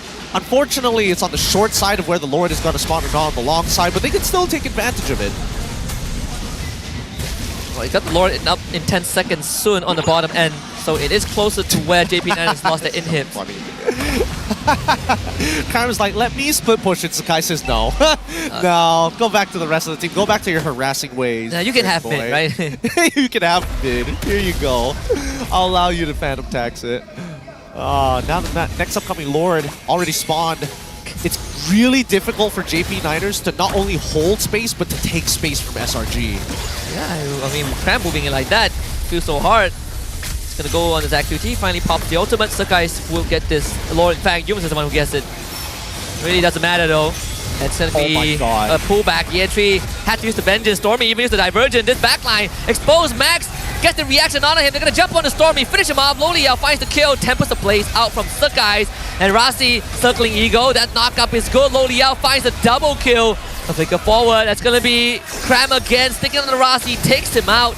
They might just find more. ZachQT slowly but surely whittle down. I hate everything about this. Look at Cram. Look at Cram. He's having the time of his life. Literally just sitting in the backpack. Literally sitting in the backpack of JP9ers. It's a disease. Glue is a disease. This is horrible. Horrible. It's like the most painful way to die. Yeah, it's a terminal illness. Oh, I mean, he even looks the part, right? green gloves. It makes sense, man. But the worst part about it is that Cram, you can put him as low as you want, walks back up. Look at him. He's just regenning his health. Don't you love it when an XP laner can do this? Man, I really thought the blue meta was out, but considering that it does well into Phobius, why not, right? Yeah, and separate fight happening on the top side. So that's going to be the last inhibitor going down for sure, and Cram is just doing glue things. So all inhibitors down, 15 minutes into the game. SRG considering a potential endgame scenario. Let's see if JP9ers can defend against this. It's pretty tough to actually play the endgame scenario, especially if you're SRG, right? Because as much as you want Innocent to walk up and get that damage in, JP9ers has some really good high ground with Loliel's, ZachQT, and as well as Ye3, now that you don't have to worry about keeping the minions away from inhibitor turrets. Selangor fans are having a good time. I don't think the chants have stopped since the start of the game. They've maintained it all the way through. But I think that at least for JP Niners, their next item power spike is about to hit. They're at 41k, about to hit 42. That means Lolios will probably get his third item. I can imagine that even Max would also get his third item. But let's quickly look at the highlight the equipments being made by Innocent, playing Brody. And it's been a very long time since we've seen Brody. Yeah, was one of the few picks that got an M series skin. In fact, he's rocking the most recent one from M5. It's so good, it's so good. So yeah, going back to it, as the game continues to progress, I think at the very least, SRG is waiting for the Niners to make that mistake to walk out. If you're SRG, do you just let the wave push out so Niners have to explore the map? Yup, that's all you do. You freeze all of the waves, you basically take all jungle farm, and if JP Niners walk up, you fight. And if they don't walk up, at least up to river, then you just take Lord and end the game for free. That the end of time approaching very soon. The Lord will spawn right now. Lord number 3 in this game. And the SRG should get it for free. The A3 will go up for an exploration. Can they bring the rest of the team in though? They get rid of Cram first. Where's the immortality? Year 3 will go for the engage, and SRG turn their attention to take care of JP Niners in this fight. That's the vengeance by Year 3. Yume's gonna pop the primal wrath. Cram finds himself in the back line, still healing up. Finally loses the immortality as Yume flickers forward to look for the damage. Slowly Yao dropped low. So no casualties on JP Niners yet, but do they have enough for round 2? Because the reaction just landed on Year 3, and now he has to run. Innocent just found a kill. Loliao into the brilliance. Here's a tempest of place from Serkai. That's the backline completely assassinated. Loliao drops down. Serkai comes back to life with the immortality. Max doing his absolute best to keep it under control, but it's just Cram that he's on. Stormy is still around. They just can't get enough done. Good stuff coming in from JP Niners. It's a very interesting attempt, but they managed to at least secure the kill onto Sakai's. But look at the end game, right? Innocent going straight for the end. And it's going to take out ZQT. And game 1 earned by Selangor Red Giants. That's how you know. This is why this team is so polished. They just know, oh, if we fight us and we take out 3 of your heroes, we end the game. You don't walk up, we're going to take the Lord, we're going to end the game. Either way, no matter which direction you turn, the end game is right in front of them. JP Niners walked onto the stage, just anticipating one of the hardest series ever. And this is a reality check. Not even a reality check, this is just a stat check from SRG. Pretty much. I mean, all of the lanes were struggling. And then this glue pick, really obnoxious to deal with overall. Used to be one of the old ways of actually dealing with these strong frontliners who are able to buy so much time during the tank meta. But now things have changed, and even so, man, the crowd so loud. You can see the camera visibly shake. Yeah, and SRG, the technical staff, as usual, celebrating another victory, one step closer to extending their victory record. But I feel like some of the SRG fans probably are already running their victory lap after that game 1. Yeah. JP Niners gotta buckle up a little bit. Playoff slot is no longer in jeopardy. They are guaranteed playoffs. This is just for seeding. At least it matters a lot more for JP Niners. But, you know, most teams just want to leave a mark. Yeah, and I think especially for them, this is very much an ego check as well. Just for the state, not only for the state, but for themselves, right? If you can take a game off of SRG, that's already a very big commitment. And at the same time, it's going to boost your momentum and morale for the upcoming days. Is this what it feels like to be an MU fan? It's like you just watch your team go down every single match. And I don't know. I don't watch enough football to... Hey, look, I'll just say what all MU fans say. It's just not our season. Just not our season. Don't worry. Next time, next season. We'll get we got this. That's the MPL MY mentality. That was the old MPL MY mentality, to be fair, before we won MSC. But even so, it just goes to show that SRG are extremely calculative, right? If they wanted to greed, they could have agreed to try and force a motion out of JP Niners, but instead, they were already in such an advantageous position that they just let JP Niners walk up to them. It's like, please, by all means, play into any of our win conditions. Something that has been echoed by Veki and Arcadia plenty of times in interviews. Regardless of what team they play up against, it's all about the respect, right? You gotta treat every game with respect and play with as much discipline as possible. In SRG, even in a game where we at one point they were almost 9,000 ahead with 2 lords, the entire base of JP Niners in rubble and SRG still stuck to the game plan of checking the boxes before they end the game. Although I will say that JP Niners coming into this match, there was a lot of very good showings, right? Like decisions that are being made. However, in terms of just stats, unfortunately, every single time that they take a 2-for-1 trade, and it's not even just killing people, it's about ultimates as well. That's when you see them really step up. And of course, Cram is going to be taking this away. Thank God they didn't put the hero portrait behind him. I would have been real mad about that. Yeah, for a while I thought Simon was the MVP. How's coaching Todak? Not Todak, sorry. How's coaching Team Haq? I don't know, everyone, they look the same. Yeah. By the way, Simon, where's my jersey? Yeah, we've been waiting for it for a while. Man of his word, he says. Man of his word. Just gotta take jabs at him until we get it. But until then, Graham, strong MVP, bringing back the glue one more time, something for teams across the world to consider. I don't know, I mean, it's a glue, right? I really don't have much to say about this hero. It's like seeing Uranus or Esmeralda. It's just like, I guess it did what it did. You know, survived extra long and was annoying. Between those three, I would rather deal with the other two than glue. At least in lane, I don't know. I feel like it's kind of the same at that point, right? The fact that he was able to solo kill Ye 3 at level 2, that one, it's... That was on Ye 3. Ye 3 put himself in a really bad spot. He put himself where he basically had no way of escape. It's either you walk into the next globule and die, or you stand still. Both of which are terrible. Even with the Thunderbelt, it didn't really save him. And plenty of times they did utilize the guiding wind. You know, Ye 3 jumps in, gets pulled out, doesn't have cooldowns on his ultimate, so it's a very expendable resource.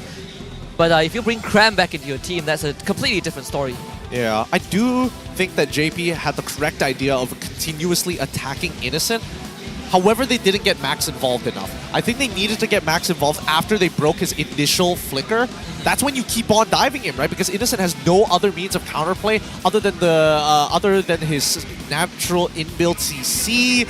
But I think one Ogi Shadow Kill at 50% HP would have been enough. That, and even after they took the top tier 1, right? Really didn't seem like they were doing enough. I know Rasi and Loliao did try. They cover a lot of the map, but like you said, Max wasn't truly involved because I feel like he was pressured so much by Sakai taking all his jungle that he needed to catch up. Yeah, I can understand the sentiment as well, right? But that's the problem with JP. They're very dependent on Max to make it happen for the team, especially when we get to the later stages. And Loliel's is the secondary win condition. But for Zach QT, even for him, trying to control the lane, it's okay. It's up against a Loyi, so you can play the angles a little bit, but he has no answers to Cram. Yeah, it would be a lot better if his side lanes didn't explode at 2 minutes, right? And I think that definitely made it hard. Like Rasi has to refocus where he goes to. I would say one of the most interesting points is just Innocent and Loliao going for endgame items as the first item. Yeah, I mean, how did they think about that? You know, like did they check each other's items and realize that he's going for the magic dagger, and Lolial's just like holy crystal, I'll just blow through it. I think it was a smart idea. I do think that Lolial's might want to consider just slowing down, maybe get a gleaming gem just for the laning phase, just to make sure that he stays topped up and healthy and can stick around longer than Innocent. At least get Demon Shoes first, right? Like, he didn't even have that. Yeah, that's true. But I mean, to be fair, both of them didn't have shoes. They just went straight into components. Yeah, but I mean, at least the Loliao needs a lot more mana, which actually makes Innocent the best wingman of this game. And then got... That's so funny. I'm surprised that Innocent is the best wingman and not Cram. How does Cram get the MVP by taking the most amount of damage, but yet is not the best wingman? Something's not adding up here. Innocent just presses ult right now. He tags 4 people. That's 4. His 4 is straight off the bat. They're like, numbers too inflated. Let's not bother. We're going to give it to Innocent here. Alright, let's look at the item build progression. In case you guys just tuned in and weren't paying attention to the gold lane, don't worry, you didn't miss too much other than the fact that we saw an early magic dagger coming out from Innocent and quickly transitioned it into a rose gold meteor pre-4 minutes. He saw his boots just to get the rose gold meteor faster. And then he went back to buy his boots after the Fury Hammer. So ridiculous. This is so ridiculous. Wait, hold on. Lolios did the same thing. He bought boots to get into lane and then sells it after 6 minutes once he's done, and buys it again after 6 minutes. They're way ahead of their time. They're too good. What is this tech? Oh man, now we need to start asking Prod to include what time they sold their items as well. Right. That would be interesting to know because you sell boots for half price, so. Like, what is 150 gold gonna make it too much of a difference here? For Innocent, I kinda get it, because Rose Gold Meteor is generally on the cheaper side of utility items, but not that Holy Crystal. Not that Holy Crystal. Lolia got it way later. But then again, he did get solo killed by Innocent once, right? So that kind of, is a pocket change for Innocent. And for JP9, they still got one more game to go. Again, if they don't win this series, at least they want to make NS proud. Yeah, for sure. And I think, a couple of changes they need to make. Number one, Phobius, it's not the way to go anymore. There's just too many things to deal with. Too many problems, too little solutions. But for now, we're going to catch a little break and throw it to Rose for an offstage segment by Hotlink. Rose, take it away. Selamat kembali ke MPL Offstage yang dibawa khas oleh Hotlink. Dan sekarang ni, Rose sebelah bukan satu sub tapi dua sub. Kita ada Gorgeous dengan Zay. So, sekarang ni, I tak nak buat interview lah. I dah bosan. Dua-dua dah layak ke playoffs, tak ada soalan dah. Tapi I nak main game. Kita nak tengok who is the better sub. Boleh? Battle of subs lah orang kata. Okay, so Rose akan sebut satu alfabet. Lepas tu korang kena bagi Rose hero starting with that alphabet. Take turns, siapa paling cepat, take turns. Lepas tu siapa paling dapat, siapa banyak point at the end of it wins lah. Tapi ada time limit lah. Okay, boleh? Ready? We start with you, Zay. Give me heroes that start with the letter A. Alot, Aurora, Angela. Satu. Aulus. Dua. Aulus. Amon. Satu. Alpha. Tiga. Alice. Satu. Dua. Tiga. Bukat. Satu. Dua. Tiga. Empat. Lima. Ada lagi ya? Ada lagi. Okay. Satu lagi. Satu round lagi. Okay. Satu round lagi Give me heroes that start with the letter C. C. Satu. Dua. Tiga. Empat. Lima. Kau. Chow. Satu. Dua. Tiga. Empat. Lima.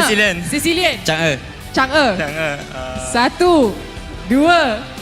Tiga. Cuba dengar diorang cakap apa. Cyclops. Chip. Satu. Dua. Camila. Satu. Dua. Tiga. Cici. Alright, last. Satu. Last round. Satu. Dua. Tiga. Claude. Last. Finish it off. 1, 2, 3, 4, Cylinder. 5. 1 lah. Okay lah. Not that bad lah, not that bad. Okay, dua-dua sub ni boleh lah pakai. Tapi bukan selalu. Mungkin tu yang sub. Betul. Alright, so sebelum we throw it back to the casters, anything you nak cakap kepada players di atas pentas? Good lah, have fun lah. Boringnya. Ni lawan tim mantan Zak. Suka tak tengok Zak dekat sana? Biasanya korang dua duduk dalam bilik, tapi sekarang dia dah main dah. Ya tu. So apa yang nak cakap kepada Zak? Suruh buka, Zak buka speaker. Buka. Zak. Macam mana? 2-0 enggak? Itu dia. Dah start dah sebab dia dah tinggalkan awak kan. Biasanya dua ekor dalam bilik tu. Ya tu. Alright then. So mari let's throw it back to the casters to start the second game of this Best of 3 series. Adakah Selangor Red Giants continue win streak mereka? Thank you, Rose. Thank you, Zay and Gorgeous. Strong words coming from the SRG bench warmer. Hey, from one bench warmer to the other, At least one is off the bench this time. And I have to admit, Zach QT's reaction to that was great. Was absolutely perfect. Takes off his earphones just to hear his good friend tell him, hey, you ready for the 2-0? And who's not even playing, right? He's not even playing. That's the best part. Oh, I love it. All right, but we did get a bit of a word from Sakai's. Game ni, so let's see.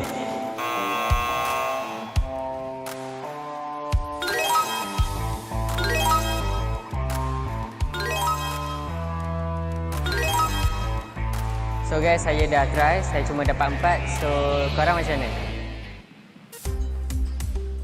They got 4 out of 10? 4 out of 8, I think. 4 out of 8. That's not bad. It's 50%. Good reaction time, and to be fair, it's a lot easier if you're taller. So Really? yeah, because then you have less time to wait for it to like drop down. You see it drop down straight away, and you have like a lot less distance to cover. Because if you're taller, you have longer arms, and you're about the same height. Isn't that the same thing as like, oh, I'm gonna drop this $10 note, and you use your head to like, you know, you use your forehead to, you know, catch it? That's different. That's different because that is a fixed distance. Yeah, but if you're taller, then you can just do it earlier, you know? You can just do it early. No, I'm not talking about altitude here. I'm talking about being able to grab the poles as soon as it drops. It's easier to catch it from a lower position, from your hands being in a lower position than it is at a higher position. Which is why Sakai's is like grabbing one above his head and then having to look at the next one dropping right next to him. Yeah, I'm too short to understand that analogy, so I'll just stick with scanning QR codes and keying redemption codes for free stuff, because that's what I'm good at. All right, fair enough, but it looks like we got 17 more seconds before we start heading on into the draft, and the adaptations need to be met by the JP Niners because it looks like they came in prepared. Don't get me wrong, they're getting some good reads on SRG through and through the game. However, if it's just based on stats, the numbers are not looking good. It is a game that is defined not by whether a team is making mistakes, but more of the other team just playing better, right? I think this series gave us a very good foundation of the quality that it is delivering. Let's see game 2 though. JP Niners will now switch over to blue side and we get SRG on red. Yep, and they decide to ban out the Phobius. They also ban out the Fanny. Pretty smart options here. SRG got rid of the chip, and then getting rid of Matilda. Interesting. Was Matilda that much of a problem in the previous game? I guess it did drag the game a little bit long because they couldn't ensure some of the kills, but even so, I feel like Gatot is still up in the air. Something also I think SRG is moving forward with is that they no longer look at the Phobius and Hylos as a must pick, right? As a must get. Now multiple alternatives to that. The Clue was a very good example. Now the Choban from JP Niners, that one is very understandable.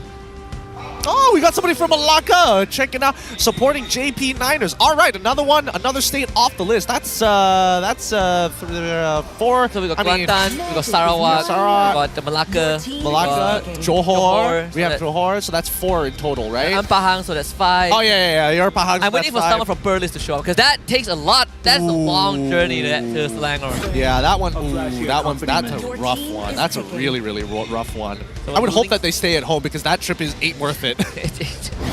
Unless you commit to a Johor trip afterwards, right? Like, you've gone halfway across the country, might as well make it until the end. Do the full thing, right? Do the full Malaysian series. You go all the way from like the eastern side, the western side, and then end up on the eastern side. But now we see first pick Ling, followed up by SRG, very smartly picking up the Gato Gacha as well as the Khalid. So a lot of early game potential for the side of SRG. But Chico, smartly enough, getting the Edith, which does pretty well against Khalid as they lock in Angela to combo with the Ling. So this could be a potential relegation of Zacuity to the Angela. Well, we've seen plenty of Angela Ling today. Twice by Todak, and once now by JP Niners. So the flavor does change every single day. I want to see SRG's response to this. Do you take Sakai's heroes now? I mean, there's no harm in doing so, but I feel like this might just end up being Alpha or something. Yeah, I was thinking the same. But if you want Alpha, could you keep it for second phase? That's what I'm thinking about. Is Chico so far ahead of the game that he knows that the jungler isn't going to get picked up here? But no, looks like Coach Arcadia is going to double down. Hayabusa being the pick for the side of SRG. Now, it's an interesting matchup between Ling as well as Hayabusa, right? With Angela, obviously, it's a lot more Ling favored, but taking Angela out of the equation, it's whoever uses their ult first is going to lose the fight. At least JP Niners have an insurance policy to fall back on, right? If Ling uses his ultimate first, there's still the hard guard to keep him insured.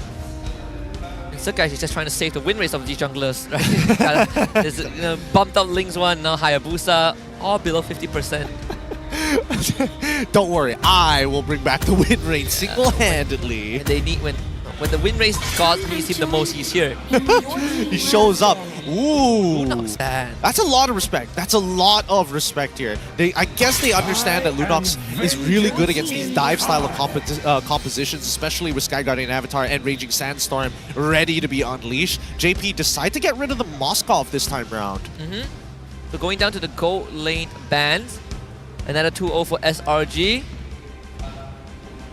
I see where he is. It's right in front of the second floor. What else? We got Claude carry.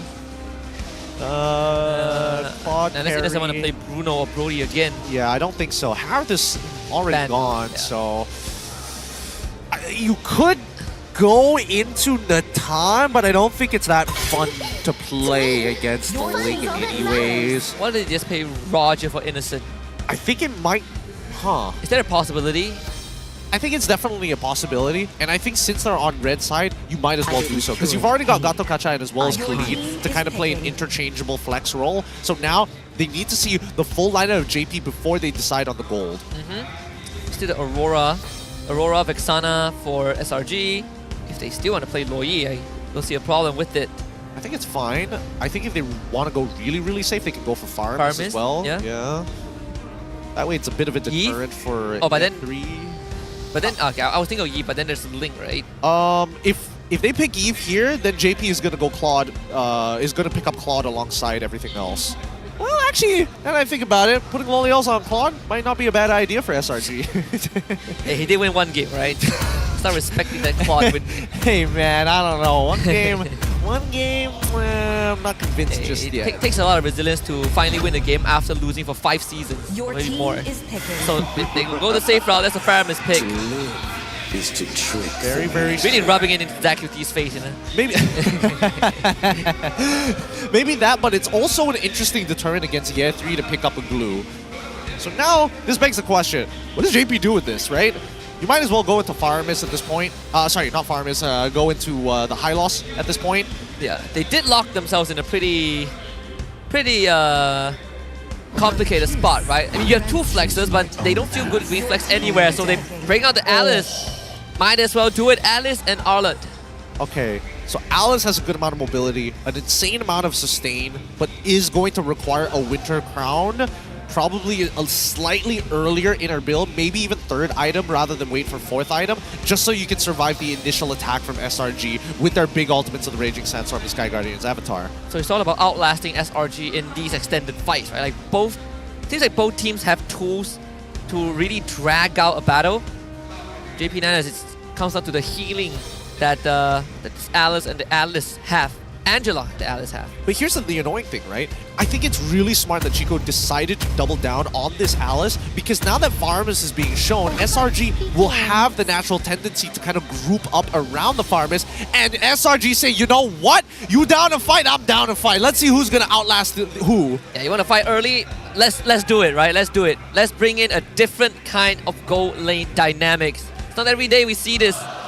There's going to be a Loliel, Alice, and an Innocent Ruby. Well, what a game 2 we have. This series has so many different dynamics, from what we saw in game 1 with the annoying glue to right now, Faramis, Pig, Gatot, and Ruby.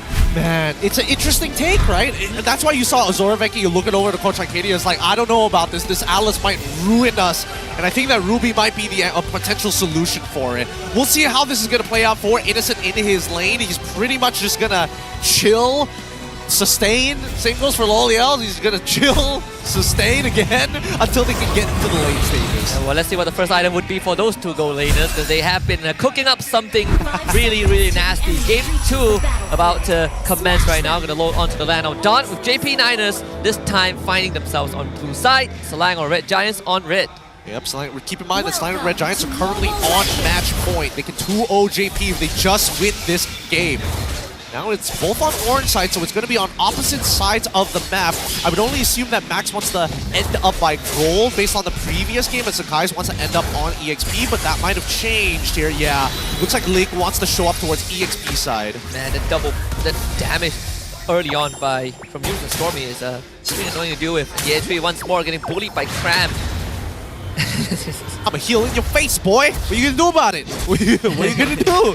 Ooh, interesting. Okay, so now Cram has opted to go for both agility and as well as Wilderness Blessing. Now, some players prefer going Rupture. Other players prefer the extra penetration. But this way, Cram needs to make sure that he plays mechanically perfect in lane. That way, he can truly abuse the full kit of Khalid to then roam extra fast in the mid to lane. They did the same with the glue in game 1 as well. We did see Max going into the SRG jungle to try and take the Beetle. And we'll see this. Did he take that away? I think he did. Yeah. That's so sad. Max tapped his dash and it ended up hitting Cram. Uh-oh, Max. Uh-oh, he can't get 4 from the red tree. That's first blood for Cram. That's so upsetting. You could see the idea, right? He wanted the red tree for level 4, just could not get it. Yeah. And the whole time, Arlet could have made his way down, but Yen 3 already has to take an early recall. And now, it's just so much worse. This is spilling into the jungle so early on. I really feel for Max. Hasn't really been able to play the game much. This SRG manipulating the state of that side lane. Oh, man. And this is just cutting the way, and now he's going to see Max. Dude, it feels like... Did Innocent ever play EXP prior to his gold lane experience in TNC? Like, I'm curious, because he's playing really well, right? The fact that he's proxying this wave and timed it based on when Ling dies so that he walks into the orange buff is superb. I wonder if they play different roles when they're playing Scrim. They just caught Rasi mid-side, creating Sandstorm on top of him. Rasi wants to get away. Actually, Max steals the turtle. So JP9er still gets something in return. This is a great interaction from Rasi. He really has a good understanding of Edith here. Because again, that Earth Shatter animation, not very often does it get cancelled, right? You need a proper knock-up to stop the animation. If not, even if you get hit by the CC, doesn't matter. Stunned, animation will still go through. The power of machinery, right? It does what it's commanded to do. It's a good start, but I don't know how else they're going to abuse that mechanic, right? Because you can only do it for so long, and there's already 3 CC magnets on their side. Cram unfazed by the entire battle. He's just gonna hold the wave now. Is he gonna... Oh no, he's not even figured out. Yeah, he's gonna hard push this. Probably, yep, heal back up and then start moving around. Huh. I wonder why he isn't adamant on trying to proxy the wave. It looks like there's a call for the mid lane though. Waiting for Zach QT. So guys holding onto the Ogi Shadow Q. They need to share it. Guys able to get away with the shadows. Now Max jumps in. And Stormy with a very early Nether Realm. Response from Yume. Gatokacha out, Avatar the Guardian. Trying to find a taunt. Raging Sandstorm fighting Rasi. Very fragmented fight from both sides. JP9ers looks for this re-engage. Cannot find it. So both teams disengage. What? What was happening in that fight? Nobody was doing anything. They were just running around each other. They literally was just running around each other, and Stormy's just like, I'll spit on you every once in a while, but like only if you're standing really close together. I don't know, that was a bit of a weird interaction. Yumes did end up losing his Revitalize, but in terms of like side lane pressure, they didn't get that much side lane pressure at all. Yeah, really nothing much was done. And JP9ers will now bring some manpower to help Max secure this this purple buff. Chance to show up again. That's 2 members of JP9ers spotted out. Max will get his buff. Thankfully, Raging Sandstorm committed onto the top side. This time they bring some guys in, and the entry just taunted for days. Even the final slash is not enough. Yeah, Rasi just unable to back him up here. And worse yet for Max, he does not want to participate when he's taking his purple. He's going to show out though, maybe an attempt to steal again. He does have Jack to help him out. Taunted by Yume. Now goes into Tempest of Blaze. Then around drop down to keep the guys alive for a bit longer, and Cram gets the turtle. Great coordination from SRG. I think you can even see it in Sakai's eyes that he knew that this is not exactly... Oh! You still want more? No, can't get it. Alright, okay, finally they back away. But you can see how difficult it was for Sakai to try and secure that, right? He has to juggle the fact that there is a little bit of revive time after once you lose the temp HP from the Netherrealm, on top of the fact that there's the potential knockup from the Tempest of Blades, and that's why Max and as well as Sakai are looking each other dead in the eyes, who's gonna unleash the Retribution first. So he gets Cram involved. Yep. I think the answer what this Ruby provides into the Alice is also, you keep Alice in the lane, she doesn't get to join the fight, so JP9ers will be forced to fight with 4 people in the fight. Here's the thing, right? Here's the thing about Alice. Now that the new patch has come through, Alice doesn't really stack anymore. It doesn't stack the traditional way that you would imagine it, right? Basically sitting under the lane, she needs items more than anything else. The Blood Ode is not necessary. SRG now spilling that minor advantage they got onto the bottom side. It's just Yums and Cram. Lo Liao now looks for a respawn, and Yums is out of there. Doesn't want to be more involved than this yet. He doesn't land the final slash. Sidestep by Stormy. Cram also backs off. Okay, good stuff here. Both sides just making sure that each other are in check, but still, Cram has been a genuine nuisance. Oh, it forces another flicker. Straight up bullying Ye3, man. Poor guy, poor guy. Can't even blame Ye3, right? He's just getting outlaned by Cram. Yeah, it's just really difficult here. Really difficult for him to play. Especially when he really needs that. Like, you're already losing the lane, so you need to be able to kind of compensate with a huge final slash engagement. Most of the time, it includes Flicker as well. So the fact that the Flicker is missing, it's going to be a lot harder for him to find a 3-man, even a 4-man final slash. See who is going to get the third turtle, because SRG are more than ready to fight for it. And with Max hitting level 10, it's an even Red 3 fight again. Thunderbird is completed by Rasi. Okay. See how they play this out, because again, Selangor Red Giants have a 2-pronged attack. They're threatening Turtle, but they also fork them and threaten them mid-tier 1. Rami just putting his body in between the members of the Niners. Max actually wins the Red 3 fight, gets the Turtle, tops to the air, jumps right down, now looks for the damage, and JP9's power on the SRG. NetherRealm will only delay their death for a while, but maybe it's more than enough to get the rest of them out. Yums will eventually fall. Innocent flickers to safety. Stormy gets them out. Both teams trade 1. Yums really, really late on the Sky Guardian and Avatar. They needed to make a call there, but he also had to keep his members alive with the Revitalize. That's why we don't see more deaths coming from the side of SRG. But a huge power spike for JP Niners, right? Max, he knows he's strong when he has that hard guard. Oh. Uh-oh. So guys, dodges everything. But Tier 1 should be fine. Should be okay. They've got Stormy and as well as Innocent walking up here. I don't think they can 3v2 them underneath the turret. Not with Innocent around.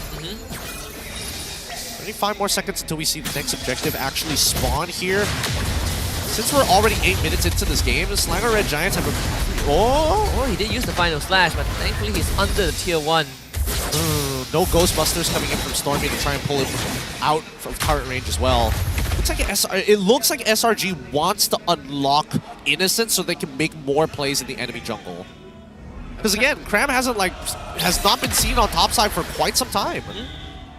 Been doing most of the work as well. Just you harsh out mid lane, so you still get to go even though you're out of the lane. Some guys can play the side lanes. The Innocent is just sandbagging Lo Liao.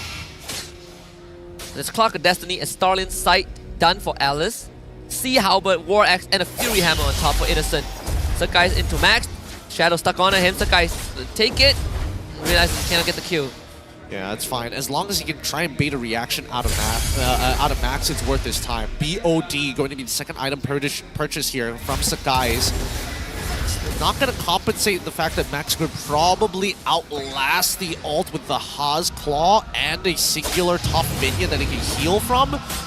Even so, very risky position to be in. Very volatile, that could easily change. The macro game has begun. That's going to be top tier 1 down. They get a full straight up engage on the side of Max. Forces the hard guard out, but Cram used everything to get in, so we'll have to use his flicker to get out. Okay, that works out well for them. Because now Selangor Red Giants making their way to top. Oh, they call Stormy. NetherRealm out in time.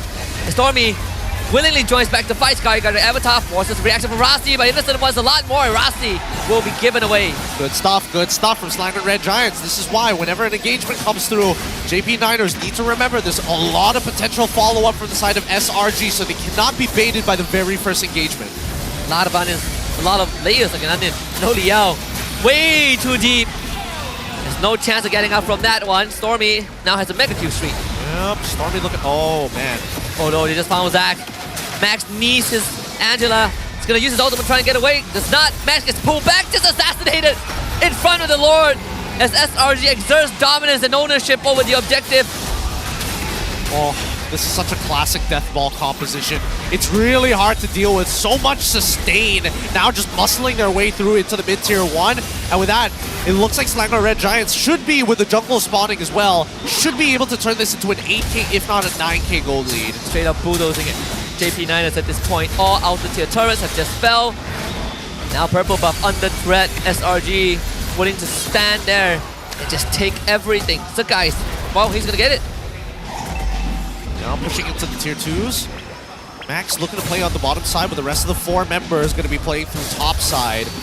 At the same time, you can just see the raw presence of SRG, right? They're going to let topside slow push in while they put a majority of their resources down by mid as well as bottom side, but they want to stagger these waves so they can death ball together to take them one by one. SRG has just broken all the tier 2s. The Lord still fairly healthy. The Holy Shields will be next on the checklist. SRG, let's see if they can get a lot more damage done. So guys, in and out. With the Shadow kill, we'll be able to take away a big chunk of the health bar of JP9ers. The entry is already gone. SRG not able to take that top inhibitor yet, but all these kills are starting to spill over into JP9ers base. They need to crack it open somehow. It may be 4v5, but I think they're just waiting for Yums to get his ult and maybe Skies to get his ult again. With the Holy Shield, this should be an easy one. Topside cracked. They let the minions do the job. SRG now will finally call a retreat. It's all back to the same cycle. Wait for the next Lord for another 80 seconds and then go for a potential killing blow. Yeah, let's look at the items to see where they're currently at. 3 items for Skies, 3 items for Cram. Oh, sorry. 3 items for... Man, I thought it was Cram because it was Ruby, but it ends up that it's still Innocent. Man. 3 items already complete. 3 items even for their mid lane Stormy. Every single lane rolling. But the most amount of gold currently earned by Khalid. Even went for a Fury Hammer, right? Just an accessory. Get that extra punch if he catches his targets. So it's going to be a Queen's Wings next for Innocent. As if he's not already hard to take down at this point. I mean, what does JP9ers do at this state of the game? I think they need Ye 3 to hit a fat ult. I think they need to be able to like sweep everybody in, if not isolate Stormy somehow. I personally think that JP9ers need to start split pushing to force members away from this death ball, and then eventually figure out a tell from Stormy to force him to use that Nether Realm early. That's the idea that Max has in his mind, but just cannot get far enough, right? You escort the wave up, and then you get pushed away, crammed by Sakai. Dude, Cram is basically border patrol at this point. It's just like, no, get him, pay the penalty, pay the price. The heavy tax to pay. No, please, good sir. I just want to take the jungle farm, give me 20% of it. Yeah, it's mine now. Oh, they're gonna take the Lord, no issues whatsoever. This is a hard one. This is a really hard one to watch because genuinely JP9ers have a decent chance at winning this game, but considering how abysmal the early game went, now it's like pretty unwinnable. Yeah. It's the whole scenario of having a pretty solid draft, a very unique approach, but you just get outclassed, outmaneuvered by SRG. Now you're put in a spot where even the most ingenuine of draft looked very bleak. That should be the 25th stack for Cram's Thunderbell. He's very close to 30 at this point. God damn. I think he's past 30 at this point with the amount of harassments he's done. He probably is going to do it again. Last we checked, it was 20. This mid turret. They don't really have the best way to siege from the side of SRG. That is some good news for JP9ers, but nothing too daunting for SRG. Mid wave cleared out, but bottom inhibitor will fall. Muscle their way in. I personally think that that's what they should do.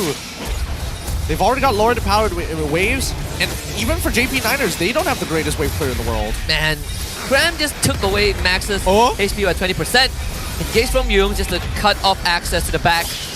Now SRG really got JP9ers numbers.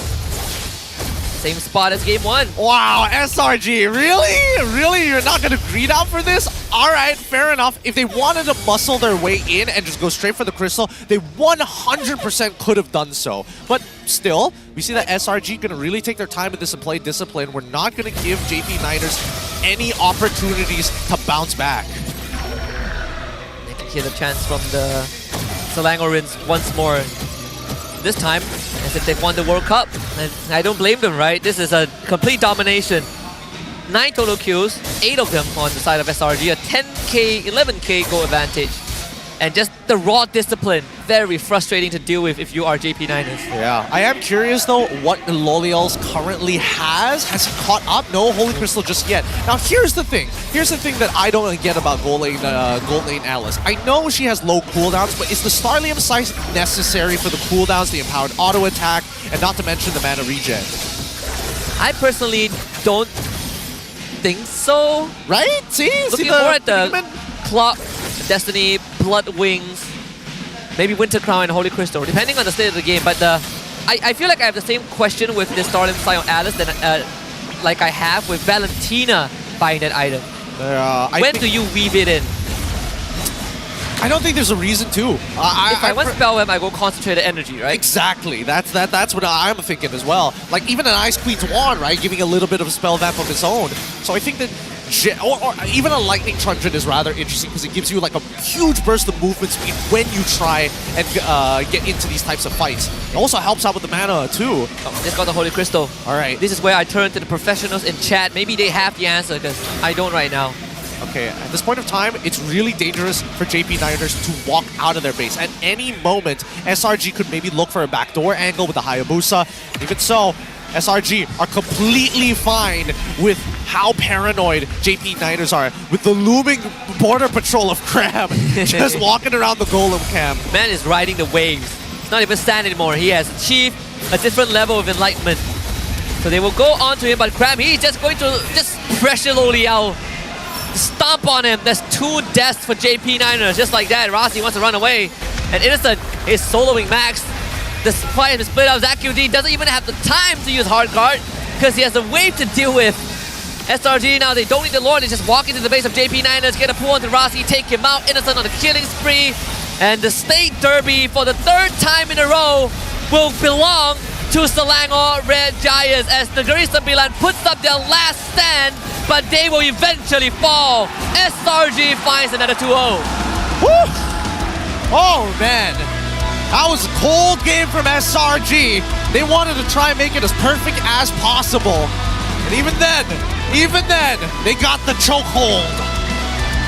We just see the life drain out from the veins of JP9ers, but again, we know that it was going to be a hard game. JP9ers saw plenty of promises. I think in another universe against a separate team, this could have been a dang good game for the Niners. Maybe they've even come up with a victory of their own, but eventually you gotta bow down to SRG. So let's hear what Selangor Giants have to say on the stage as we head over to Rose.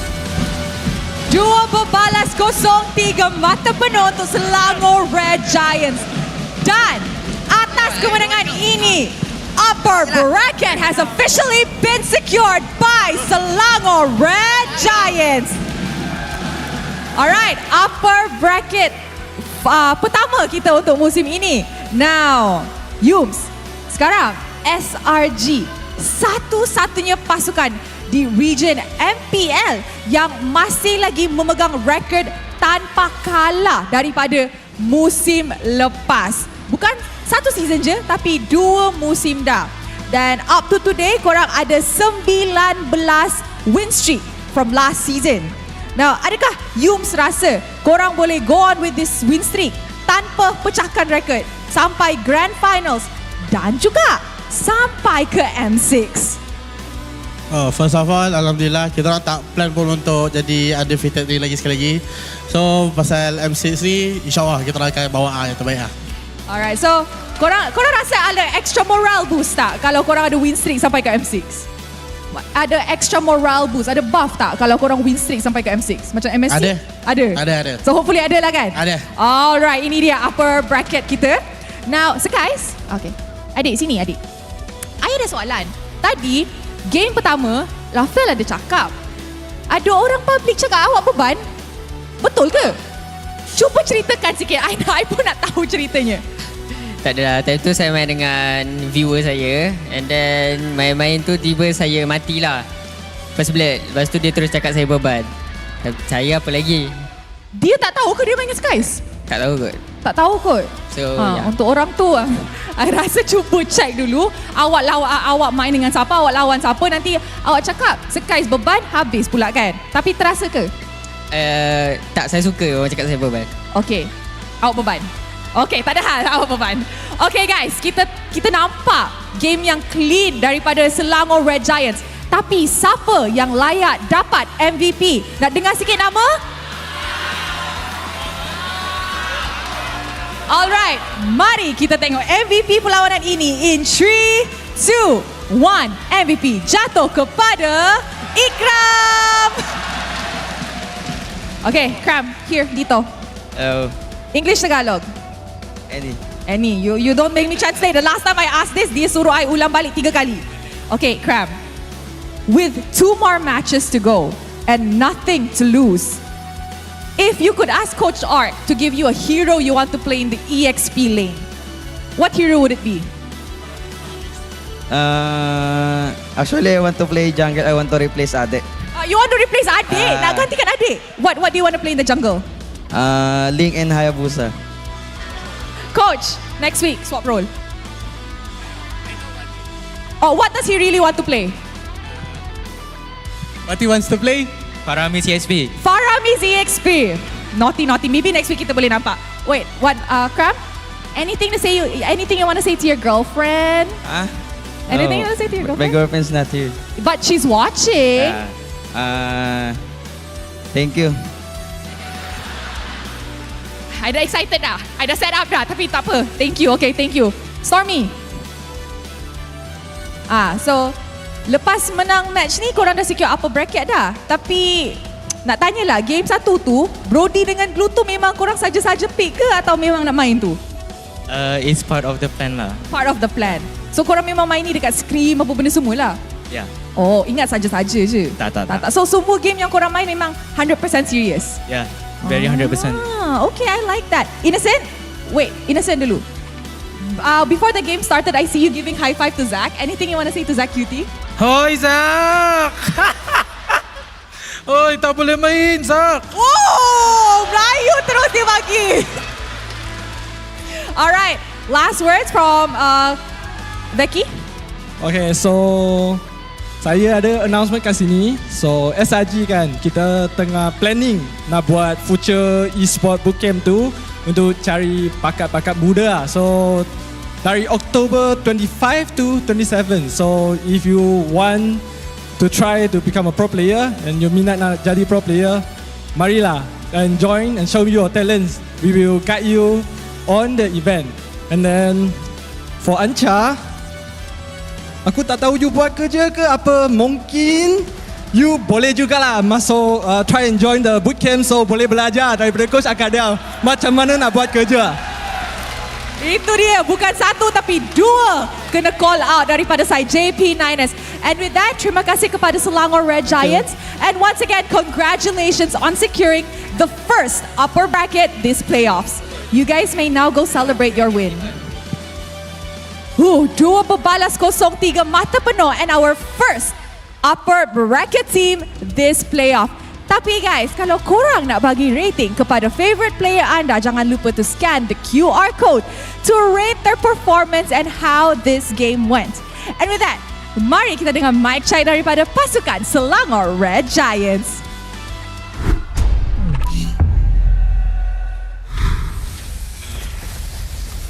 Babis. Nice one. Tengok. Sini boleh. Purify. Kami sen. 3 seconds Siapa purify? Not sure. Banting aku sini. Mati dah. Tengok aku dapat. Ji. Sisa. Ketek. Tengok Tengok. I get. I go back. Jimmy. Tidak.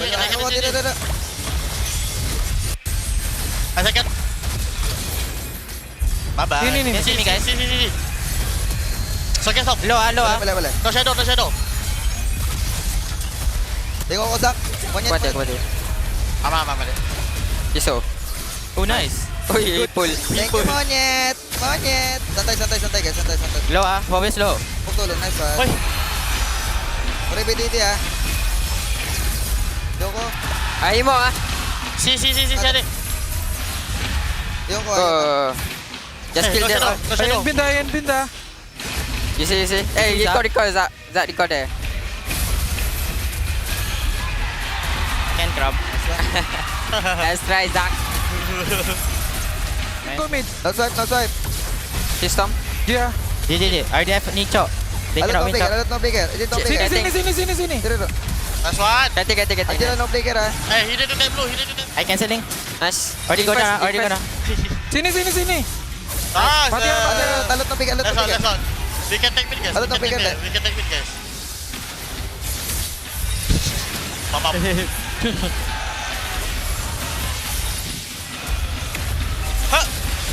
my god, savage. Kill. Pam. Kill Zak. TP guys. Aduh, even in their voice comms, they're calling out Zach QT, but good, nice try from JP9ers. SRG still reigns supreme, and for the third time in a row, Selangor better than NS. They keep on standing on top for very good reasons here. But I will say their mic checks are getting more and more interesting because we are noticing that at least for Yums, his English is getting better. And a couple of words coming in from Cram. Just Sini. That's how he indicates that he's going for the engage. Him and Innocent.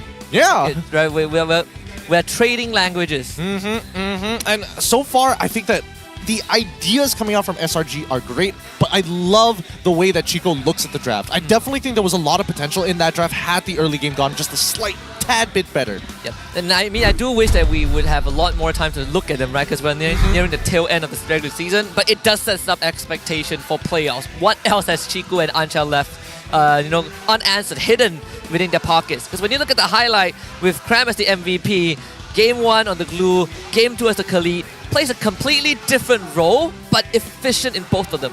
Yeah, I think that, interestingly enough, the problem that JP9ers had to deal with the Selangor Red Giants is the hyper-efficiency of the gold that's being distributed across the map, right? When you see Cram making these types of movements, going into enemy jungles, who's covering his lane? And then Sakai shows up, right?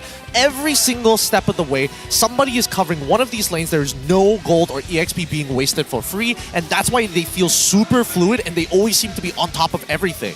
Yeah, so it's kind of a good habit, right? Let nothing go to waste, especially money. MVP of the match gonna be Cram. Actually, man, I don't remember his Malay name. I only remember Innocent. Ikram.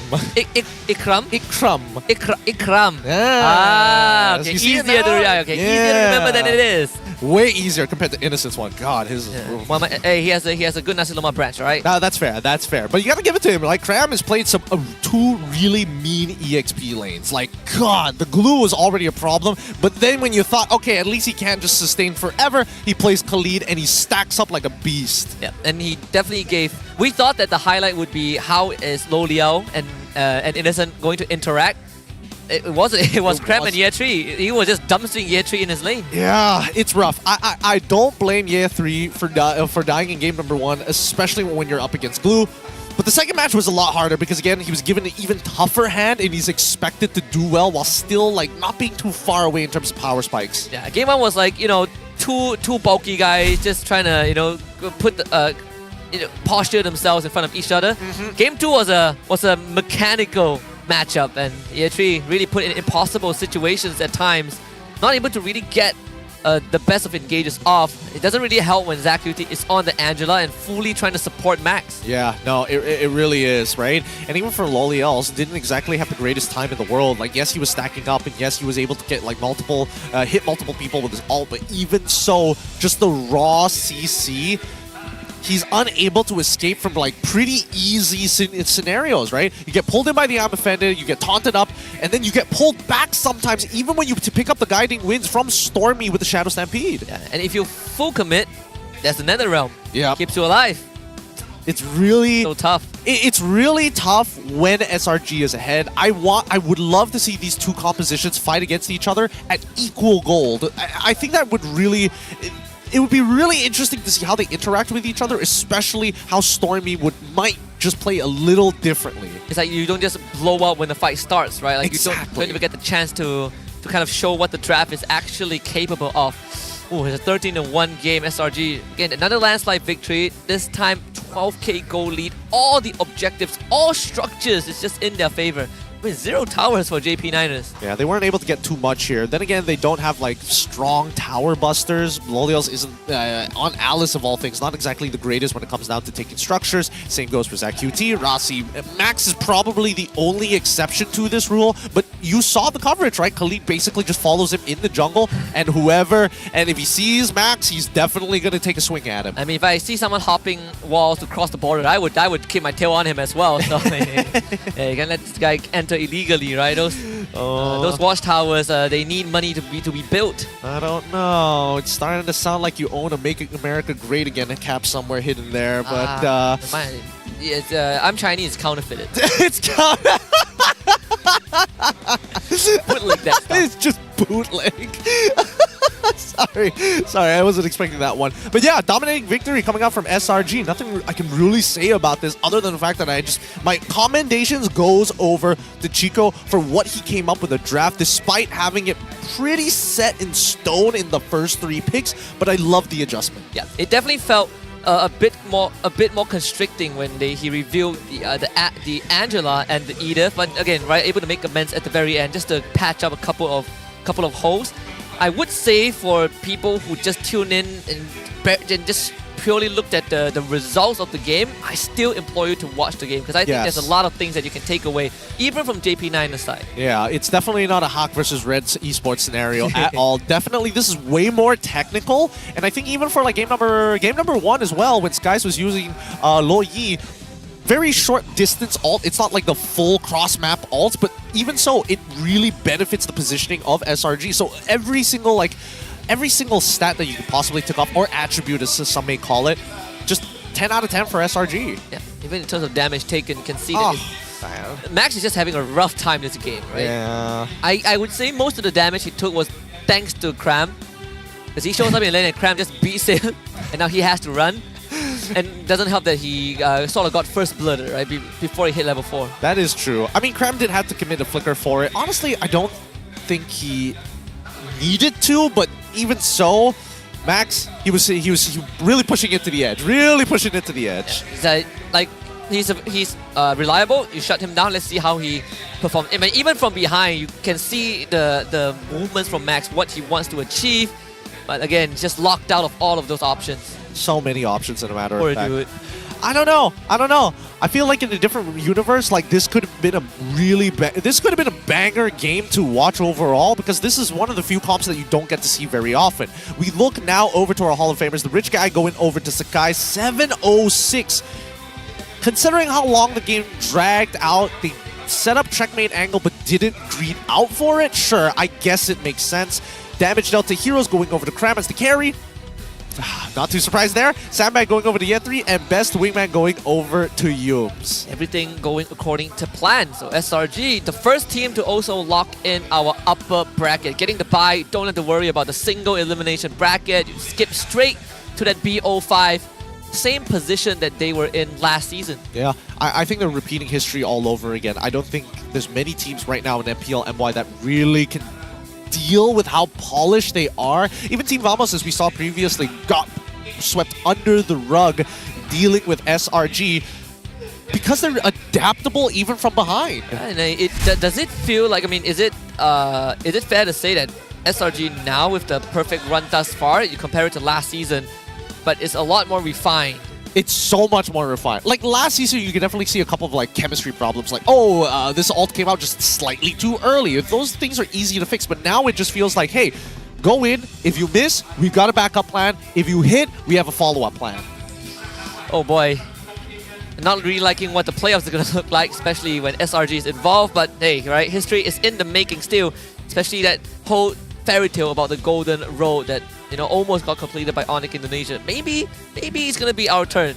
Could be. I'd be very impressed if we're able to win out M6. I think it's gonna be real difficult. All the teams are gonna be absolutely nasty here. As much as SRG is kind of crushing everybody else here in MPL MY, there's a reason why. They put in double the amount of work, and it so happens to be like a superstar lineup. Yeah, we have, you know, old guards like Falcons AP Ren, but also new top dogs as well, right? You look at FNOP, RRQ. We'll see how the playoffs play out for them, but for now, as the standings are looking, SRG with 20 points locks in upper bracket for playoffs. We're still looking for the second team to join them getting that bye. For now, the search continues, and again, top 5 teams are guaranteed playoff slot already.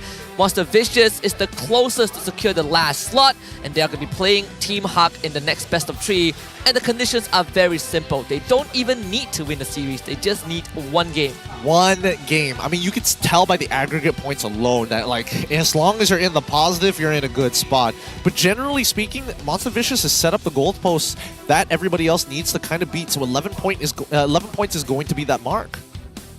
Oh, it definitely stings for Team Ray, right? The entire situation has gone out of their control, and it rests on the shoulders of Team Haq, who, let's be honest, didn't really had a good run in the regular season, but yesterday didn't really make it better either. It didn't help the argument. It really did, which pains me to see, because again, some of these players have been playing for quite some time. It's just they're not exactly driving well, and it really doesn't help that a lot of investment has been made by Team Haq to get this team off the ground. And we saw how Monster Vicious, they even took down Team Vamos. Regardless of what the Vamos fans want to say, maybe they really just ignore MV and prepping for homeboys, whatever, right? But I mean, MV showed us a very solid performance overall. Most important thing is that they recovered from last week's abysmal performance. And when we talk about performance, we also got to remember to remind you guys that we have the MLBB Award coming up. The voting window is already open. It lasts until November the 3rd. We got 4 categories that we need you to look out for: Live Event of the Year, Mobile Competitive Game of the Year, Mobile Game of the Year, and Mobile Strategy of the Year. And don't forget to vote for Moonton in the Mobile Developer of the Year category. And our Best Jungler, MSC Finals MVP, Sakai is also nominated for the category of Mobile Player of the Year. And last but not least, remember to also support our brothers from Falcons AP brand for the Mobile Team of the Year category. If you want to know how to vote, it's very easy. Go to the website mobileawards.com. Look for the Vote Now button and you can cast your vote. It's open until November 3rd and you can vote every single day. So do it starting today if you haven't yet, so that we could achieve world domination. World domination, wow. Whoa, going above and beyond this time round. But yes, we do need your help to be able to secure these MOBIs. So quickly, go over to that website and start spamming it every single day. It's pretty easy to do, and we might be able to put Malaysia back on the map here if Skies gets elected. So that'll be a fun time, because he's got some tough competitors from other games that we don't want to mention because it ain't worth it. Yeah, ain't worth it. Sakai is all that matters. Yeah. Youngest player, superstar, won $1 million. Yeah. No one has achieved that. Not that I can think of. At that age. Yes, gotta preface it. Sorry to all the multi-millionaire children out there. I'm looking at you, Jack Doherty. It's so specific. Oh, God. With that being said, we still have only one more best of 3 to be done with week number 5. Stick around. It's not going to happen too long. We'll see you then.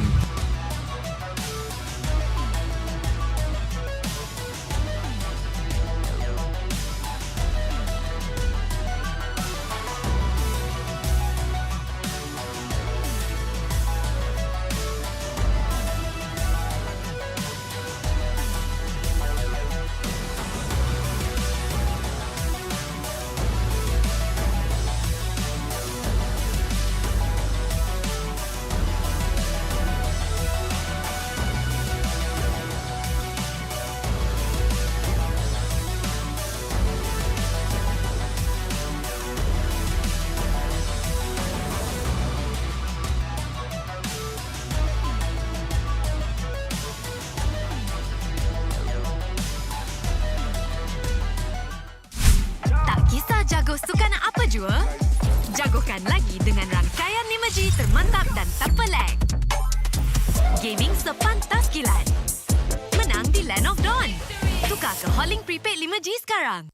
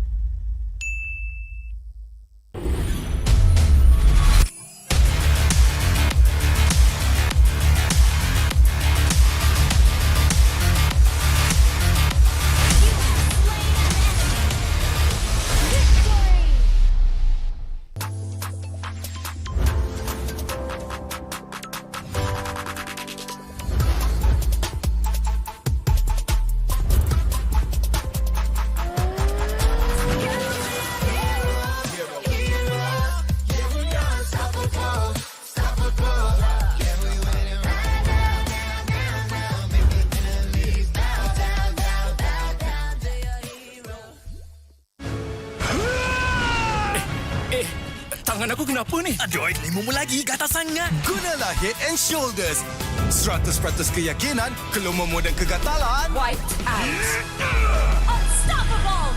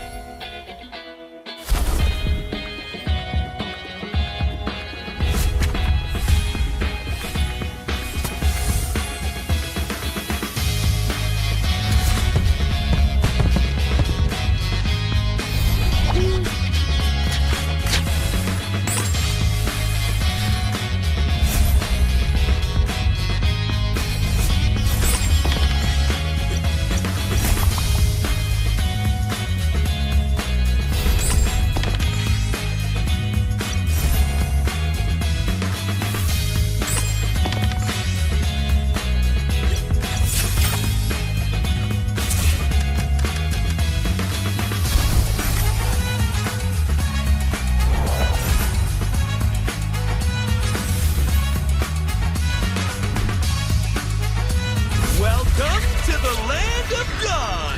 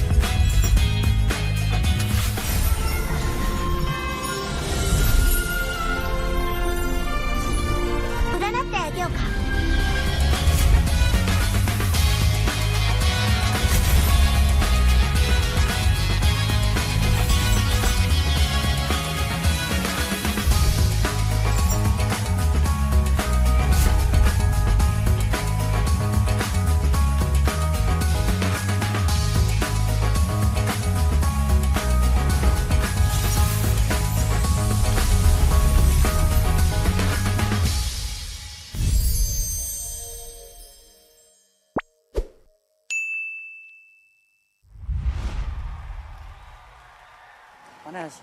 Itulah, panas gila. Kau ada payung? Ada? Kau tak dengar ke Kak Gura selalu cakap? Sediakan hujan sebelum payung untuk M6. Hacik kau. Sediakan payung sebelum hujan. Oh, iya ke? Tapi apa kena-mena dengan M6? Apa kena dengan M6? Ha.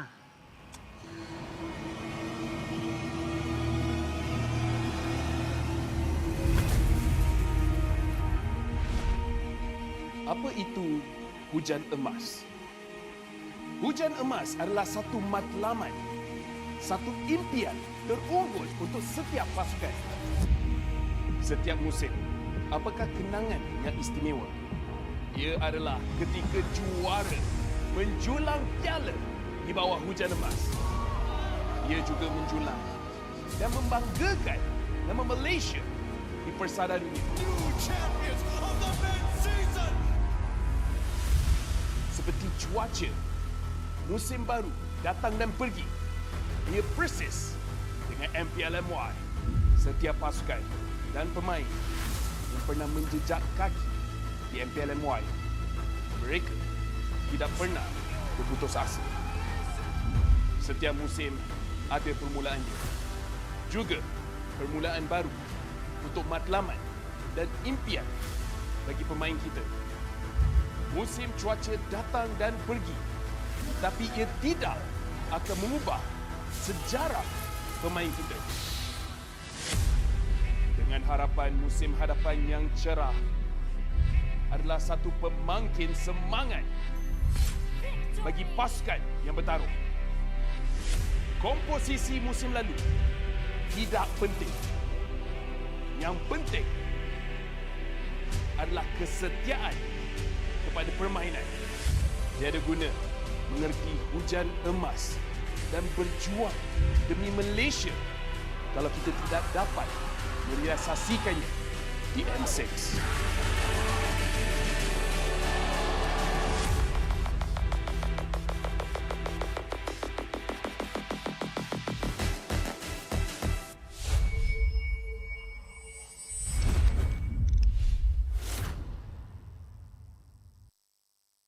Okay, so kita orang dari Todak. Kita orang hari ni akan main Fast Hero Challenge. So challenge ni diorang dua akan lawan siapa yang cakap hero paling banyak ah. So yang tak tahu tu akan kalah. Okay, so kita akan start. Arlot, San, Almond, Idora, Barat, Dana, Carmilla, Kagura, Yin, Grok, Giv, Zaz, Lundo. Sabar. Tu, Idora. Aku dah sebut. Lilia. Okay, selamat. Okay. Penny, Gatot Kaca, Ling, Julian, Krill, 3, 2, Robi, Ilos, 3, Estes, 2, Bellerik, Rafaela, Digi, Laurin, 2, Lunok dah. Dah. Dah. Apa Okay, so pemenang untuk Fast Hero Challenge ialah Momo. Sebab tadi Zaim saya saja jibet dia bagi kalah. Itu je lah. So Zaim, memandangkan kau kalah, aku nak bagi kau punishment. Boleh. So punishment ni kau kena sapu lah semua ni. Satu arena. Satu arena ni kau kena sapu. Boleh? Aku sekarang tak? Okey.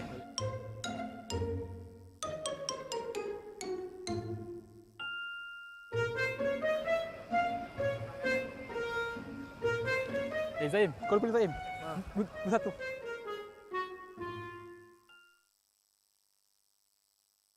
Hey guys, this is Rose dan sekarang ni saya bersama dengan SRG untuk main game Siapa Dalam Team. So, on my hand, kita ada a series of questions and bila I tanya tu, korang point and then cakaplah kenapa orang tu paling dalam team. So, siapa dalam team paling kelakar? Yums. Why Yums? So loud. So loud, wow. Bising, wow. So cutesy. So demure. Overload. Who likes to do weird things in the team? Weird. Innocent, what do you do? Nothing, I just play. Dia buat apa? Sorry, personal. Who's in the team that's most fierce? Garang. Yo, stop. Coach, okay. Coach paling garang. Who sleeps the longest? Yum. Sleeps the longest. This one, I can agree, gorgeous. Who eats the most? What do you like to eat? Rice, cereal. Wow. One pack one day. One pack one day. Who in the team is always late? Second. Why? Because they always wake up late to the training. Sometimes. Sometimes. Second is number one. Oh, okay. Who gets angry easily? Angry bird of the team. Gram. Why are you the one who gets angry the most? Pag may nangyayaring pangit sa laro. Oh, dia cakap kalau anything bad happen in game, dia cepat marah. Betul. Strict. Okay, last question. This one very fast one, ah. You guys will point to the person. 1, 2, 3. Who talks the most? So who's the answer? So, okay, I'm pretty sure we got it. Everybody talks a lot in this team and they're all very, very cutesy. Thank you very much to Selangor Red Giants. I can say early preparation is the biggest changes lah. He can adapt it very well, make him look shine. If we win, what do we need to improve more? Apa yang terjadi dengan match with Homeboys tadi? What went wrong? Homeboys tu caught us off guard sebab tiba-tiba diorang punya rotation makin improve dengan connection diorang dengan ESP baru. And first game tu kita orang agak tak synchronize sangat lah untuk bagi team fight tu. And then move on ke second game, mungkin diorang tak berapa ready lah untuk second game tu. And Homeboys tu dapat momentum daripada first game and diorang menang lah game tu. Now kita nampak dari segi prestasi Monster Vicious season ni memang lain daripada musim lepas. So what changes and what's the biggest change? I think what's the biggest change is our early preparation. We start very early after last season ended. We straight continue with Snapdragons and then we join some semi-pro tournaments and then we get a new sports psychologist and everything. So I can say early preparation is the biggest changes lah. The one that improved for this season is, I can say that Zaino, because from the communication, how he communicate with the teammates, and then the skill set, how he using the skill management, everything that Todak already applies to him, I think he can adapt it very well and then make him look shine on this season. What are your thoughts going up against Vamos, one of the top contender this season? I think it will be a test lah. For us, like if we lose, what do we lack to go for the playoff? If we win, what do we need to improve more? What would it mean when you guys win against Vamos? Like how big of an impact is that to Monster Vicious? It will create a very good momentum for us to go to fight last boss. Oh. Oh, dia tak nak bagi nama. Last boss je lah. Last boss je. Alright, so thank you very much to the coaching staff of Monster Vicious. Thank you. Hey guys, this is Rose dan sekarang I dengan Monster Vicious sebab kita diorang nak main game. Okay, game yang kita akan main, bukan nyanyi So kita akan main game siapa dalam team. So I akan cakap satu ayat, lepas tu korang akan point orang mana yang selalu buat benda-benda macam ni, lepas tu explain lah kenapa. Ready? Siapa dalam team paling kelakar? Ni. Kenapa dia kelakar? Bagi kau kenapa tak? Sebab dia badut. Sebab tu dia selalu jadi penghibur orang. Siapa tidur paling lama? Oh, Rock. Oh, kenapa? Kalau boleh sedek seminggu tu dia memang nak tidur. Siapa makan banyak? Ada dua. Okay. Siapa? Nama dia Nova Escobar. Dengan? Uni. Oh, Soalnya kalau makanan tak habis kat J tu, semua dia orang yang habiskan. siapa cepat marah? Cepat goyah? Amar. Sebab dia budak baru. So dia marah sini lah? Siapa yang daydream banyak? Sam. Zeno. Selalu? Dia banyak main game. Dia nak cakap. Dia selalu 10 scream, dia suka termenung. Lepas tu dia lupa nak ban. Jangan buat ni dekat MPL. Alright, terima kasih kepada Monster Vicious.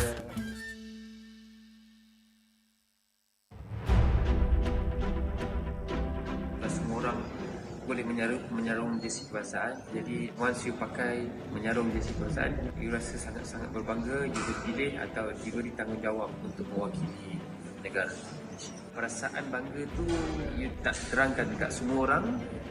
Cuma feeling you pakai saja, once you pakai saja jersey tu, you akan rasa macam you want to give something to Malaysia. I think if you guys have any issues, so make sure lean on to each other, talk to each other as much as you can. I think just be proud because tak semua orang dapat this opportunity, and also kena ada that winning mentality, tak kisah pun dekat level mana you guys pergi, and jangan rasa takut, jangan rasa macam you guys are not good enough. Apapun, just ingat bila you guys enter the arena, just do your best and all the Malaysians will be behind you and supporting you guys. Saya tak ada nasihat, saya kagum dengan apa yang anda semua lakukan. You are all to me personal heroes because I grew up in a time where gaming was seen as a waste of time, but you prove otherwise. You put gaming and you put Malaysia on the world's map. I think you are at a better place to advise me. So again, I want to say thank you for being who you are. Thank you for fighting every day. Thank you for competing for Malaysia because it's something that I can never do. And I live vicariously through you bila I tengok atlet Malaysia compete because what you do is very, very amazing. And I wish you all the best. Deliver for Malaysia because wherever I am on the day when you win for Malaysia, I'll be proud to raise the Malaysian flag and play the negara. Tak kisah jago suka nak apa jua, jagokan lagi dengan rangkaian 5G termantap dan tak pelik. Gaming sepantas kilat. Menang di Land of Dawn. Tukar ke Holling Prepaid 5G sekarang.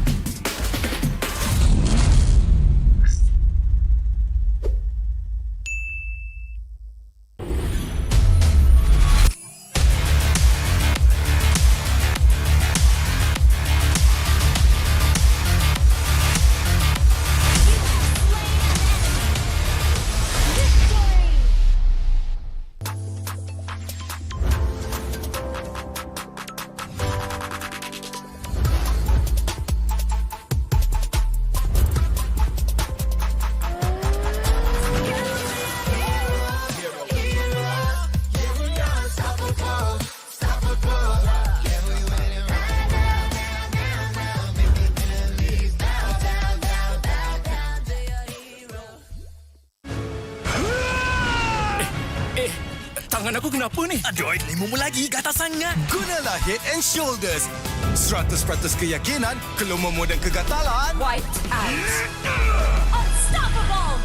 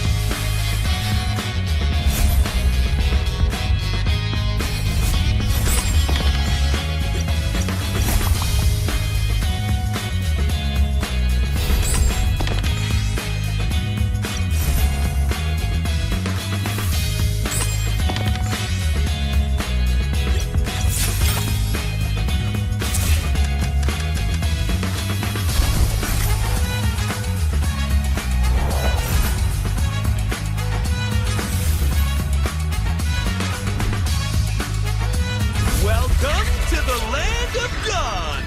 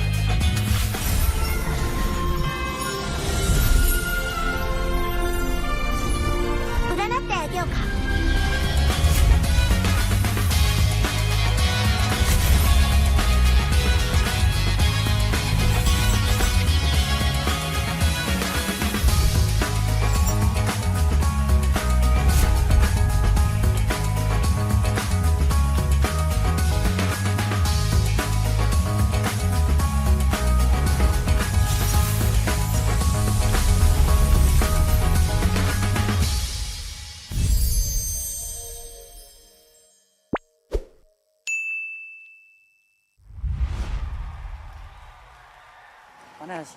Itulah, panas gila. Kau ada payung? Ada? Kau tak dengar ke Kagura selalu cakap? Sediakan hujan sebelum payung untuk M6. Hacik kau. Sediakan payung sebelum hujan. Oh, iya ke? Tapi apa kena mengena dengan M6? Apa kena dengan M6? Ha.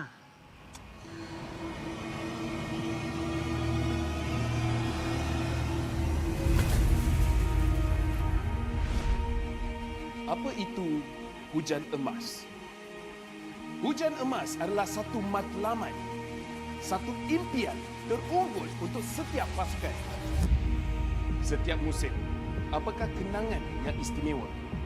Ia adalah ketika juara menjulang piala di bawah hujan emas. Ia juga menjulang dan membanggakan nama Malaysia di persada dunia. Seperti cuaca, musim baru datang dan pergi. Ia persis dengan MPL MY. Setiap pasukan dan pemain yang pernah menjejak kaki di MPL MY, mereka tidak pernah berputus asa. Setiap musim ada permulaannya. Juga permulaan baru untuk matlamat dan impian bagi pemain kita. Musim cuaca datang dan pergi, tapi ia tidak akan mengubah sejarah pemain kita. Dengan harapan musim hadapan yang cerah adalah satu pemangkin semangat bagi pasukan yang bertarung.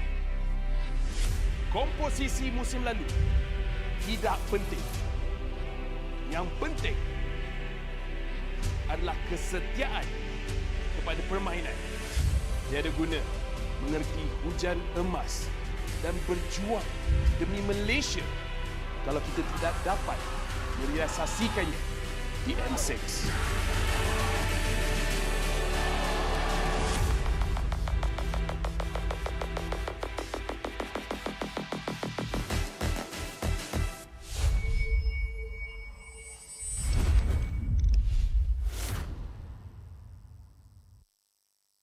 Okay, so kita orang dari Todak, kita orang hari ni akan main Fast Hero Challenge. So challenge ni, diorang dua akan lawan. Siapa yang cakap hero paling banyak So yang tak tahu tu akan kalah. Okay, so kita akan start. Arlot, San, Almond, Idora, Barat, Dana, Carmilla, Kagura, Yin, Rock, Gift, Zaz, Lundo.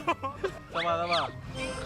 Tu, Idora. Aku dah sebut. Lilia. Okay, selamat. Okay. Penny, Gatot Kaca, Ling, Julian, Krill, 3, 2, Ruby, Ilos, 3, Estes, 2, Valerie, Rafaela, Digi, Laurin, 2, Lunok dah. Dah. Dah. Apa Okay, so pemenang untuk Fast Hero Challenge ialah Momo. Sebab tadi Zaim saya saja jibet dia bagi kalah. Itu je lah. So Zaim, memandangkan kau kalah, aku nak bagi kau punishment. Boleh. So punishment ni kau kena sapu lah semua ni. Satu arena. Satu arena ni kau kena sapu. Boleh? Sapu sekarang tak? Okay.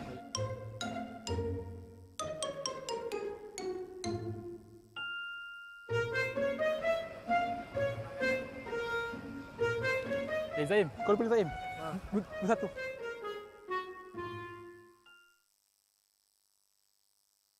Hey guys, this is Rose dan sekarang ni saya bersama dengan SRG untuk main game Siapa Dalam Team. So, on my hand, kita ada a series of questions and bila I tanya tu, korang point and then cakaplah kenapa orang tu paling dalam team. So, siapa dalam team paling kelakar? Yums. Why Yums? So loud. So loud, wow. Bising, wow. So cutesy. So demure. Overload. Who likes to do weird things in the team? Weird. Innocent, what do you do? Nothing, I just play. Dia buat apa? Sorry, personal. Who's in the team that's most fierce? Garang. Yo, stop. Coach, okay. Coach paling garang. Who sleeps the longest? Yum. Alat, The yum. longest. This one, I can agree, gorgeous. Who eats the most? What do you like to eat? Rice, cereal. Wow. One pack, one day. One pack, one day. Who in the team is always late? Segis. Why? Because they always wake up late to the training. Sometimes. Segis number 1.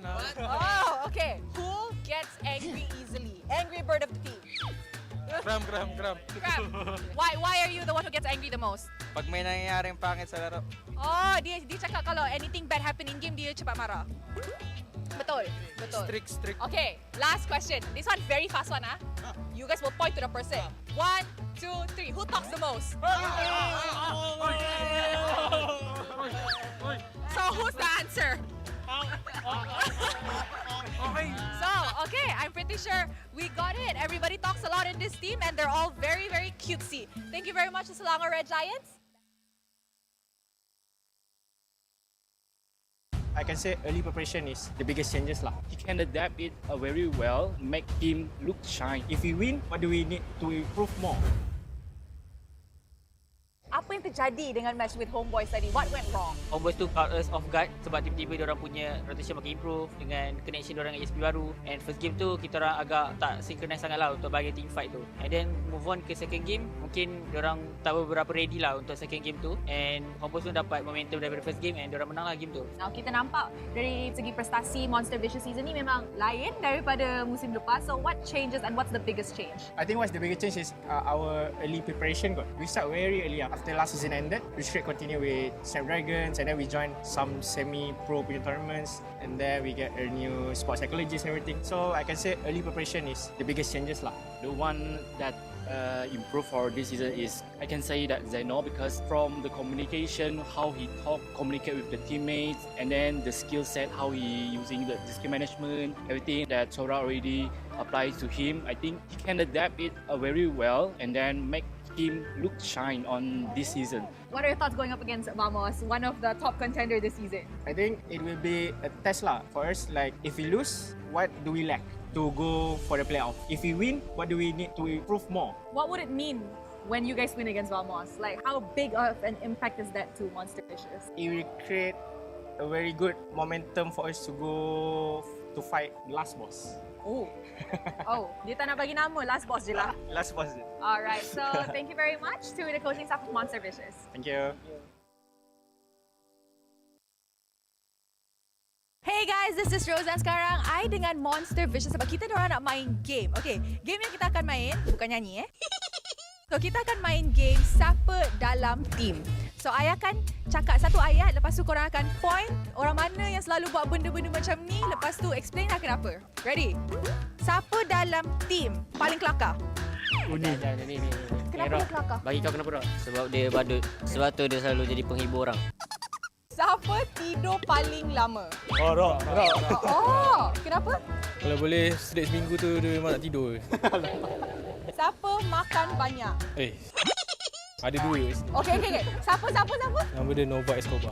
Dengan? Uni. Soalnya kalau makanan tak habis kat je tu, semua dia orang yang habiskan. Siapa cepat marah? Cepat koyak? Amak. Sebab dia budak baru. So dia marah sini lah? Siapa yang daydream banyak? Pak Tam. Zeno. Selalu? Dia banyak main game. Dia nak cakap. Dia selalu ten scream, dia suka termenung. Lepas tu dia lupa nak ban. Jangan buat ni dekat MPL. Alright, terima kasih kepada Monster Vicious.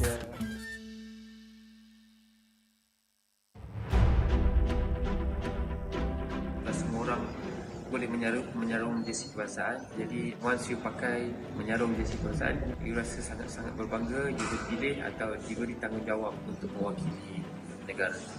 Perasaan bangga tu you tak terangkan dekat semua orang. Cuma feeling you pakai saja, once you pakai saja jersey tu, you akan rasa macam you want to give something to Malaysia. I think if you guys have any issues, so make sure lean on to each other, talk to each other as much as you can. I think just be proud because tak semua orang dapat this opportunity, and also kena ada that winning mentality, tak kisah pun dekat level mana you guys pergi, and jangan rasa takut, jangan rasa macam you guys are not good enough. Apapun, just ingat bila you guys enter the arena, just do your best and all the Malaysians will be behind you and supporting you guys. Saya tak ada nasihat, saya kagum dengan apa yang anda semua lakukan. You are all to me personal heroes because I grew up in a time where gaming was seen as a waste of time, but you prove otherwise. You put gaming and you put Malaysia on the world's map. I think you are at a better place to advise me. So again, I want to say thank you for being who you are. Thank you for fighting every day. Thank you for competing for Malaysia because it's something that I can never do. And I live vicariously through you bila I tengok atlet Malaysia compete because what you do is very, very amazing. And I wish you all the best. Deliver for Malaysia because wherever I am on the day when you win for Malaysia, I'll be proud to raise the Malaysian flag and play the negara. Tak kisah jago sukan apa jua, jagokan lagi dengan rangkaian 5G termantap dan tak pelik. Gaming sepantas kilat. Menang di Land of Dawn. Tukar ke Holling Prepaid 5G sekarang.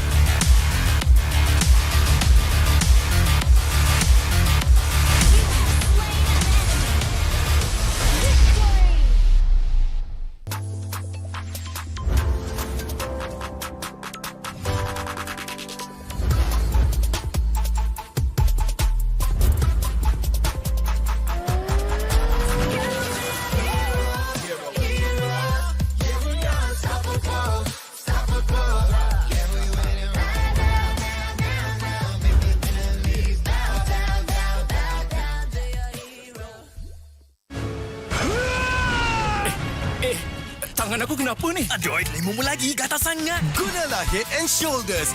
100% keyakinan, kelumamu dan kegatalan. White out. Unstoppable.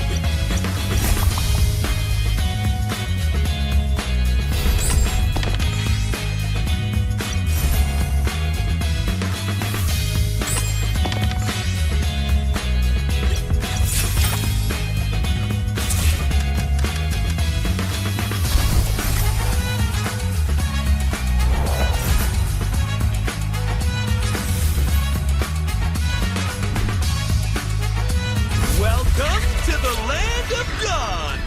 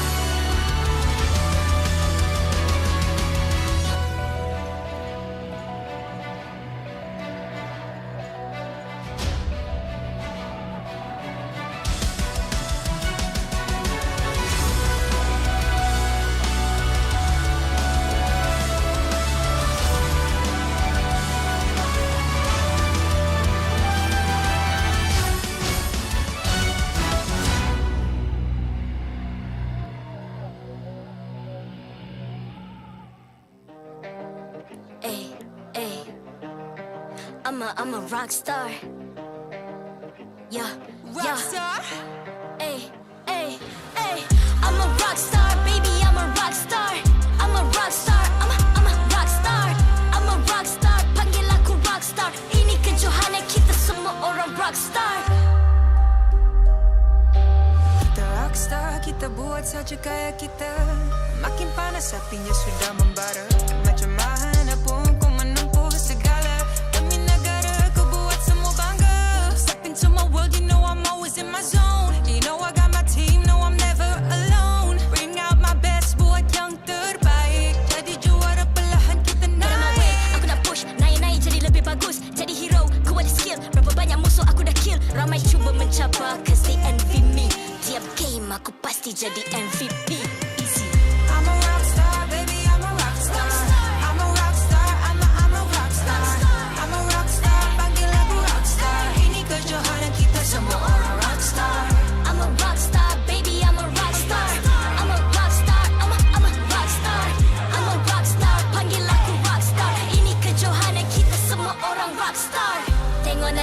siapa yang juara. Ni peluang kita bawa pulang piala. This is my game, this is my time. Menang semua, everything will be mine. Kalau jatuh kau pasti kembali. Bangun balik ku tegak berdiri. Kuatkanlah tenaga, ganjaran diperoleh. Ni kejohanan kita, Malaysia memang boleh. Rise up to the top, kita buat bersama. Semangat kita kuat di bawah satu bendera. I'ma go hard for the win.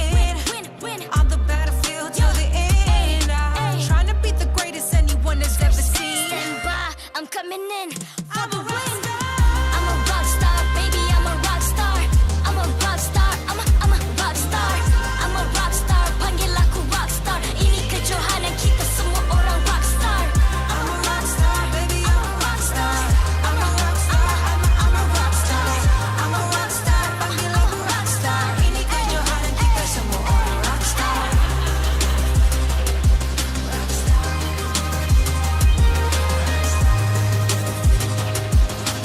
Ini kejohanan kita semua orang rockstar. I'm a rock star, baby, I'm a rock star. I'm a rock star, I'm a rock star. I'm a rock star, panggil aku rock star. Ini kejohanan kita semua orang rock star.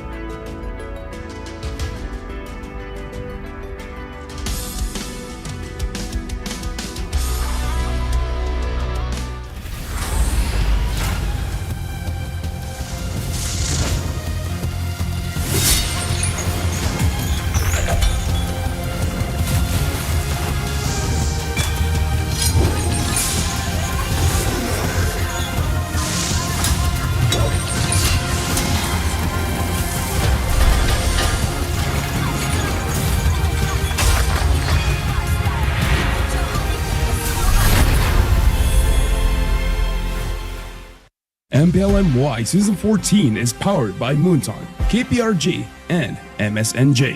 Official 5G mobile internet hotlink. Best 5G for lightning fast MLBB gaming. Official gaming phone ROG Phone 8, king of performance for mobile gaming. Official lifestyle fashion partner, up your game with JD Sports. And thank you to all our partners in esports and strategic partners. Welcome back to MPL Malaysia Season 14. It's Week 5, Day 3. And before we conclude this weekend, we have one more Best of 3 coming up. And it's a crucial one between Monster Vicious and Team Haq. My name is Husky. Alongside me is going to be the one and only Gideon Q. Now, honestly, MV has been looking a lot better after one of their abysmal weeks. They have recovered, but Team Haq, on the other hand, really, there's no getting out of that bottom two. So really, this is for seeding more than anything else. Because keep in mind that if you're in 9th place of the MPL MY, you will have to challenge off. You will have to challenge off the second place coming in from the MAL. So you could potentially lose your slot here at MPL MY. Yeah, but most importantly is you still want to get 9th slot because there's still at least a chance at redemption, right? A fighting opportunity.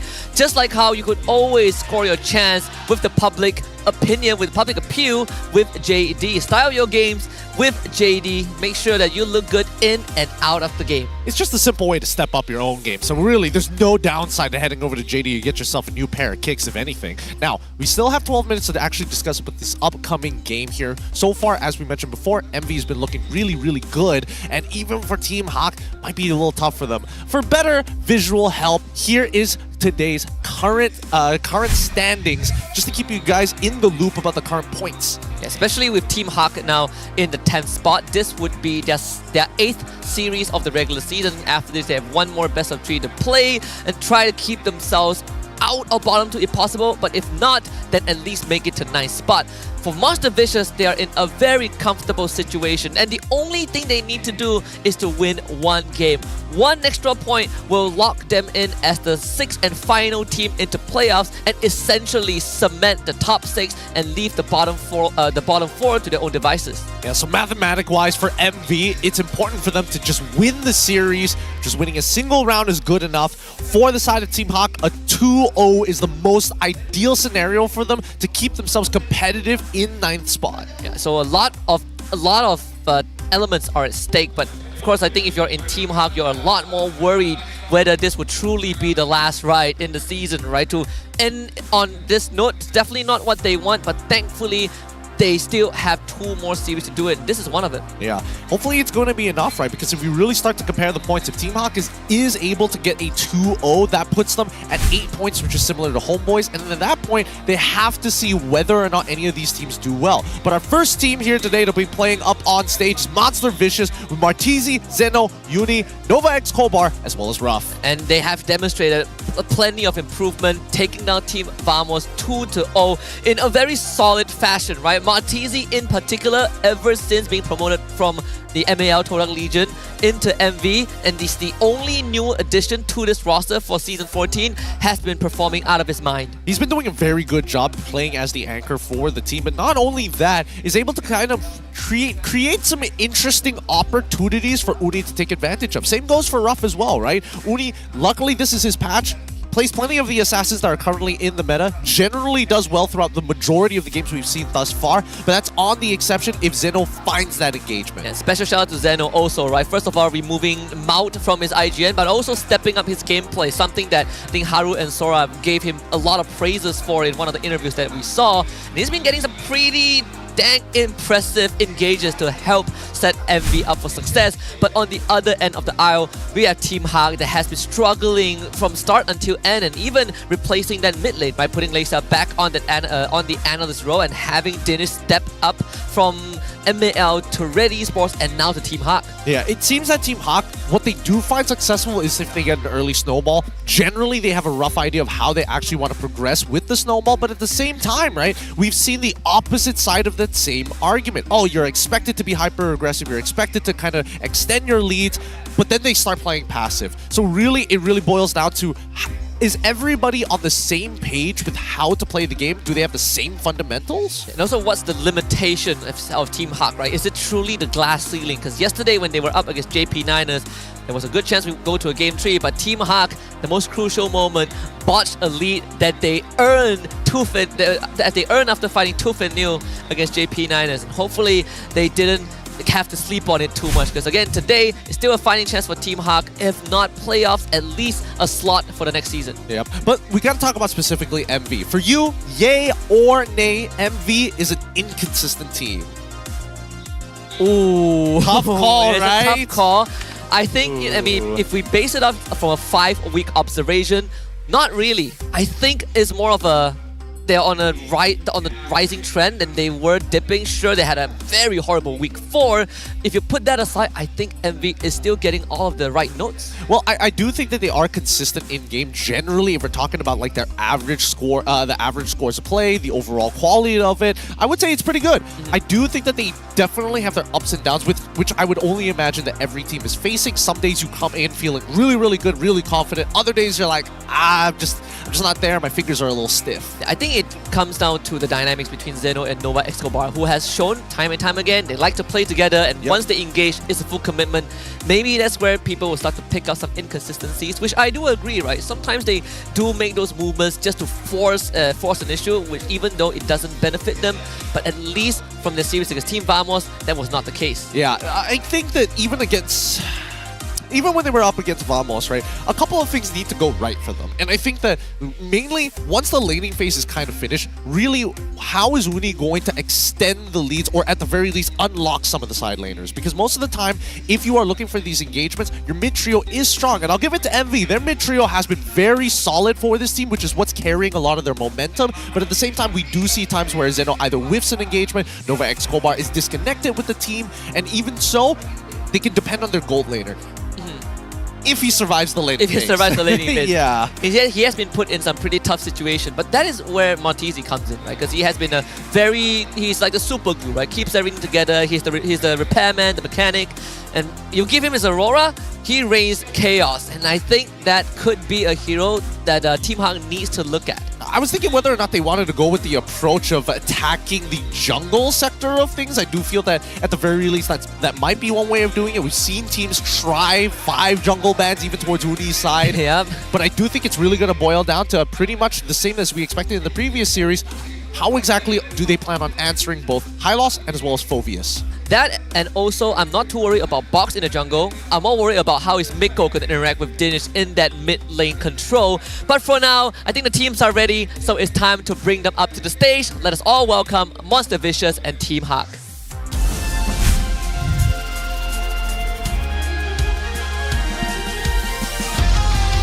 Monster Vicious. Fresh off a resounding victory against one of the league's top contenders, they are back to exert their dominance. Currently in 6th place and one step away from playoffs, they are hungry for more. With momentum on their side after defeating Vamos, nothing will slow them down. This is Monster Vicious.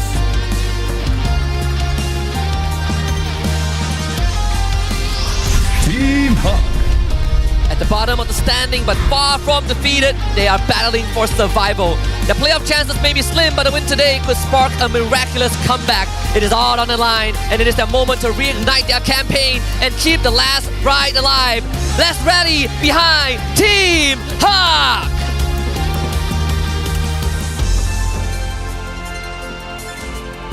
Introducing the coaches and analysts of the two teams and head of League Ops Franklin, who will ensure fair play and professional integrity in the matches. On the side of Monster Vicious, we got Sora and Haru, and for Ija Tojang and Lesia from the side of Team Haq. With that being said, let us keep it going with fist and bumps between the teams, a true sign of professionalism, because this is how we roll. Ini gaya kita. This is Malaysian sportsmanship. This is MPL Malaysia.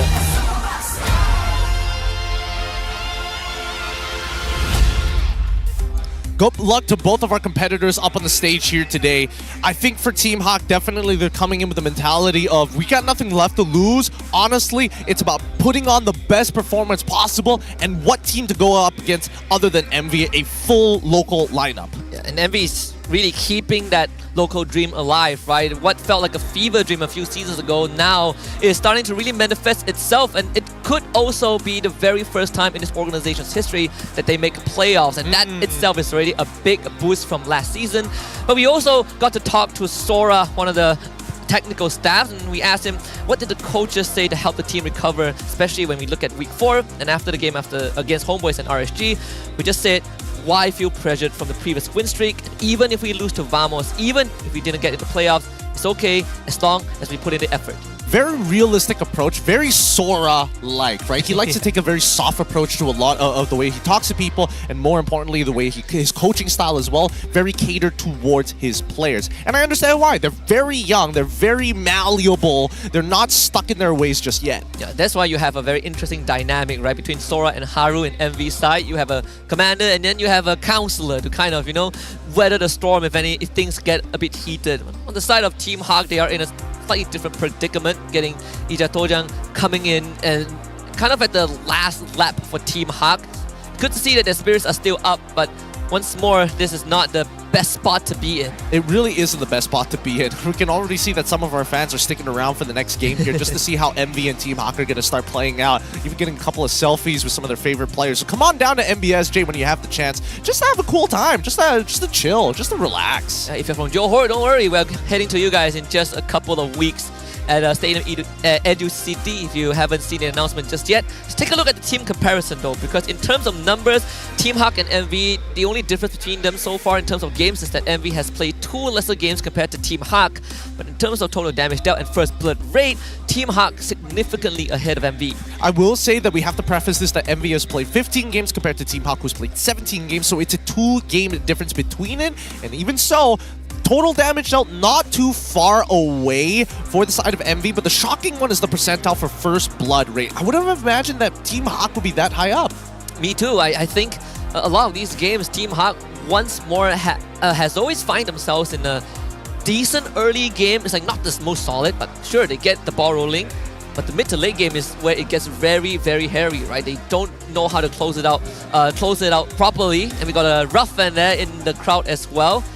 Well, this kid's grown up since I've seen him in the Todak days. Yeah, man, he's grown up so much. He's even getting, selfies, selfies with the right people. I mean, he's moving up in the world, and hopefully he can carry that momentum throughout this game, right? Because right now, when we look at both Team Haq as well as Envy, in terms of play styles, also very different. MV very much based on the chemistry, right? It gives me the early days, the very early iterations of SRG previously, before we got our superstar MSC champion lineup. I think for Team Haq, I can't even say it's a guaranteed playstyle. Yes, they like to kite back, but I much prefer the Team Haq where Miko is going for heavy engage rather than soft support. Yeah, it looks really good when the instincts pay off, right? Like Miko and Hesu, they have some very good reads. Yes. But sometimes it lands them in hot water. Now the question is, should Gato Kacha be banned in the first phase? And that has been a very popular question. It is the flavor of the week so far. Yeah, it has been extremely popular, especially when you're on blue side. We've seen a couple of first picks, other times it's been banned on red side too. Keep in mind that M6 is happening in Malaysia, greater than ever. Make sure you scan the QR code and redeem the code while you still can for some fun in-game items. But coming back to this, right? I think that Gatot is particularly useful, especially when you have not a lot of support for your anchor, right? To split the mage from the front line specifically. Not even the marksman, just the mage. You want a backline diver that can kind of draw that line, that clear line. I think Gato Kacha is a very good option. And it's a hero that Team Haq loves to pick up, so we'll see if that will be the case in this drafting phase. Game 1 about to kick off right now. We'll see MV on that blue side, Team Haq on red. All right, let's get right into it. With MV on blue side, they banned out Matilda as well as Harith. Team Haq holding priority on red side, banned out the chip. The real questions start to come through. MV on blue side are definitely going to be able to kind of dictate what the first pick is going to be. But Fanny banned out for the side of Team Haq. Okay, fair enough. They're still a little worried about Uni, but if they're worried about Fanny, they've also got to be worried about Ling. Yeah, this is something that I think Uni has diversified in terms of the pool, right? When you play a lot of Nolan, you can go for Hayabusa if you want. We've even seen, I think, the Julian every now and then. The Alpha will be banned out by Monster Vicious. Plenty of respect given over the box. Okay, all right. So instead of getting rid of the Gato, they instead get rid of the Alpha. And I think this is a good option coming in from MV at the very least. Some good research being done by Coach Harun as well as Sora, because with a Spear of Alpha plus Sky Guardian's Avatar, they're pretty interchangeable. They're very easy to combo together. As long as you're able to land that first initial CC, the follow-up becomes easy to do. Thankfully for MV, they can take Gatot if they truly want to. There's also the question of where is Phoveus, right? Is it going to get banned? Is the Hylos going to be banned out by Team Haq? In a pretty tough predicament, so they would settle for the Phoveus ban. Okay, Phoveus is totally fine. It does mean that it changes up what the first picks are going to be, right, in terms of priority. We have Gato, we have Hylos potentially, we even have a Cho for some of the teams. Gato going to be the first pick here. And even Miko, you can see his face just like, what?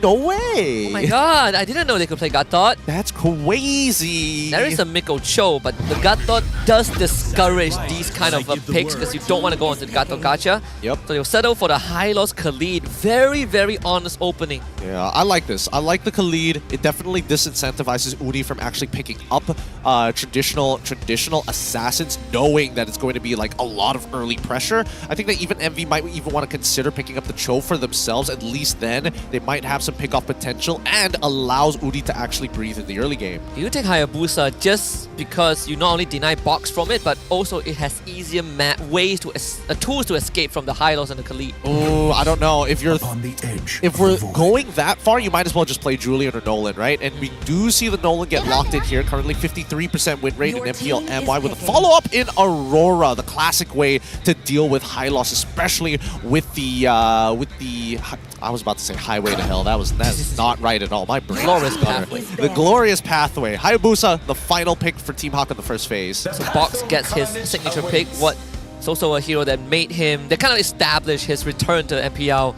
in the earlier weeks. So Team Haq and MV, they now will set up for the second phase, and we're going to shift our focus to the gold laners in particular. Plenty of choices left up on the field, barring the Harith, but I think Team Haq, they're going to start trying to get Panda a good lane. Yeah. I think Team Haq, they always lean into Panda. They always need to make sure that he has a winning matchup of his own. Considering that, 1-1 has been pretty popular this week because of Gato Kacha, we're expecting a ban from the side of MV towards it. If not, I think that Team Haq may have a solution. They're starting it off by banning out the Arlet also, which is very understandable. If I want to run in a straight line, I don't want to be swept off course. It will be a Nathan banned by MV. Okay. They have plenty of physical damage. MV is trying to make sure that Team Haq doesn't necessarily diversify their damage, right? This could mean that Panda might just pick up Lunox, right? That has been another hot pick that's been coming in recently. Yeah, I've seen some mixed results. Lunox was picked twice today. Once by Chico guys and once by Lo Liao. Obviously, Lo Liao's that one didn't go that well, but more of a team matchup problem. So if they ban out the Arlo, is Ruby now an issue? Something that they worry about? Tough call, but I think you might be right. CC instead. All right, this is a clear indication of where this high loss might potentially be going here, or it could just be like Ija Ojang going with a big brain play, right? Because if you're banning out CC, you're saying, hey, high loss is gonna go into the EXP lane, and MV is like, but you have Khalid. Khalid can go roam, but is it necessary? Is it better than high loss? I don't think so. I mean, CC does do decent into both of them, I guess. I know it does decent into the highlights because the highlights can never get on top of you. Khalid, it's a bit more up in the air if he gets the trade with a concussive blast, but still, right? You get the war axe in the lane, just basically balances out. Or even just the Thunderbelt, right? Yeah, that alone. Thunderbelt, get a Dawn Ice, and you're pretty much good to go. And now we see the final ban being Vexana. Kind of interesting to see it on MV's side, but I guess it kind of makes sense, right? You have the Khalid that's already coming with some big AoE with the Raging Sandstorm, high loss to help everybody close the distance, and then if you add the Vexana on top of it, anybody who does get locked down is going to stay locked down. And also they want to pry into Denish's hero pool, because yesterday he played Vexana and he played a pretty nasty Vexana game. So let's see what else he has now that there's no Aurora, no Vexana, there's Valentina left up, and we have seen Warlord pull out the example, right? You got Aurora, I take Valentina, now we both have an ult that prevents dives. Yeah, and Valentina also does pretty well into Gatot too. Ooh, Farmis, this one's a little risky, right? Because you want to stay mobile, but you also don't want everybody to fall victim to the Sky Guardian avatar. When they say run it down, this is the true definition of just full committing. But you're right, there's so many things the Team Haq needs to worry about, especially the layering on how they get these engages off. But then again, once the Hylos uses his ult, it's a sign of commitment, and you don't really have too much wiggle room to be like, I'll way out the ult and then I'll go in. Yeah, that's fair. That is fair. I don't know. I'm also thinking of whether or not... No, there's not enough projectiles to even consider Lolita's Numenor Blast as a disengage tool.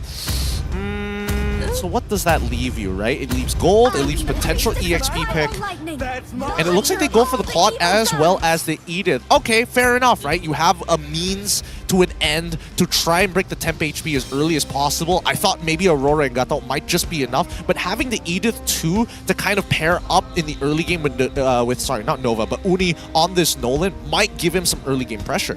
That, and also if they want to catch the Claude, if Box cannot find Ruff alone, everyone else actually cannot catch him, right? He DMIs, he's probably going to take the Purify, and if he's daring enough, he'll probably take Sprint to add on to that mobility. So Bruno will be the response from Team Haq. Alright, so they wanted a lane bully, they got the lane bully that they wanted. I'm thinking whether or not Moskov might have been better in this particular scenario, but just the raw burst coming in from Bruno should be enough. Not to mention that they have plenty of damage with both Khalid as well as Hayabusa.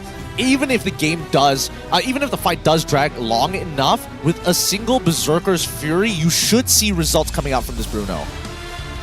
Does it mean that Team Haq, they don't want to wait until the late game? They want to be able to fight as soon as possible? I think they do. I think they absolutely need to. Like, Panda needs to win his lane against Ruff, and more importantly, we need to make sure that the mid lane trio stays in place for the side of MV, because that is their main spearhead. Nova X Kobar as well as Martizi like to roam around. Whether it's a Ruff side or Zeno side, it's going to be tough to tell. We'll see when Nuni starts which buff, which side of the map he starts for which buff he needs. The fight for survival begins right now, at least for Team Haq. For Monster Vicious, 1 point is the bare minimum, and 1 point is all they need to qualify for playoffs. Game 1 kicking off right now with Monster Vicious on blue side and Team Haq on red. Alright, let's jump straight into it. It looks like an early engagement on the top side, an early cheese, as a matter of fact, for Zeno as well as Nova X Cobart against Hesu to deter him from an early gank.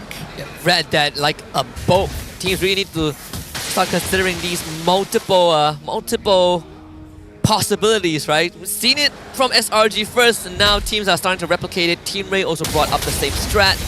And I like the fact that Monster Vicious are well prepared for it. Yeah, no, that's the thing. I think most people tend to forget that in the early game, especially if you're getting jungle invaded, you take extra damage. And not to mention, there's only 2 main entry points into the into the purple side of the jungle and even the orange side of the jungle. We did say before the game started that we are looking at this mid duo, mid trio. How is Miko and Dinesh going to interact with Martizi Nova, who has been solid all season round? Even Zeno now holding that wave underneath his own turret. It's gonna make sure that he doesn't get bullied. Yeah, hold Jesus hostage. Yes. Keep him in that lane. He needs the EXP, he needs the gold. So as long as Zeno keeps him there, the rest of MV can put some good work down on the opposite side of the map, where we do see that Dato is hanging around. Easy tried to bait. Miko isn't the guy that Uni wants. But he's gonna sure as heck try revitalize forced out for Miko. Okay, that's not bad. Getting the revitalize this early on, especially with the upcoming neutral objective about to spawn as well. 65 seconds. First timing is coming at... Okay. So Miko, if he does get hit by the Skyguardian's avatar, he might not necessarily save the rest of his team members. We'll have to rely on Dinesh for the time being. And with Martizi showing up to the lane, now they both will hit 4. That waves gets shoved straight underneath the turret, and Hesu will have to deal with it, allowing MV to reach the turtle first. Right now, Miko needs to understand that he's pretty indestructible when he has the Revitalize, but now that he doesn't, and doesn't have level 4 as well, he cannot deal with more than 2 people. Let's see what the thought process is going to be. Hesu, he's looking for the right time to go right in, and Martizi is going to lay out the blanket of ice. Then around use Gato Gacha out committed as well as Hesu takes the turtle away. Glorious Pathway comes back up in time for Miko as he hits level 4. Team Haq disengages with the objective. That actually worked out really well for the side of Team Haq, surprisingly enough. They landed all of their abilities, but they don't have enough stats to get through the temp HP in an efficient matter of time. Looking down towards the bot lane, it seems like Panda has been able to generate a bit of a lead for himself in terms of EXP. Not too sure who took the River Crabs at that point of time, but let's just assume that right now Ruff has missed out 2 minions. That and on top of the turtle XP, so Panda gets a very minor edge, and waiting for that first item to really see him put the pedal on the metal to kind of bully Ruff. For now, I think that Ruff needs to set up a freeze towards his side of the map, but Bruno not making it easy. Oh, that's a carpet. The Martizi will be jumped on by Hesu. Turns around with his own ultimate. Ruff joins the fight. Team Haq wouldn't be able to get too much out of this. Okay, good call. Good call coming in from MV. They knew that Team Haq was eventually going to gather through the mid lane, so they made sure that at least for Ruff, he takes his BMI back before he walks up too far. He did get Martizi's flicker out, so that is also resources that Monster Vicious would have loved to keep. Miko showing up to the bot side. It frees up some space for Panda to work with. Alright, 41 more seconds until we do see... 41 more seconds until we do see the next neutral objective spawn. Panda opting to go for the Haas Claw, a much safer option rather than Berserker's Fury as your first item, and still allows you to trade pretty effectively, and sometimes even winning out trades that you don't expect to win because of the crit. Yeah, sometimes you kind of spin the slot machine, right? You get that passive up, you get a couple of crits, you just win, and it gives you extra attack speed. Haas Claw right now is just a bit too good, you know, for the price. For what it's priced at. I mean, it's cost efficient, but it doesn't naturally increase your attack damage, right? But with Bruno, you don't really care about it just yet. I get crit anyway. Yeah, he already has an empowered auto with the soccer ball, so yeah, it's something that you just have to survive through in the early game. For now, Team Haq don't seem to be very proactive on the map, right? It's just man-to-man defense on the river line. Something that I can't appreciate. Maybe they will finally find Martizi. He still has his passive. And attempt to save by Nova Escobar. Martizi doesn't even have to use that block of ice to save himself. Box has got to be furious. He's got to be like, I wish I took a lethal ignition instead of Warcry right now. Still has the Ogi Shadow kill, and without Martizi in, this will not be a contest for MV at all. So Team Haq will get the second turtle. Zeno might not be that safe. His jumped on will have to flicker. He's going to be able to get out of there, no problem. Stun coming in from Miko. This might be an initial dive. It's the Primal Rav, not even getting off in time for his blood. Box right now will finally finish what he started. That's the passive off of Martizi. Unfortunate indeed, but look at this quick little lane swap here, right? With bottom side already missing a tier 1 and Hesu actually going there to cover it, we see that at least for Panda's side, he's able to find a turret of his own. With Ruff playing a very dangerous game right there. We'll have to give up that mid wave, force a recall. The Panda already made a lane swap, right? Top tier 1 went down in the middle of all of that. Now, all they need is to get bottom tier 1. And I think that Monster Vicious, they're positioning for it, right? They want to keep control over mid and as well as bot side of the map just to allow Ruff to kind of scale back into this game. These neutral objectives are a little hard to contest at the same time, so I think that Monster Vicious are looking to cut off rotational pass from Team Haq when they do decide to move there. I think this slower pace game does feel a bit better for Team Haq as they give themselves enough time to rack up that power level. And like you said, Miko is pretty impregnable with the Revitalize. And this is without it. It only gets stronger from this point onwards, and Panda is having a great time. Berserker's Fury done. Nicely done. Oh, is there no follow-up on that one? Luckily, there isn't. Martisi not even dropping the blanket as well. So again, that was definitely an opportunity to follow up from Nova, maybe even lose out on his Revitalize. Could have gotten out with Sky Guardian's Avatar, but I guess there was no guarantee on the kill, especially since Martisi hasn't even completed his second item. Box just got his Sky Piercer. This is where I am starting. I have a bit of expectations for Team Haq to try and speed it up a little bit. Like get Box ahead, you get Panda ahead. Either way would be beneficial to put pressure on MV as the game goes a bit into that mid side. Well, Escobar will use his Revitalize and the Sky Guardian's Avatar just to get out. Okay, worth it. Again, didn't have to commit too many ults here, just positioning plays. Zeno is in a very weird spot. Miko actually goes down. Despite having Revitalize, Hesu is going to dunk on three of them with the sand. But again, third turtle for Team Haq. Okay, worth it, right? Again, most people tend to forget that there is a bit of splash damage when you go into that Primal Wrath. Then again, Miko willing to sacrifice his life so that they can secure this neutral objective. Works out for Team Haq regardless. Oh, look at the difference. Panda is a level ahead of Ruff. But I wonder what the net worth difference is. I do know that Panda has not really been pressured for the first 7 minutes of the game, but you can't say the same for Ruff, right? He's forced to lane swap. Has to worry about Box as well. Nova being stunned up by the Law and Order. And the order is he's not getting out of this one, so Nova will just be forced to fight. Oh! Vitalize laid down, but Panda, he's just gonna slay Nova. Escobar Hesu will just full commit to the back, taken out by Uni, but it is worth it. Zeno falls, Team Haq finds 2. Okay, Team Haq finding 2, and now they're gonna have to quicken up the pace. If they can crack open this mid-tier 1, that'd be ideal, but Martisi and Uni aren't gonna let that happen for free. With that being said, Box with a clear lead against, well, I would say it would have been clearer earlier, but Uni did find a trade back there. So now the level lead not as big as it used to be, and at least for Box he gets his purple buff. Even in terms of level, Box is also ahead. Didn't get any Sky Piercer stack though, wasn't really involved with the earlier fight. And Miko will see this purple buff being taken, info relayed over to the rest of his team. Even Box is gonna shove out that bottom lane. That's a full team rotation from MV. Yeah, let's look at the in-game items real quick before they start collapsing on each other, right? Because it's only an 924 to 813 gold difference between Ruff and as well as Panda. Currently, Panda with 2 complete items.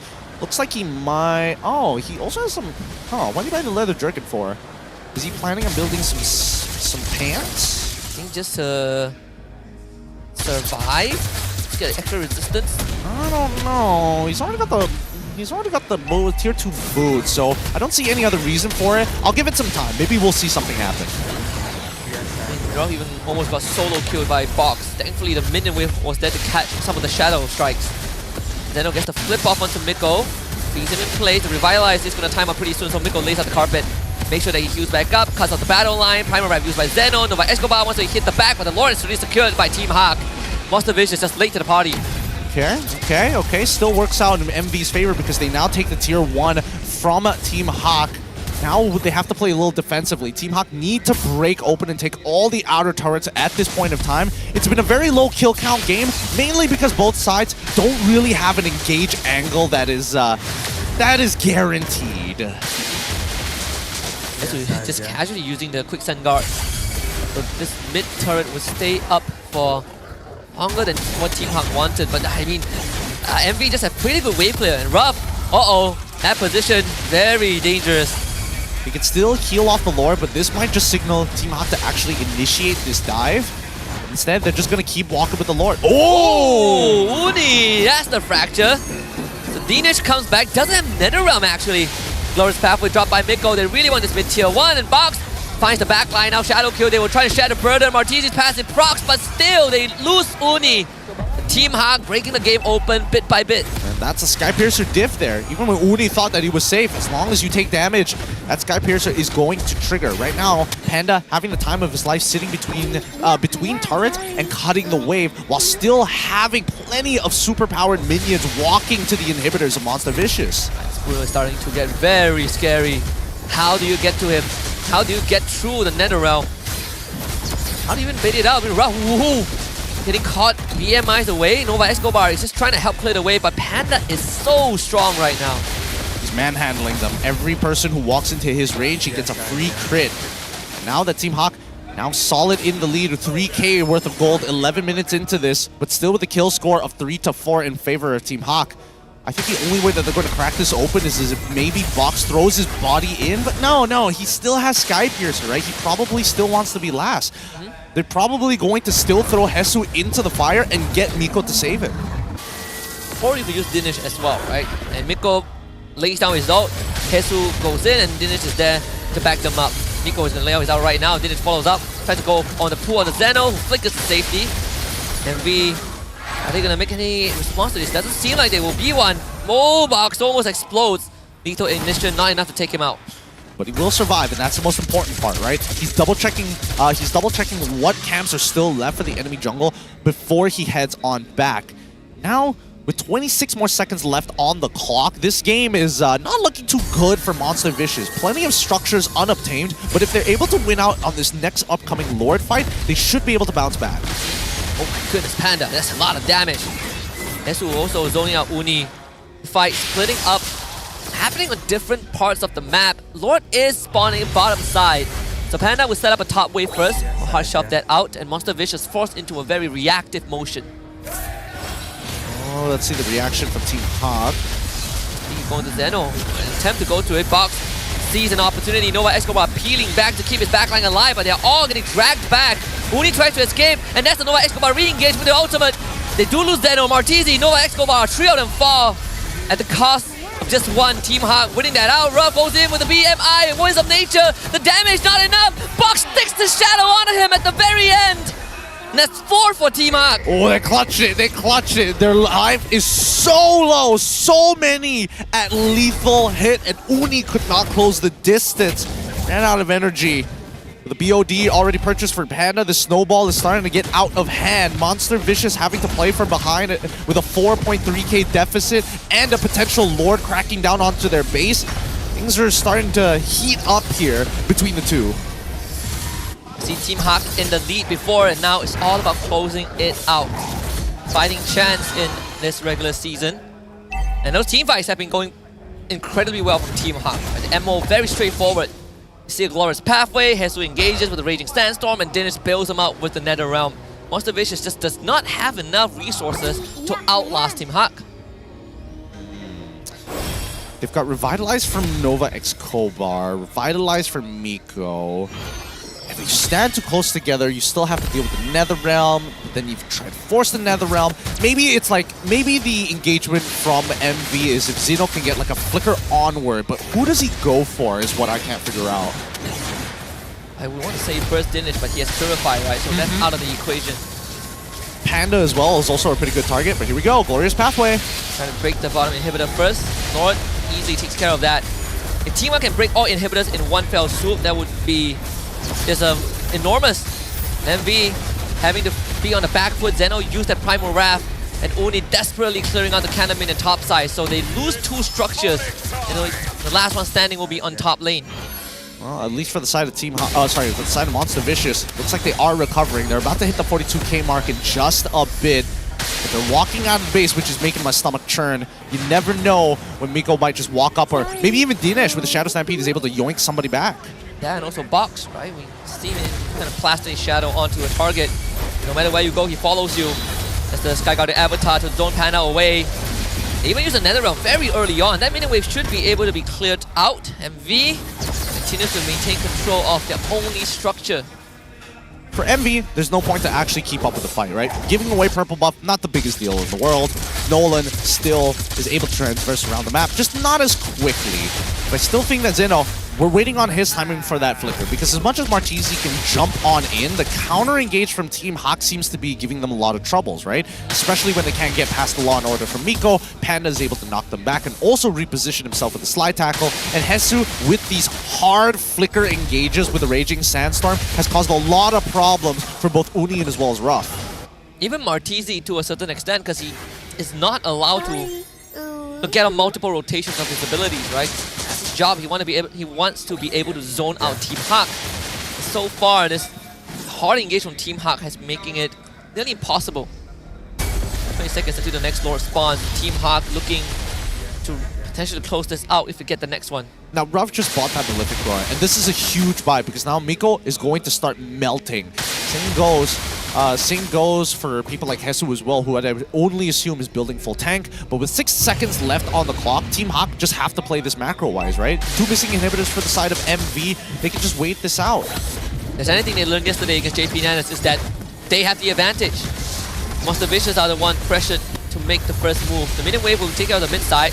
Instantly engages on Zeno. That's a primal wrap gone. Nova Escobar looks for Panda. Keep him away for as long as possible. Ruff is going to be the center of attention. That's Wisdom Nature out. Ogi Shadow Kill. Ooh. And Hestu flickers to the back to find Ruff. And that's the money out right there. Team Haq drowning MV in a sandstorm. And Dinesh will not let Martisi get away. Hestu on top of him. That is going to be 4 dead and Uni going down. Team Haq with a wipeout. And game number 1 will be locked in. Survival chances still there. All right, they're still in it to win it. A slow, almost passive game, but some great decisions being made for the side of Team Haq. If you're not going to take the space, by all means, we're happy with that. To drag this until you choke on it. Man, that Khalid, super oppressive, so much coverage. Maybe the honest opening with the Khalid high loss was kind of the recipe for Team Haq, right? Less technical, a lot more straightforward, but has all the ingredients to make a team fight work. Despite having all the ingredients though, I will say that at least for the side of MV, they didn't really find opportunities to get back at them, right? We did see a couple of trades, but inevitably we're not seeing them hard engage onto MV's side. Yeah, I feel like it's the threat of the Khalid and the high loss that really is stopping MV from making these moves, because they, I think they have attempted, or at least attempted to respond to the engages from Team Haq, but the backlines were not able to hold their own, right? And maybe that was a major deterrent for MV. You take a look at the highlights as well. Box getting the MVP and of all heroes on his signature. Yup. And he plays a mean Hayabusa mainly because he's pretty accurate with the shadows overall, right? But then when we see how this game actually played out, I feel like MV definitely could attack the opposite sides of the map. I mean, they already planned on doing that, and yet we didn't see enough of it actually successful. As much as Martisi is able to leave that lane first, it inevitably just didn't matter because there wasn't enough follow-up, especially when it came down to the 2v1s. This one, that's a highlight moment. One of the players of the day is for sure by Box. Just incredible mastery, and also Hesu. The hard dives with this Khalid, especially with Flicker available. It's just some menace. But we gotta give it to Box. One of the returning junglers to the scene. Getting some love from his teammates as well. I mean, very well deserving. Well deserving indeed. It's good to see that Box is back on that MVP list. It's been quite some time since we've seen him there, but even so, his Hayabusa should be feared. I do like the fact that he does take the War Cry. Generally, Hayabusas with War Cries are my favorites. The Lethal Ignition is very... I don't want to say that it's bad because it isn't. The burst damage is good, but I just feel like generally, you already do so much, you don't need the extra little half. I think how I look at it is also Warcry increases the damage dealt for the next few seconds, right?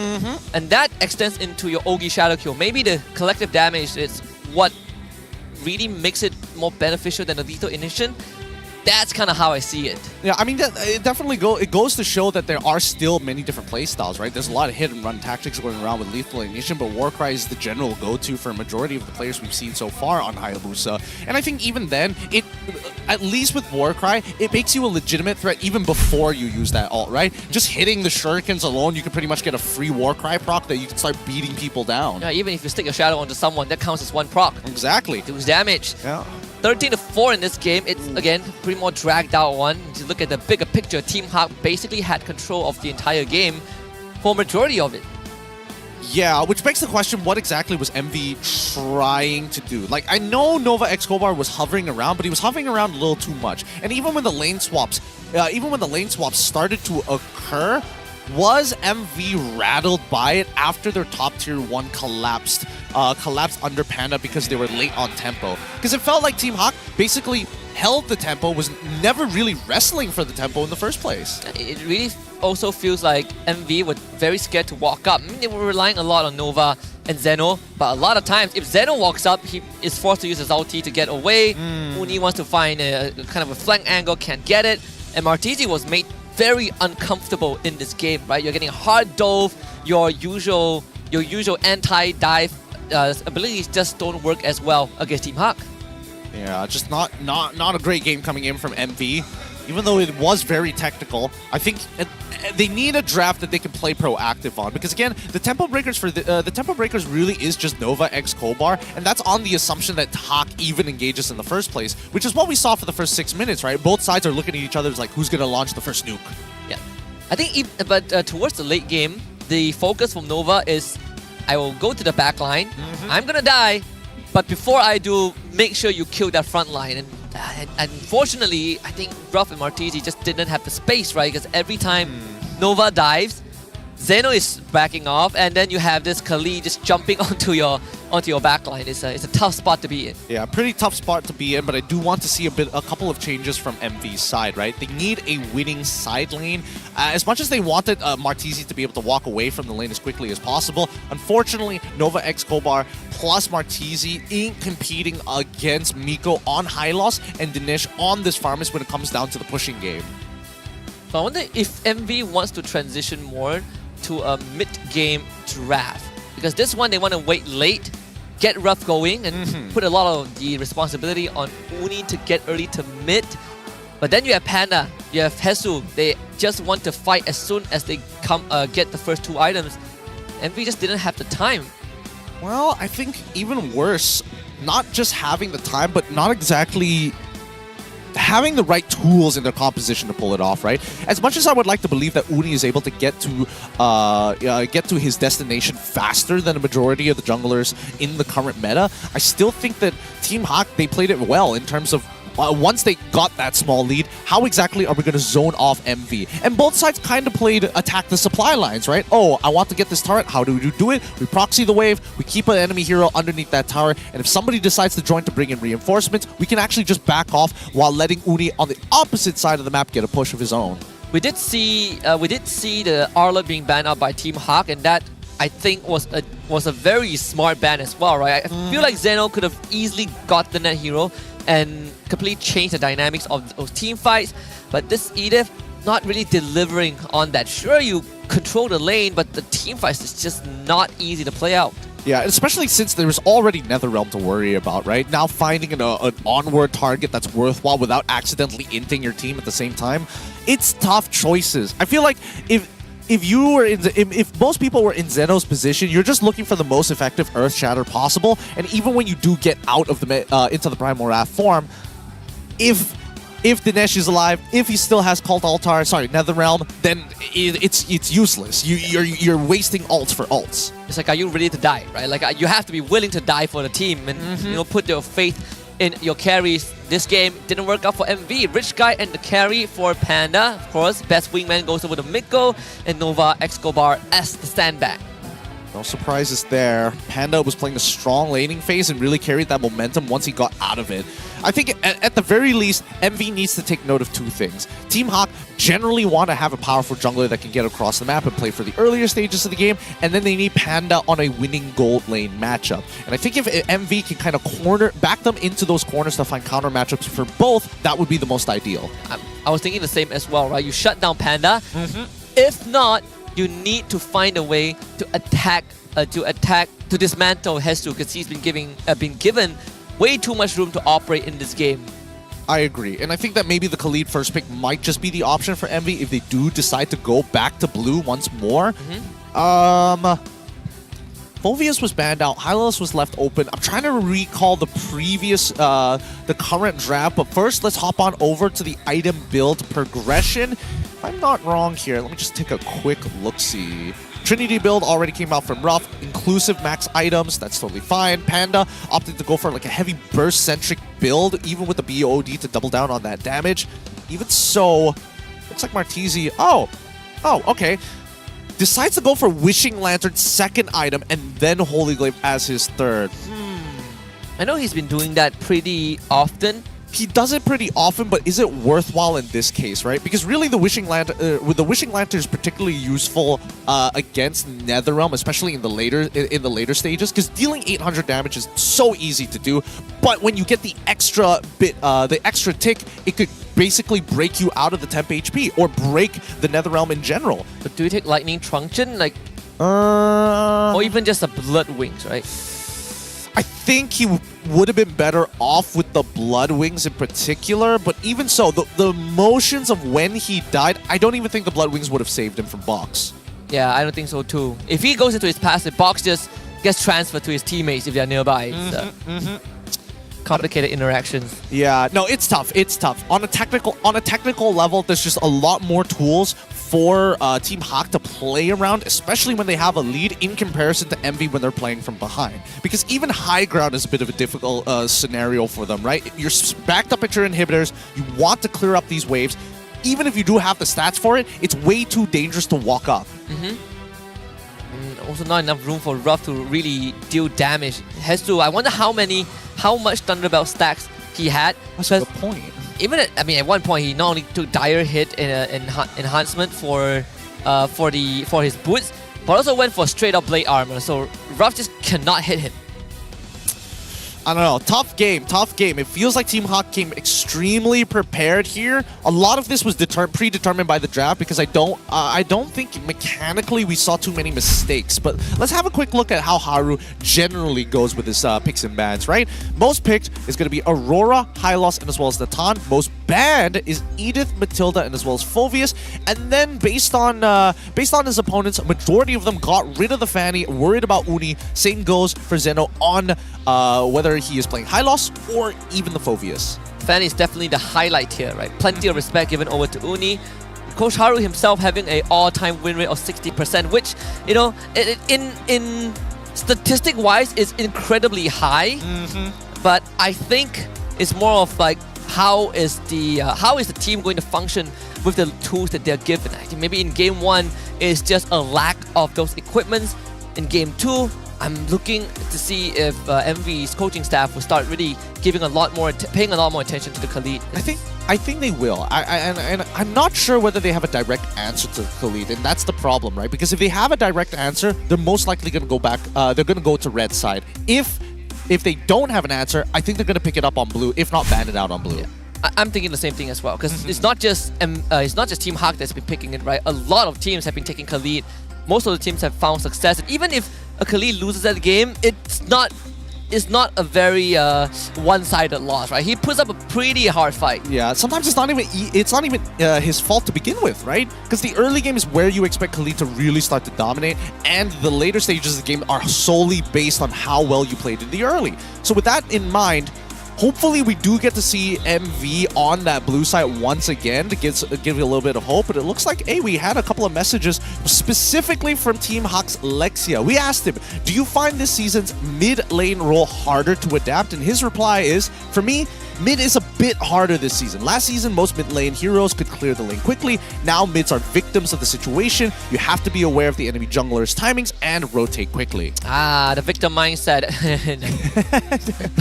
But I agree, right? The mid lane dynamic has really shifted because roamers have been putting a lot more attention on that mid side. We see how mid and roam kind of interacts, and sometimes you pull the jungler into the mix as well. It's a game of chess, and I think it has also been a big influence on how teams are able to generate that early advantage.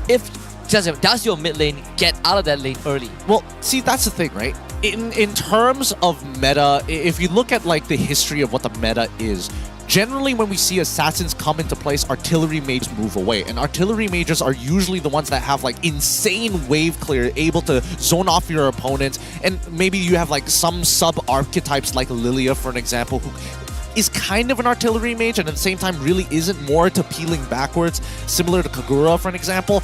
But now that assassins are so prevalent, mid laners suffer a lot. Yep. And the one of the premier ones just got nerfed. Thank you, Muntan. Thanks, Muntan. That's it. Oh. Could have had Zas. We could have had Zas. I'm actually glad that the Zask nerfs did eventually hit. But I think it's time. We're gonna go into game number 2's drafting phase. Gonna see how these teams are gonna arm themselves as they head into the land of Dawn here. Hopefully we have a probable solution to this Khalid. If not, answer it directly with the Banhammer. MV back on the blue side, Team Haq on red again. And MV is in a very unique situation because they essentially have 9 lives, right? Even if today kind of goes down the gutter, they have, I think, 1 or 2 more series to come. And again, a point is all they need. So Fanny banned out again by Team Haq. Plenty of respect towards MV. MV sticking with the same bans as well, with the Harith. Yep, I would only imagine that either this next ban is going to be Khalid. If not, okay, that's high loss. That's fine with me. It looks like MV wants to first pick Khalid. Is it worth giving the Khalid over and to do with taking Khalid and giving Phoveus? Taking Khalid, giving Phoveus. It depends. It depends on what red side is going to do here, right? Because Team Haq must decide what this first pick is going to be. And I think that MV, in terms of their openers, even if, let's say, they get rid of the Khalid and force, and then at least MV, they can pick up Phoveus. Let's assume that maybe the Fanny wasn't banned out and they got rid of both Phoveus as well as the Khalid.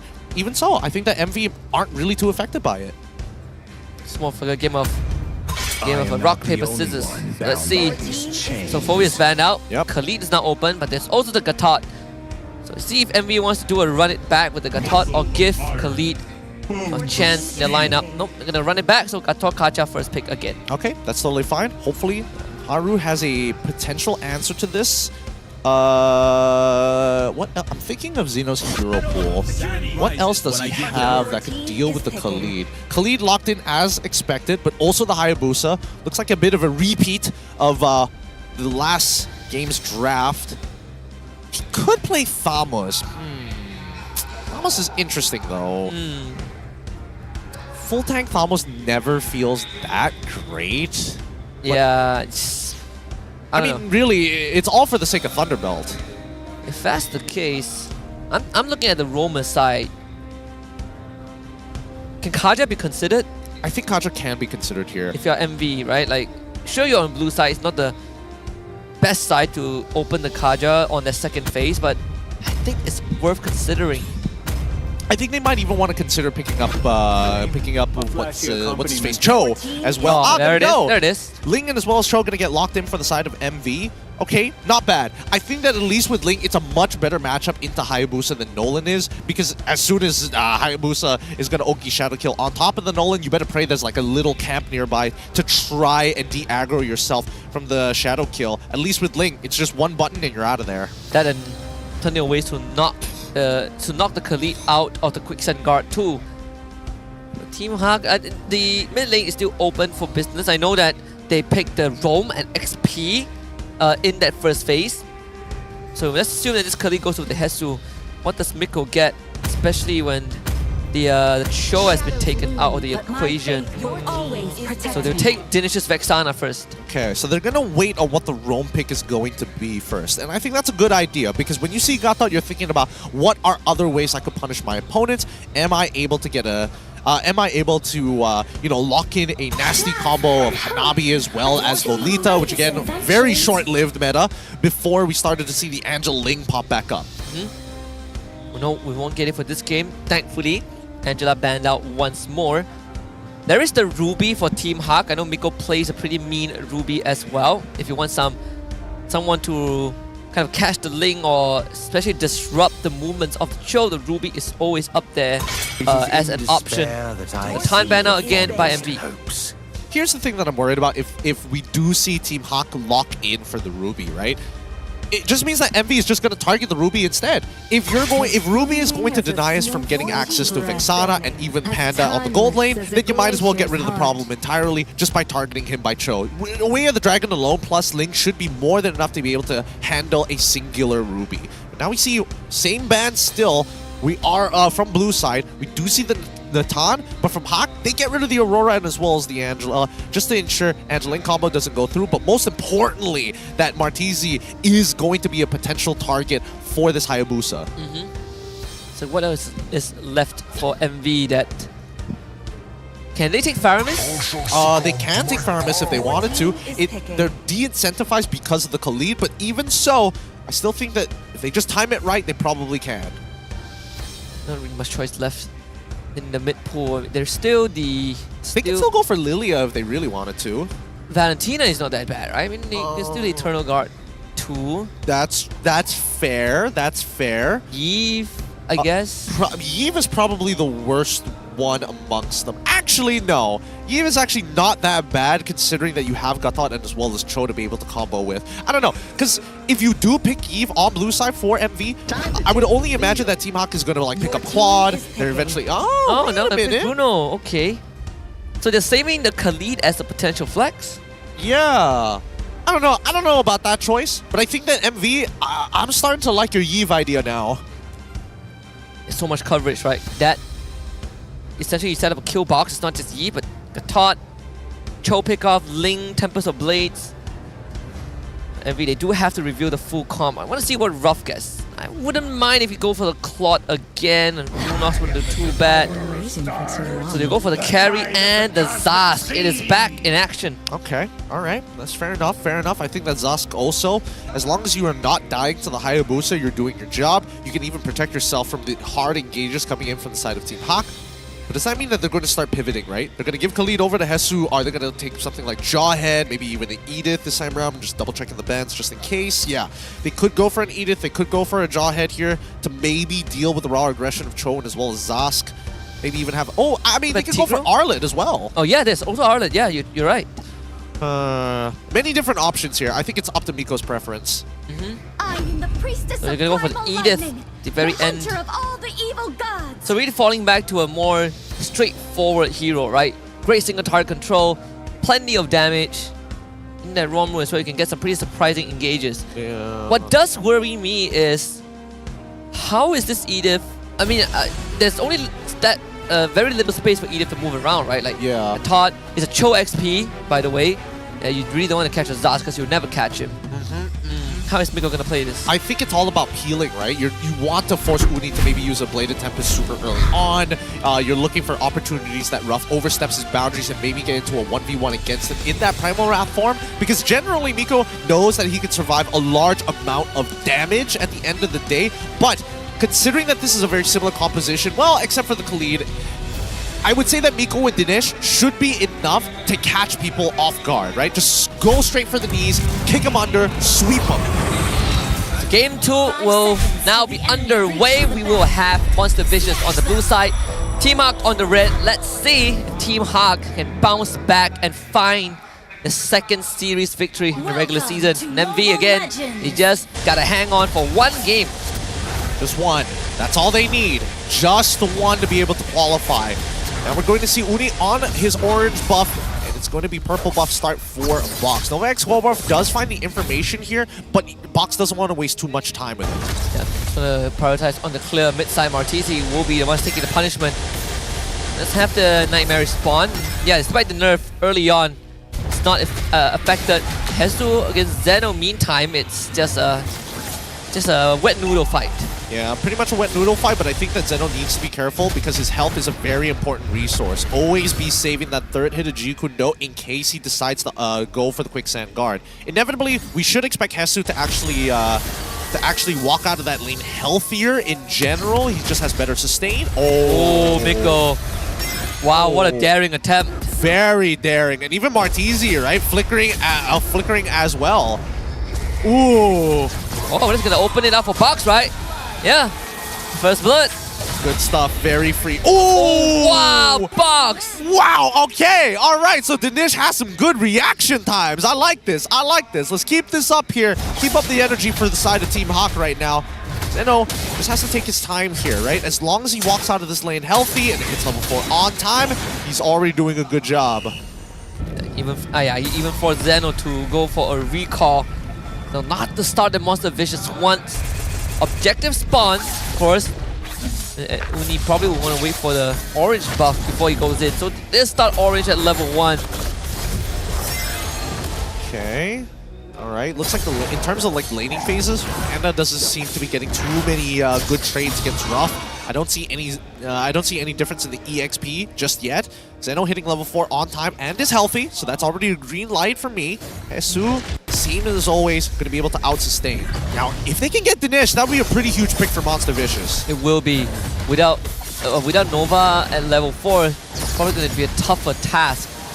Miko is very close to the 4 though, and again, the Terror 5 on Dinesh is so accurate. They lose the turtle over to Monster Vicious, but now Monster Vicious has all the resources in the world to fight. Dinesh just tries to help his teammate, but the stun from Martizi gives another kill over to Monster Vicious. Jikundo knockup, Hesu falls, double kill for Uni, 3 for MV. Nicely played by Monster Vicious. They know they can overwhelm Team Haq by attacking them from every single angle.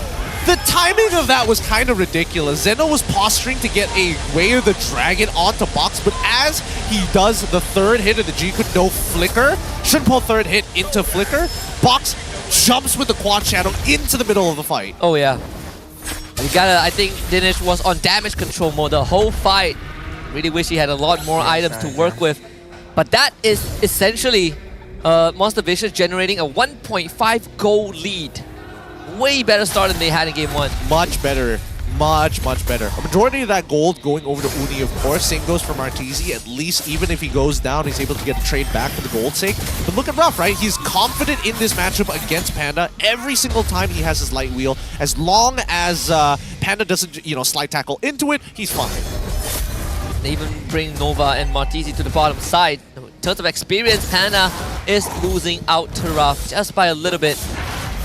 Scouting for Nova Escobar also a lot more precise in this game too, seeing Box take the purple buff. They can't get close to Martizi thanks to the alien stun. Miko will be forced to back off. Oh, they could potentially punish this, yup. Oh, there we go. Engage Skyguard's Avatar into the Tempest of Blaze. Nova Escobar just hanging on by a thread with the revitalized Box. Goes into the Ogi Shadow kill, a kick away from Zeno to find a kill onto Miko. Box, he's getting beamed down, but manages to walk to safety. Okay, all right. So they trade support for support there. Definitely thought that they could have gotten a little bit more, but it's tough because Martizi just doesn't have mana, right? He's already exhausted from this laning phase alone. And even with Nova Escobar, Sky Guardian's Avatar, not exactly the placement of it, not the most optimal, but good enough. Good enough to at least get something. Martizi will have to recall though. No mana means can't really do much for a turtle fight. Monster Vicious will be looking to eye on where Team Haq is and attempt to buy time, but Box is not going to wait. Uni still getting that purple buff. That's a double knockout with the Earth Shatter, and Zeno, he somehow ends up going down either way. Nova Escobar will get out. The Box gets the turtle. Uni late to the party. Team Haq recovers. All right, so they back up. Team Haq still, they don't have the lead just yet, but we're hoping to see it actually happen right here because Miko is trying to zone off Uni while you see Bruno actually chunking down the wave just to try and break this tier 1 as fast as possible. Oh boy. So that's a 500 gold swing for Team Haq, and we're narrowing down the gold lead. Bottom tier 1 just went down. Panda destroyed it again. And Team Haq has been able to really create space for Panda, right? Regardless of the situation of his laning phase, they've been able to free it up to allow Panda to get an early turret to initiate a lane swap. But at least MV got top tier 1. Yeah, in terms of first items, we see the Corrosive Scythe as well as the Glowing Wand already been... Wait. Oh, that's a kick. Good interaction from Miko. Ooh. Wow, with the Primal Wrath. He's so good at it. He's really good at the micro interactions with his Edith. So far, we've already seen him abuse 2 of them. There's only 1 more that I know off the top of my head, and I'm hoping to see it later down the line. I hope it's not Primal Wrath into a 1v1. No. Yeah, that's a Chiku exclusive. For the meantime, right, you can see that both sides, it's not like they're walking up to each other without purpose. This is now becoming an extremely technical game of vision and information. And Box is just holding the entire bottom part of the jungle as well. So he is power farming. I mean, I'd say power farming, but Uni is 2 levels ahead of Box. I mean, let's look at the gold difference, and you can see that he actually... Oh, I thought that the gold difference would be just a wee bit bigger, but honestly, not that bad. 600 gold difference between the two, and Box does eventually get his Sky Piercer. Panda even getting another core item. Escobar initiates the taunt, gets kind of a flip back. Miko now flickers. Good zoning from TZ. I mean, getting the flicker out of Miko is the first step. But Zeno is posturing himself as well, so Hesu needs to block him out. Turtle spawning on the bottom side of the map. Right. They make the rotations. Ruff just finished his golden staff. But right now, Panda is like pretty strong in his build. He's got a decent amount of crit. And honestly, even when you drop down the Dominator's Descent, Panda should be able to handle it as long as somebody is able to tank it for him. Does have the Berserker's Fury too. Miko just got the anti-Cuirass. Defensive items key, defensive items coming out. Box. Guess Ruff can get onto him. An attempted kick, good flip by Miko. Zeno stopped in his tracks. Gets a golem dropped on him and he's gone. Ruff will also be forced to retreat. The turtle does go over to Uni, but Team Haq made them pay for it. Oh, the tax is starting to pile up here, but we're not seeing Team Haq trying to grab hold of the gold lead. I mean, they've been making some good moves. They punished Zeno, but I don't feel them trying to extend their range of influence. Right now, with still 100 seconds left until the next neutral objective spawns, we do see that Monster Vicious, the gold lead has now decreased down to roughly around 500, and still, we see that Team Haq is just playing for the map. See, I mean, for Uni, he's going to be very crucial in that late game. Him and Ruff, right, both haven't gone down just yet, and they have a lot of that damage numbers just waiting to be unleashed upon Team Haq. Throughout all of that, I mean, 8.5 minutes in, it really isn't any sizable goal lead. The most we got was 1.5k for MV. And as we see the ball, wait. Oh, look at the bonsai, yeah. Is he gonna get him? Oh! What? 2 for 2 on the miss from Zeno. He's got to be ready for the quad shadow. That was a bit ambitious from Zeno, right? I mean, that's the thing. He has a tell. I feel like he has a tell. And also, he probably didn't want to read into it too much, but a Box just cool, calm, collected. He's not going to have the flicker back up for the Lord. That's going to be a pain point for Zeno. It really is. And while this was happening, and Monster Vicious were able to increase their lead back up to 1,000, and it's just that consistent back and forth, right? Engaging is already difficult. Team fighting is really, really risky for both sides because it's solely dependent on your engage. And even when you start playing the map, right, Uni is definitely going to have a raw advantage over Box. I would only imagine that Team Haq would much rather play for picks. But the idea for Team Haq is shove at the bottom side. They do see Uni. Is there an idea? Miko. No! Oh!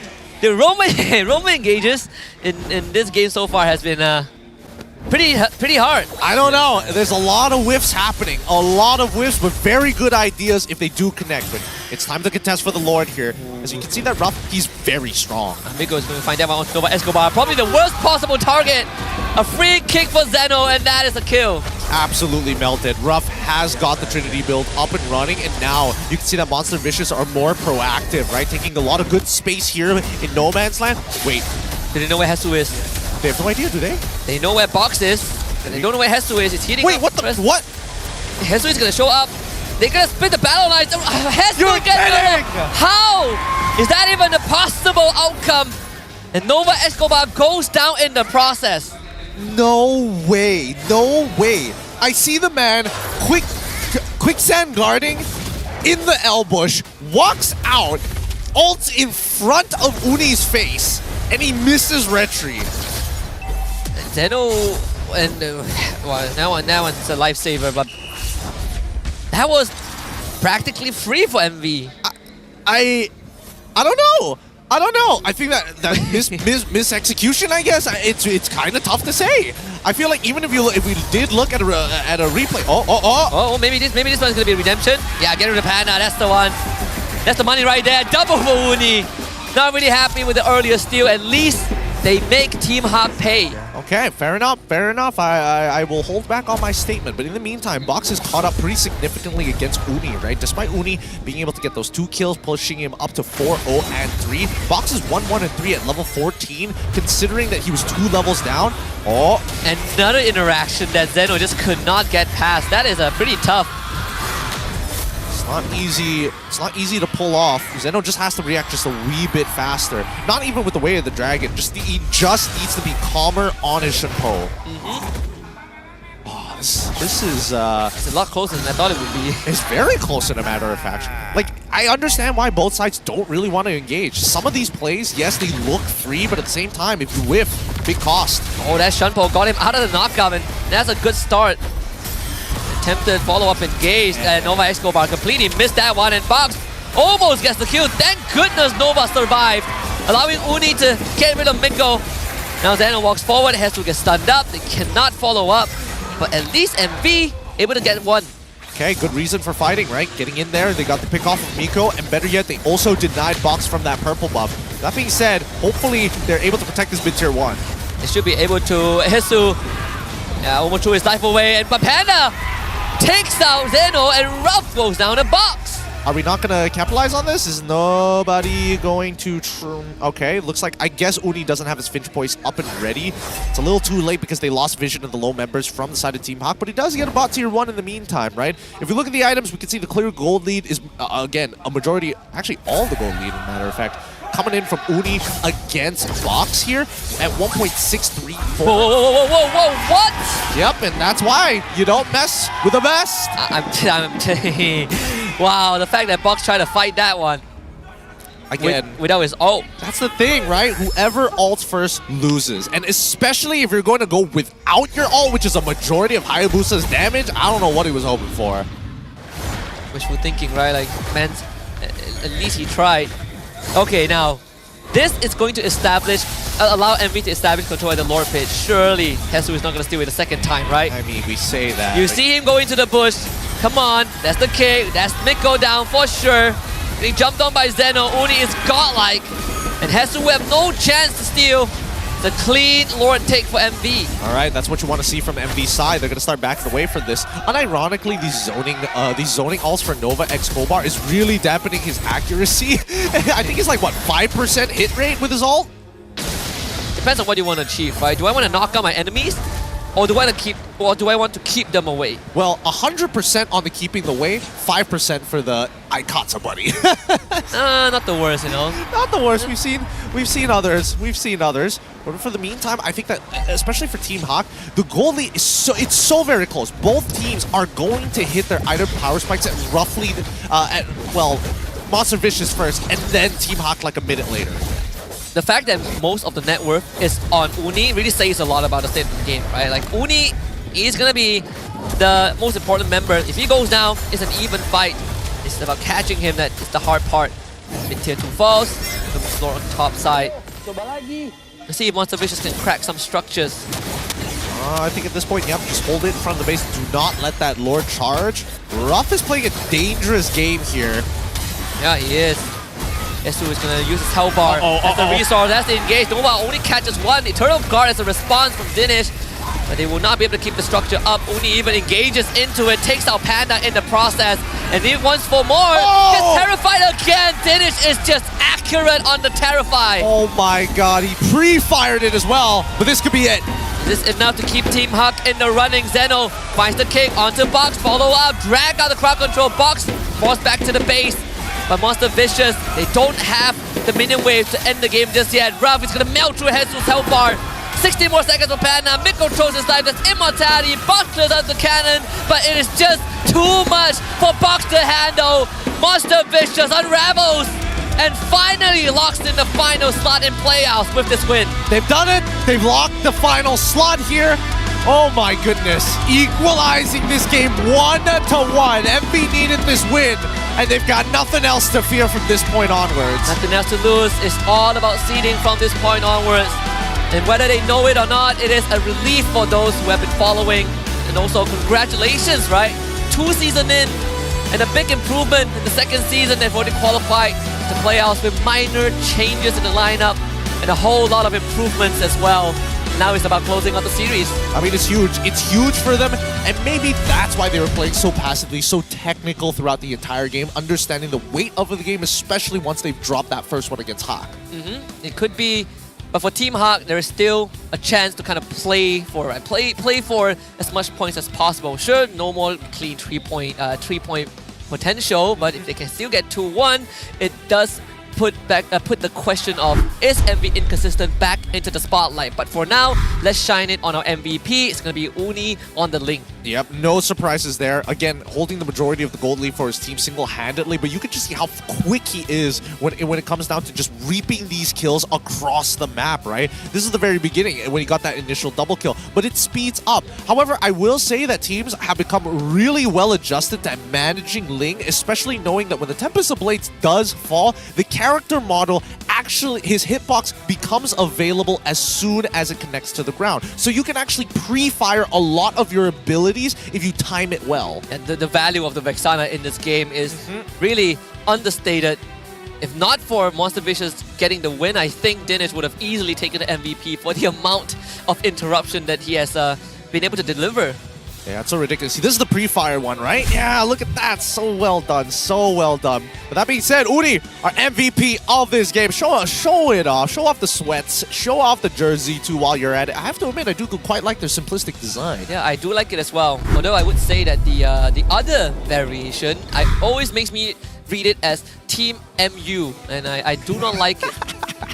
The curvature, the curve is a bit, you know. Yeah, it's not sharp, you know. Yeah. It's not sharp. It's not sharp. It's not that, I want to say Seraph, but I can't even say that confidently. But give it up for Uni. 9-1-3, 80% kill participation with a GPM of 953.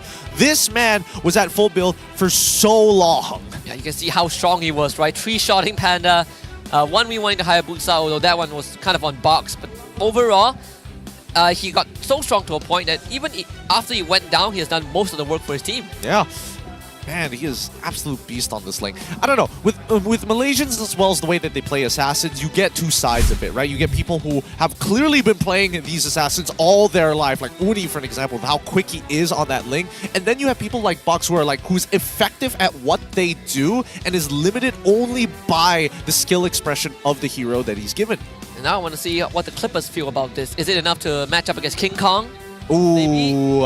I don't know. King Kong has some pretty nasty clips, though. Yeah, I think if Uni did it at like SRG or something like that, then maybe he probably could have put into contention. Yeah, maybe we've gotten the attention of VYs after that as well. But yeah, for now, MV 15-8. I would say, I mean, a lot of the early engages, kind of interesting from both teams. But I wonder if Zeno is comfortable enough on the show to do it again. I think... Ooh, I don't know how much practice Zeno actually has on this show. It feels like he knows how to do one combo decently well, which is the Shunpo third hit Jikuto flicker right on top of your target. But I think he needs a couple of variations, so it's not as easy to tell what he's going to do, right? That's why Box was genuinely not worried about it most of the match. Yeah, it's the most basic combos, right? It's nothing flashy, it's nothing that you can't really react to. That's why even Hesu was able to react to it with just the Raging Sandstorm, which nevertheless is pretty entertaining to watch. But so far, both games, Edith has not found success. Yeah, no, Edith really struggling here. I will say that at least in Miko's case, it's not like he's absolutely useless or anything, because there's definitely moments where you can tell that he is saving team members from having to take more damage than they should. Absorbing the damage from the Sentry, from Martizi's Sentry, because he's playing Zask, sometimes even the Dominator's Descent. There is also the scenarios where Zeno or even Ruffed are zoned away just because of the placement of the Earth Shatter. I think aside from that, if Miko also is, I think he plays the same role as Zeno in game 1, right? You have to be ready to give your life up. Him and Hesu, but the damage dealt overall, actually not too much difference. But here's the thing. The one thing that we're missing from both MV and as well as Team Haq are feints. They're not utilizing the vision that they have to fake out their opponents. And that's why it feels like the man-to-man defense, it's just a constant stalemate, right? If Box is on one side of the map, Uni's going to be on the same side of the map. Same goes for Miko and as well as Nova X Cobart. They never really leave each other because of the man-to-man defense. Yeah, kind of the back to basic analogy, right? Didn't really complicate things But with the Khalid now being dealt with by MV and them finding success on the Gatot, which has been the staple of the opening sequence in the series thus far, do you think that MV would just stick with this Nova Gatot? Well, I think that... Nova on Gatot. I think that at the very least it seems like it's okay, like it's working out. It's not like a foolproof strategy. We have seen Nova X Kobar, yes, 100% accuracy on zoning ult, 5% accuracy of actually catching somebody in it. I do think that they're probably going to need to put Martisi on the Aurora again, or something that has some form of CC to guarantee that Nova X Kobar can actually snag somebody. That's true as well, but I think this Zaz pick was also to deter Team Haq from just hard targeting him. Right? I think that's also after a pretty horrible Aurora experience in Game 1. I'd say Nova taking lesser damage than Miko, which is kind of funny to look at. Let's see whether the total heal is going to be any different. Okay. Makes sense. Yeah, these slow drawn out games, hyper technical ones, the only ways that you're going to break out of it is if you make the breakthrough play. You got to force mistakes upon your opponent, and a majority of the time you can see that both MV and as well as Team Haq, they're not eager to do it unless they get a guarantee, and I think that's my only issue with this current series. No one is taking that initiative, right? This kind of feels like the was it the RSG against Red? It's either RSG Red or Team Haq JP9ers, right? Where you have just this stalemate. No one wants to get anything done. We play for objectives. I think it was Haq versus the Niners. Yeah, I remember that game. But the majority of that game, we do see that it wasn't from Haq. It was actually from Niners. From Niners. It was not Box. Max. There we go. Finally, I got to it. I could see his face. I couldn't get his name. But yeah, Max is more efficient on the link because he's able to kind of utilize his presence to force map movements, which is what we're not seeing from both MV and Team Haq. At least not on a major scale, right? Like some minor movements, yes, but not enough to influence the kind of structure of Team Haq. I want to look at the heat map though for Uni from the second minute, first turtle onwards until game ends. Primarily just killing everyone. Yeah, he's catching everybody, but it always comes in twos, right? Again, 2 assists, 2 kills, 1 kill here, finally 1 kill here, 2 kills plus another one. He's finding a lot of multi-kills, right? And honestly, I don't know how okay I am with that, because I get that with the GDS, he is fast. When you pop that ult, then all of a sudden he's running at you at the speed of light, and even afterwards he still has the added movement speed. It's hard to keep up with. That, and also he just 3-shots you, right? Like every sword he grabs is just half your health bar gone. It's basically it's over for you. I don't know. Without Dinesh or without any crowd control to reliably stop him, it's I feel like the Terrify from Vexana is probably the most effective one. Like in a situation where everyone gets knocked out by the ult, right? The only one that you could throw up before the knockup is the Terrify. Yes, that's pretty much the only thing that you got. I mean, there's also the Earth Shatter, but then again, do you expect Miko to be at that place at the right time in comparison to Vexana, who naturally is isolated? Yeah, look at the item progressions. How fast did Uni hit that critical mass?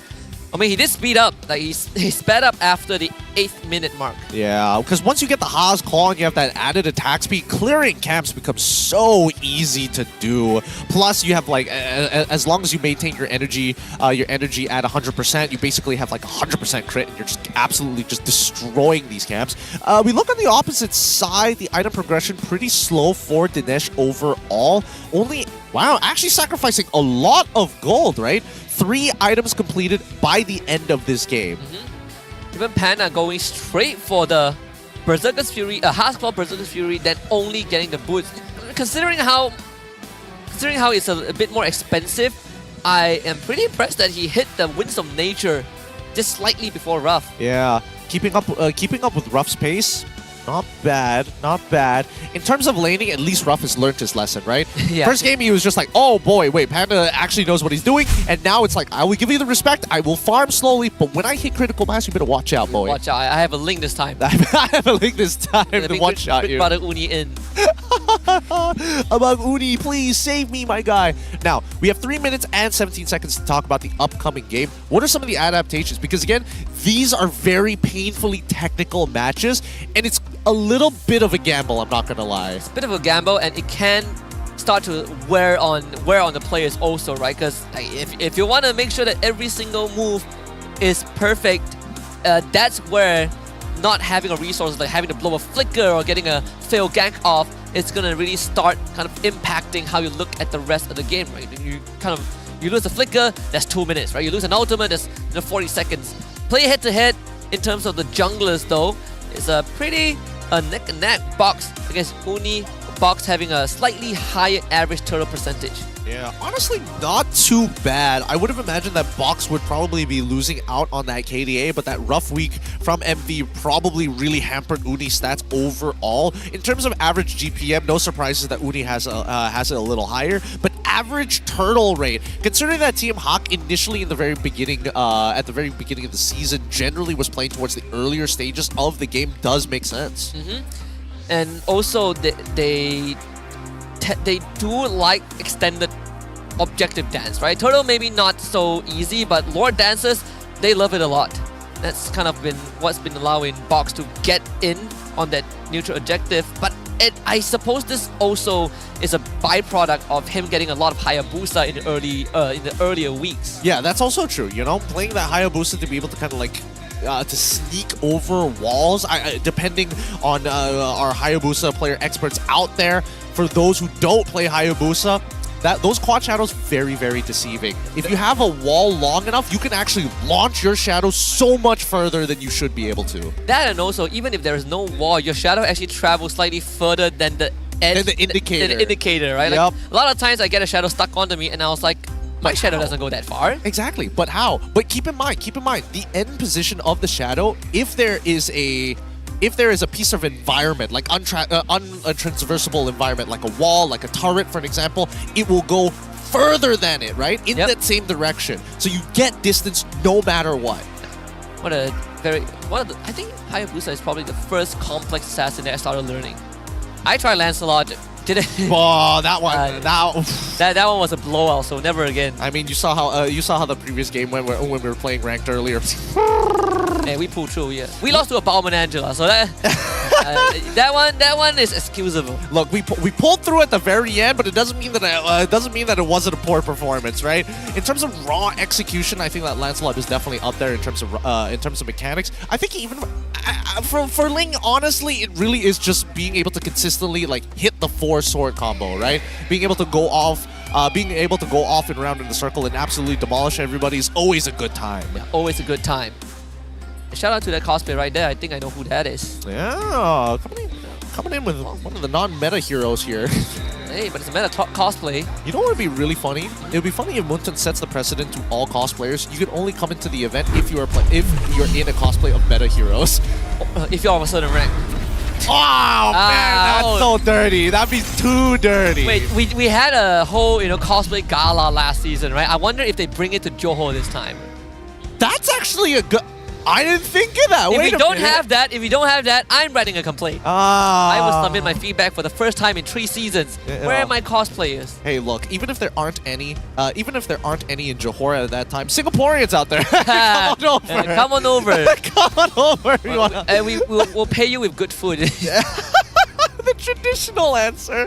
All right, we go back into it, and it looks like Team Haq still wants red side, but they've changed their bans up a little bit. They got rid of the Ling as well as the Fanny. See Matilda, Harith. Okay, yep, all the same. Fulvius gets locked in for MV. So do you steal Khalid? If you Khalid and Gatot, I give the word. They want to. Yeah, they actually go straight for it, right? Get very honest opening.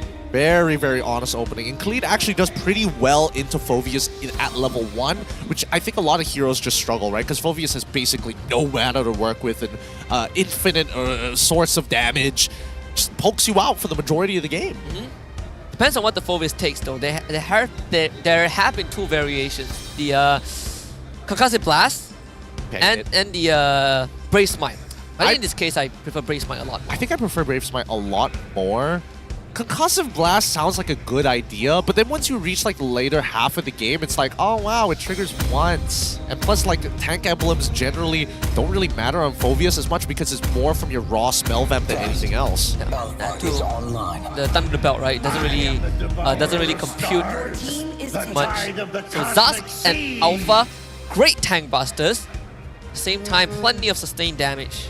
Okay, alright. This time we're finally seeing Alpha. I've been waiting for this for a while, but that means that Team Haq does get the Yeve. Oh boy. Now the dynamic changes a little bit. It's a big kill box for Team Haq. And I think if you are the Zask, being immobile against a Yeve doesn't really feel the best. Yeah, but you can just kind of park your bus in front of the Yeve. You know, you just sit there and it's like, you do what you want to my team, I'll do this to you. RWM, hold on, let me... Yeah, just jump in there. Let me get in there into the mix. Coming into the second ban phase, I think that Team Haq needs to get rid of Claude. You know, just chuck it, get rid of it. Don't want to deal with it. Force them on Terry again, that would be ideal, and play Bruno. Wow, actually, they give Nova the respect to ban the Tigreal.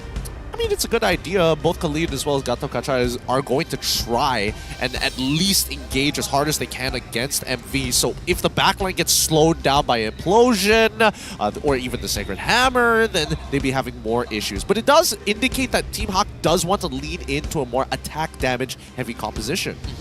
And on top of that, it's also you don't want MV to have a proper setup to get the rest of the cogs going, right? Because right now I think they just lack a roamer that could essentially gather the members of Team Haq to get, you know, like Phobius into the fight to give Alpha an easier time. The Julian banned out by MV. Now they're starting to target Box's hero pool. Yeah.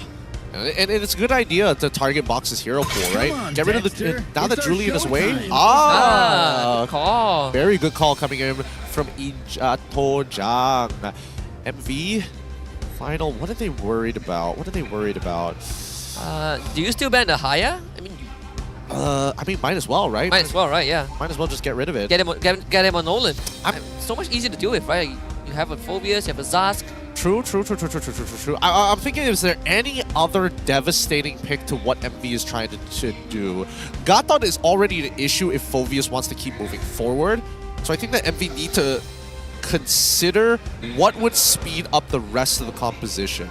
They can, if they wanted to play something like Rafa, I wouldn't even blame them for the raw movement speed that she gives the whole team. Also, so they ban the Nolan instead. So Haya does go through. MV still has the option of taking the Cho if they want. But for Team Haq, they will take Natan first. Yeah, I think this is totally... Taking Natan is completely fine here. How does MV complete this composition, right? Because it felt like they wanted to maybe push Team Haq into a purple buff dependent jungler like Hayabusa. And they wanted to do it at a later time because Nolan can honestly has one of the fastest clear speeds amongst the assassins, especially in the early levels. Yeah. We have to see this. They take away one of Ruff's pocket pick 2. Carry, it doesn't... I mean, it is a tank buster, but against such a kill box setup by Team Haq, it's not the easiest one to maneuver. No plot as well. Do you fall back to Moskov, or better yet, Lunox? Lunox doesn't sound like a bad idea, but Hanabi Lolita is even better. How about not even worrying about the box, right? Charge out of there, just pop an Aegis and walk away. Oh, imagine being an Eve and you see a Hanabi just walk through your RWM. No, better yet, walks out of the RWM, walks back in. Walks back out, walks back in out of spite. Oh, you can't hit me. Press better. Press better. Has to wait for Lolita to get nearby the RWM to get a free pass out from passive. I think that it's a good idea for the side of MV, but now Team Haq need to think about the collateral damage, right? As much as they want to go for these big engages, they need to split up this comp from the side of MV. If not, Hanabi and Lolita are going to take over. So Hayabusa is going to be the pick for Box. He gets one more chance to prove his mettle with this hero. How does the late game look like? We've seen this version, this variation of Lolita Hanabi from MV. I mean, they didn't win that game, unfortunately, but they did put up a heck of a fight that time, right? Like, it's almost an unkillable comp. But, you know, when the game goes late, does this Natan just overpower them? I mean... he can get... Natan will outscale everybody in this game, but there's only one thing he can outscale, and that's the Guardian Barrier coming in from Nova. He can literally blow himself up if that shield is in place, right? So I think in terms of the late game, raw team fights are heavily dependent on how Team Haq engage. The onus definitely isn't on MV, right? they just want to play for the earlier stages of the game. They want to unlock that Hanabi and then just team fight all the way through. Yeah. The earlier they get that gold plating and open up the turret, the better it is. MV against Team Haq in this final game of this weekend. We got MV on the blue side, Team Haq on red. Right, let's see how they're going to play this out. Purple buff starts for both junglers. They're going to end up on opposite sides of the map. Not much of a leash coming in from Box though, but that's fine, that's fine. You will eventually get there. Miko does spot Uni out on that purple, so they know where he started for sure. And Miko has to now just beeline towards top side. Are you having fun? Are you having fun, bucko? Yeah, what are you going to do, auto attack? This is the worst. It's not too bad. It's not too bad. Do chunk them out. Rotation for Dinish is pretty fast as well. You compare the Eve against Zaz in terms of lane clear. Dinish does have the advantage. Yeah, but it does mean that they will be sacrificing the Litho Wanderer because of that rotation from Dinesh to make sure that Panda has that okay time. But I mean, just look at this, right? As much as Miko wants to sit on top of this Hanabi, Ruff literally does not care. He only cares when Miko is standing in the middle of that wave, and then he's like, all right, this is free money. Yeah. That, and also Panda wants to be kind of shielded, but he doesn't want to have a shuriken bounce towards him. Right? Yep. He's like, Miko, please. Please, man, please. I think as of right now, Monster Vicious is making the smart option. Instead of the early game being Lolita running around, just sit in that lane and allow Alpha to be your spearhead for the first 5 minutes of the game. Especially with the Revitalize, it also does make it a bit safer if, you know, Box decides to show up for an early gank. You got Aegis and Revitalize to deal with the damage. Actually, I think this Revitalize is a bit of a mistake. I think that the Flicker is more optimal in this case. We say that the last time we saw this, it was Revitalized. That's the thing. Right. I don't. Okay. So if you're taking Revitalize, it's under the assumption that you are going to get hit by the engagement. And looking at Team Haq's engagers, if you get hit by it, it's basically over. Oh wait, the one case use case for it. There it is. Nova Escobar trying to really keep Ruff alive, just bouncing the shadows around. Ruff doesn't get out of this. First blood going over the Box. The Revitalized difference right there. Hey, that was pretty close though. He would have died a lot faster if his Flicker Box will not escape his death. Nicely done by Martizi, but Hesu also shows up on this side of the map all of a sudden. I don't think MV were ready for that one. But with that being said, Zeno should be able to get first push on his lane. I think at this point, do they commit to the invade? You might as well, right? You're already in the area. Yeah, Uni and Zeno will do just that. They got to do it quick. Box is going to get his retribution in 2 seconds. And they got it. Uni got it. Spirit of Alpha gets out of there. Actually wants to follow up. Can't get him.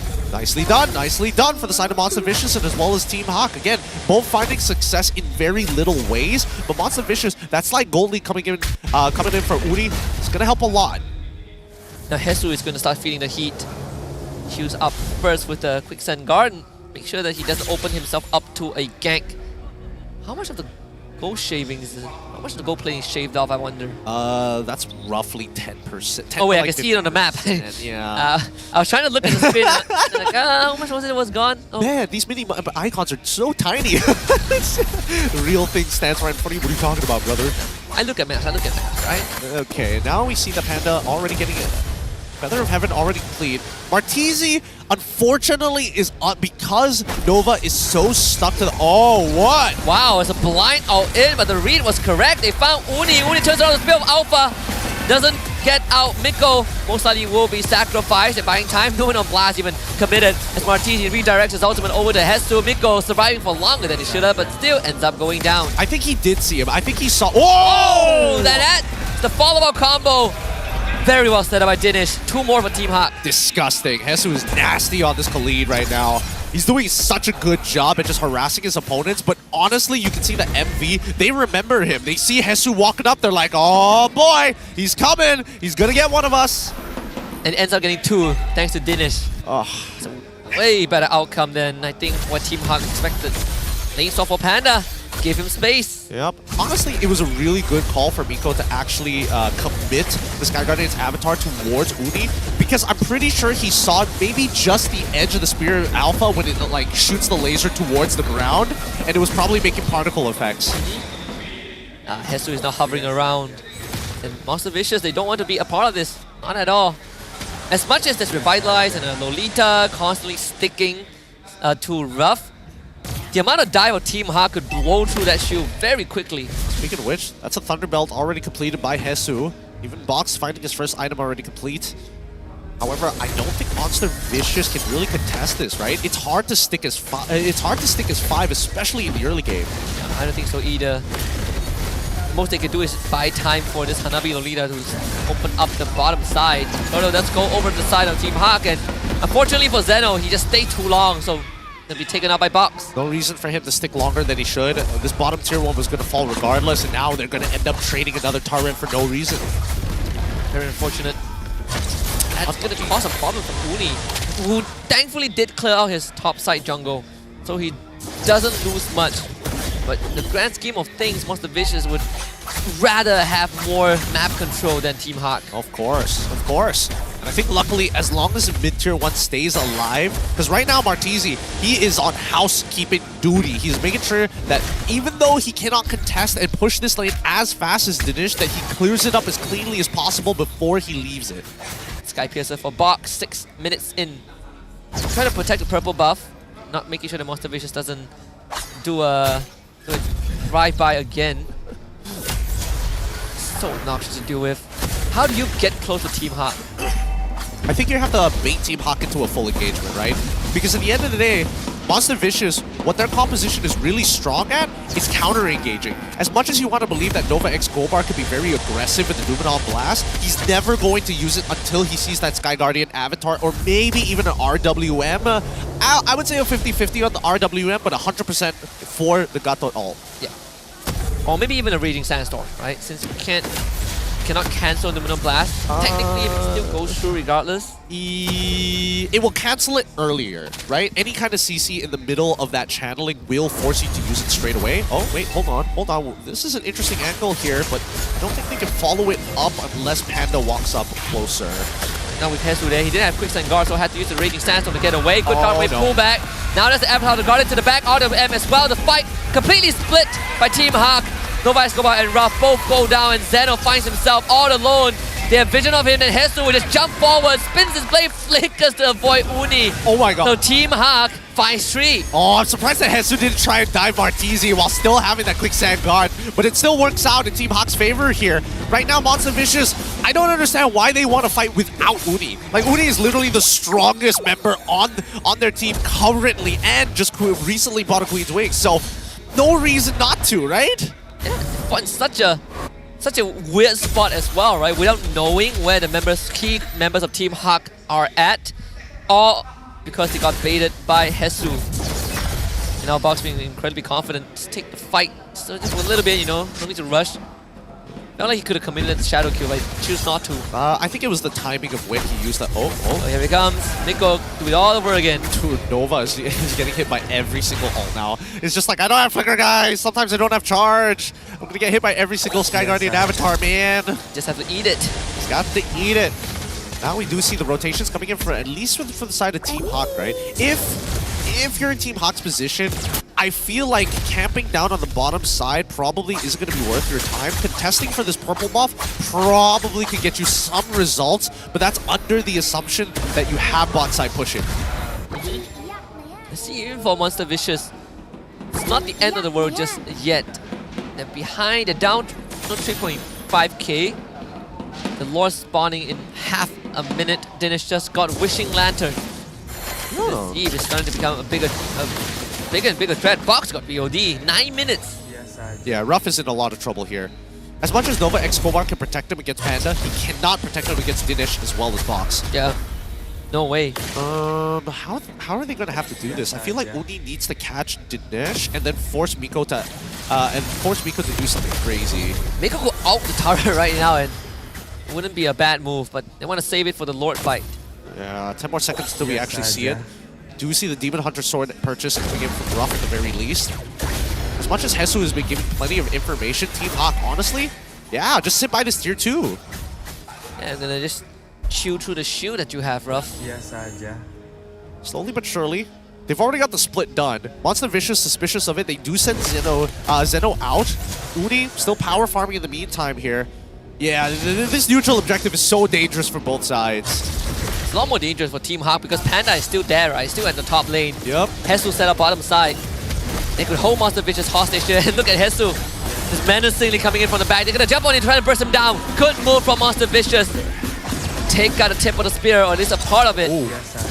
Team Haq still wants to go. Miko re-engages Uni. He's gonna get caught. Box from the back. They want to take down the jungler, but still this time, his box that secures the Lord. Monster Vicious finding Miko. Box nasty with it. Really, really nasty with it. I felt like the engagement from Miko was just a little too early, but at the same time, right, they were losing space, and Dinesh needed to make sure that the RWM covers the entire area for most optimal results. Now, Panda finally is able to participate in these fights and be a relevant damage dealer with the Holy Crystal purchase. And now with Lord at their side, the power spikes just line up perfectly for Haq.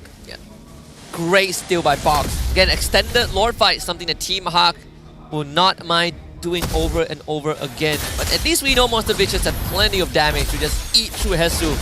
So the limit testing ends there. We'll see how much Team Haq can achieve with this Lord. Starting with the top tier 2. Miko again. Ultimate, Nova Escobar has to eat it. They commit everything onto Ruff. Ruff's gonna try and root them in place, but Dinesh, a menace. Ruff just cannot stay in the fight. He's even burning down to the glowing one. But Uni shows up to try and take care of Dinesh. They lose Zeno in the process. It's a 1-for-1, but Uni will get more than just one. Loses his teammate, but finds 2 in return. What did I say? Park the bus! That's all he had to do! Dominator's descent, transverse, get right in front of Dinesh, park the bus, call it a day. He's gonna melt under that damage. Good stuff coming in from Monster Vicious. I do feel a little bad for Ruff though. That shield does not last very long. Then he almost burned, right? Like one more Wishing Lantern proc, he would have died there. The poor guy. Getting harassed out of his mind. Nobody can really realistically protect him. And I think that Team Haq is putting a little too much emphasis on actually fighting for that back line. Truly, you just need to disrupt the positions of Nova X Kobar and as well as Uni. And once you drop down to RWM, I don't think Ruff is going to sit inside of it. He's forced to walk away. Yeah, I think you force him to back off and then you turn onto his teammate, right? Oh! Did Box do it? He did. Wow. Dirty boy. This guy's getting faster and faster. So far, so good. At the very least, coming into the last couple of items here. Wait, let me just take a double take on that. Blade armor doesn't really matter against Uni. He does 2 damage. Is it against Ruff because there's so many potential procs? I guess so. They are putting a lot of attention on him. I mean, he is going for the on-hit build, so I guess it makes sense. Yeah. Let's see one of the ways to take him down. I think it was one of RSGMY's game where they ran the Hanabi Lolita. You just overload the backline with damage. Yeah. Right? You just jump on them, you take them out. Who cares if they're revitalized or ages? I'm actually realizing that. Can you get multiple? I'm pretty sure you can. Yeah, this has happened before. You can get multiple blade armor procs if you hit multiple people at the same time with your auto attacks. So it does work with the bounce as well. I did see 2 blade armors actually being purchased. Sorry, not on the same person, on 2 different people for the side of Haq. So if they happen to be together in front of Ruff, there's a very good chance that Ruff can break his own shield. Let Ruff do the work himself, right? It's a worthy investment. Monster Vicious on the Lord. Down to 50%, and Team Haq, look at the coverage that they have. Oh my god, Hesu is going to be spotted out. Panda commits. That's Zano having to flicker away already. They cannot be fighting like this. They keep fighting on like diagonal axis. Just keep it front to back. Uni, he is isolated. As a Spirit of Alpha, Miko, big knockup. Waiting for the right timing. Uni with the Winter Crown to stay alive, but Hesu will finish the job. Uni drops. The Venom Blast gets thrown. Now Miko walking forward, heals himself to buy time for Box to come in. And the Ogi Shadow Kill eviscerates Monster Vicious. And Team Haq finds the perfect fight. Wait, can they not end the game off of this? Yeah, they have. They've got a wave pushing from the bot side. Even top side is moving at the same time. Team Haq, I think this is the GG well played that they've been looking for. Panda even flickering into the base because they know it. Team Haq not out just yet. And they take down MV 2-1. Woo! They're still alive. Only barely breathing, but at the very least, you can see they've got some good ideas together. It's just they need to speed up that process. Really great ideas, strong fundamentals, but if you don't apply it fast enough, other teams are gonna out-tempo you. And luckily, MV were feeling very slow today. That and also Team Haq is understanding or more like the lack of understanding from MV on how to take on this con that Team Haq really felt like they perfected. Well, Team Haq still has a chance. Now let's hear what they have to say. Show the roles on the stage. 2 berbalas 1 untuk pasukan Team Haq. And even though their run for the playoff slot has ended, we can see the fire is still burning. So first of all, Team Haq, congratulations on the win. Congrats. Okay, kita start dengan Dinesh dulu. Okay, now kita tahu Dinesh ni baru je masuk Team Haq dan agak last minute. Korang jangan nak kacau dia. Okay, nervous ke? Apa? Sikit. Tak payah nervous, jangan risau. Okay, now kita tahu that Dinesh masuk Team Haq ni baru je kan, agak last minute pula tu. Betul. So, betul. Tapi bagi you, you rasa Team Haq ni boleh tak next week main untuk simpan slot korang untuk musim depan? For me, insyaAllah boleh. Dengan kita orang punya line up ni so strong. Aku tak nak tunggu, tapi dia sepatah-sepatah. Okay, next week korang akan jumpa Selangor Red Giants. Now, adakah you dah ready untuk jumpa Stormy dekat tengah? Bagi saya memang nak lawan dia. Memang nak lawan dia? Kenapa? You dia. rasa you boleh belajar banyak tak? Stormy sana. Tu.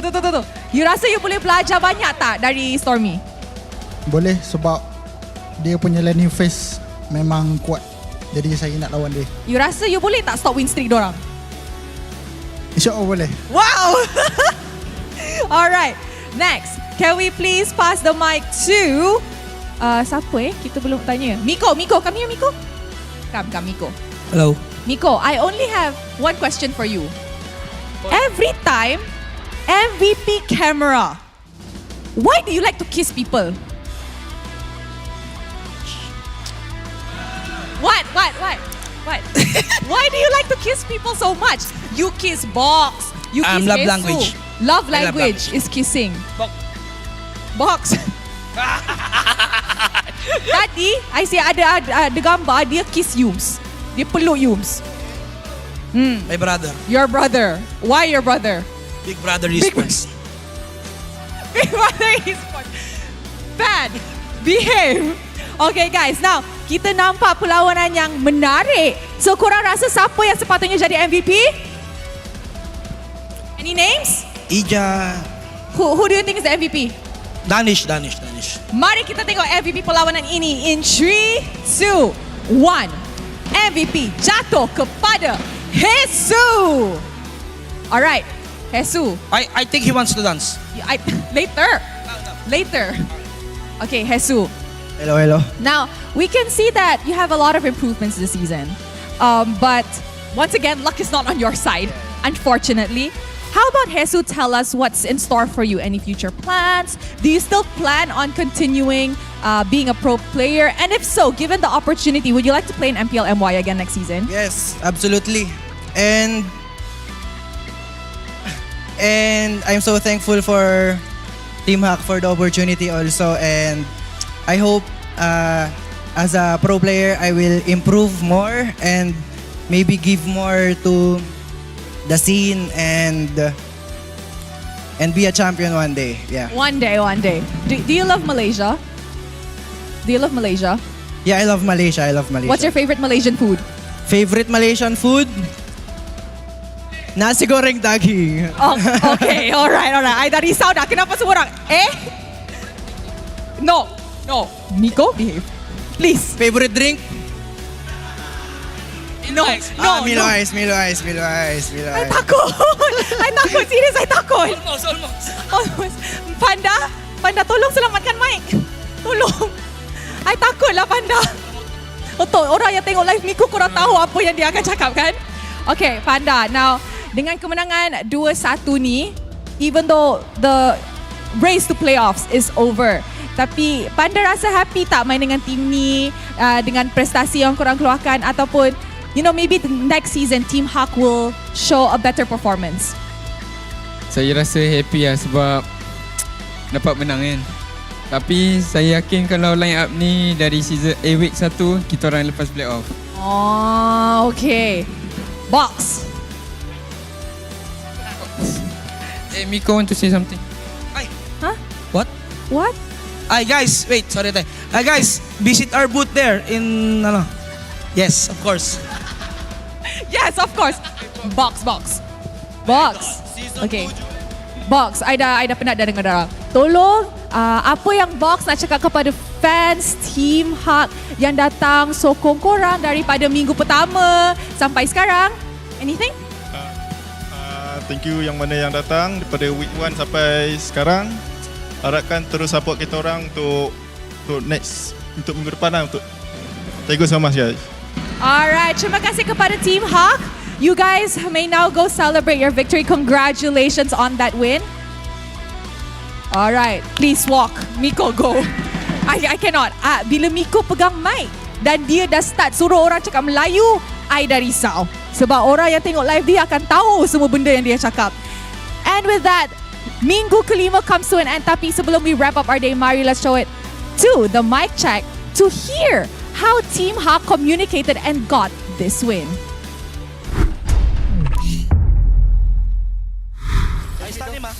Bok. Nice, Daddy. Nice one, Bok. Nice one. Top. Aku. Edit guys. Ulti 3. Aku hati. Nice ulti Danish. Aku second skill. Sudah. Out. Can no. Okay. Second guys. Mati Aurora. Can. Lewat mi bang Low. Aiman belakang bro. See me. He want me. Aiman belakang. I go clock guys. Clock. Okay. Pantai. Gatot guys. Nice one. Gatot. Sabar guys. Can clear that barn. Tak ada anti, tak ada flicker tu. Mati. Dia mati. No. Yeah. Nice one guys. Oh, sabar. Nice one guys. Aku ada ulti. I stand sini. Cancel. I stand 2. Nice one. Show. Gatot. Hero. Third boleh. Settle. Nice one. Top. Can top. Boleh tak. We fast clean ni bro. Pabalik aku. I ulti. Boleh. I go to Can fight. Fovis die. Nice. Settle guys. Fovis last hit. Nice one. I go to It's okay. Just tahu. I told you settle guys. Boleh mid. Alhamdulillah. Lah. JJ. Kau Bilok lah. Go. I'm strong. Stay can. Boleh. Zas. Aku Nabi guys. Die. I think they all die. Nice. Alhamdulillah ya Allah. Can. Nice ulti dah.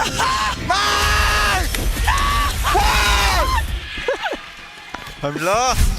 Congratulations once more to Team Haq over that win over Monster Vicious 2-1, keeping the dream alive in regular season. Sure, no playoffs, which is unfortunate, but at least they still can fight for the slots for the next season. And also, it's Dinish's first win in MPL. Hey, that's got to be a very good feeling for him. New experiences all the way through, but let's look at these highlights, right? Because one big thing that I've noticed at the very least is that Miko, on that mic check, speaking BM pretty well, but at the same time, he knows that he is strong on this Gatot, and it gave Monster Vicious so many problems. Just being able to face tank people and worst yet, stay at a pretty, well, I wouldn't even say healthy, but regenerate and sustain a good amount even at the lowest of HPs. Incredibly deceiving, right? You see him low and the next second he punches you in the face, you die, and then he recovers half his health bar. Not really fun, but a big contributor to the win for Team Haq. Definitely has to, especially on the Khalid. All 3 games he got the Khalid, and all 3 games he's put out some massive performance. And this one, really the moneymaker there for Team Haq. Big ticket plays here. And the funny part about this is that while all of this is happening to the front line, they're still taking away the Lord, right? Dinesh is just blasting them as many times, trying to get as many Wishing Lantern procs as possible, and it worked out well. Good play from him, but our MVP of the match going over to Hesu without a doubt, right? Being able to not only contribute in terms of team fights, but definitely with his presence alone, actually forcing out a lot of movements, actually. We saw Uni suddenly turning on him 2 times for 2 different Lord takes that Hesu was showing up and getting ganked upon, and he still didn't die. And whoever is taking a screenshot of this, he didn't just buy Emo for Game 1, he sold all his items. So we missed out the item progression, so you have to rewind the stream to find out. I have no idea what he bought. I can probably give you a rough idea. Thunderbelt. Oh, dang. Oh, man, I would have guessed Thunderbelt. How could I not know? It's a headache if I had to rewind. But he did switch it up a bit for Game 3. The talents in particular, right? He went for adaptive damage instead of an extra movement speed. Yes, because he understands that he needs to be a legitimate threat to cut through specifically against the shield of Ruff if he does close the distance, right? Same goes for Nova X Kobar, right? If he's able to break that Guardian's barrier, the Guardian's bulwark faster than Panda can actually reach his target, that's perfect because now Panda can basically have free reign. A lot of multiple win conditions for Team Haq. I think compared to MV, who felt a lot more one-dimensional, and they were not able to play around the early to mid-win condition, which was Uni. That one, I think, is a missed opportunity. I think it's a huge missed opportunity as well. It could be with the way that Uni started on the map. He did start on purple side and ended up towards the EXP on that first rotation. Maybe he could have started on the opposite side. Tough to tell because they still got info regardless from Nova. So like, I don't know. I don't know what happened to MV today. Yeah, it does bring back that topic of is MV inconsistent? You know, yay or nay? I think after this series, I kind of lean towards I think so too. I think there has been some glaring characteristics from MV that Team Haq shouldn't be able to exploit that much, but it happened anyways. Yeah, but that's the thing, right? When you see an issue of there are 4 people playing together and one person isn't, whose fault is it? Is it the 4 or is it the 1? And sometimes, does the 1 have a good point to why he's doing it, and the 4 actually have to follow him because he's making the smarter macro choice? Are you Max? If it's Max, I would say it's not his fault. If he's Max, I'm like, I'm sorry I started the argument in the first place. Here, please take my inheritance while you're at it. If it's not, it's either the jungler or it's Pop's fault. Like, I don't know. The true netizen like tier list. Yeah, but I think in this case, I feel like it's the 4, right? Because they did try to start fights with Team Haq without Uni present, and when they saw the difference that this alpha could make,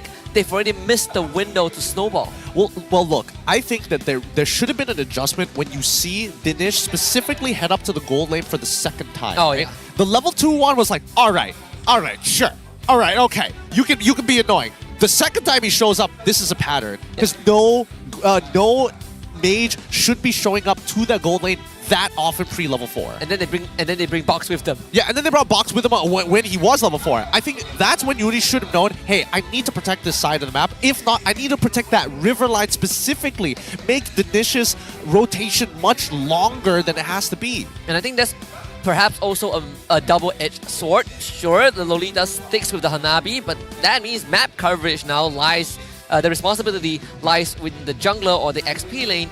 In this case, Phoveus is not Khalid, you don't have the mobility to move around. Yeah, no, that's the thing. I feel like MV, they came with a plan. I'm not 100% sure whether their fundamentals of like somebody needs to be able to kind of cover the map and therefore Uni needed to be that person, because technically if Zeno gets that first push on towards Hesu, which is most likely not going to happen, he's Khalid, but maybe later into the game, then maybe he could be the one who starts to open things up, right? Because nobody could really beat the box. Right? Well, not the Hayabusa, but I'm talking about the RWM. Darn it, convenient names. But yeah, the RWM is such a big deterrent for MV. It felt like no matter what MV did, it's always going to get counter-interacted. Yeah, I think on top of that is also the clear differences in mobility. If MV having a very static draft that just wants to sit there, have a good time, and not be bothered about moving around too much. But for Team Haq, that's exactly what they want to do, right? We clear the lane faster than you, and now we bring back up, we blow up your side lane. Now the map is our oyster. Personally, I think as much as they want to kind of sit and stand there, they wanted a good counter engage, but they never got it, right?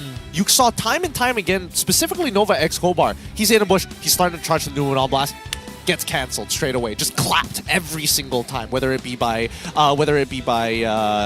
Khalid showing up with a Raging Sandstorm, sometimes collapsing onto 2, or even just the edge of the RWM. Yep. Afterwards, it's just, he sees the indicator of the Sky Guardian's avatar and he's like, well, yeah, guess I have to eat it. That's the thing. That's why I'm wondering, why didn't he opt to go for Flicker instead. And I think maybe there was the one use case, which was, early rotation from Dinesh, drops down to RWM, they're stuck in the corner and they have no choice but to sit there with a Revitalize and just auto their way out of it. Would it look good if Ruff didn't die, but he still died anyways through a Revitalize and an Aegis? Yeah, and an Aegis, which makes it even crazier, right? So at the end of it, this plan that MV had set, I like the comp, don't get me wrong. I think there are ways to optimize it, but I do think that the team need to be on the same mindset of how to play the map. I suppose that's also one of the reasons we didn't even consider Hanabi Lolita for the last 2 picks for MV, right? We were looking at alternatives, options.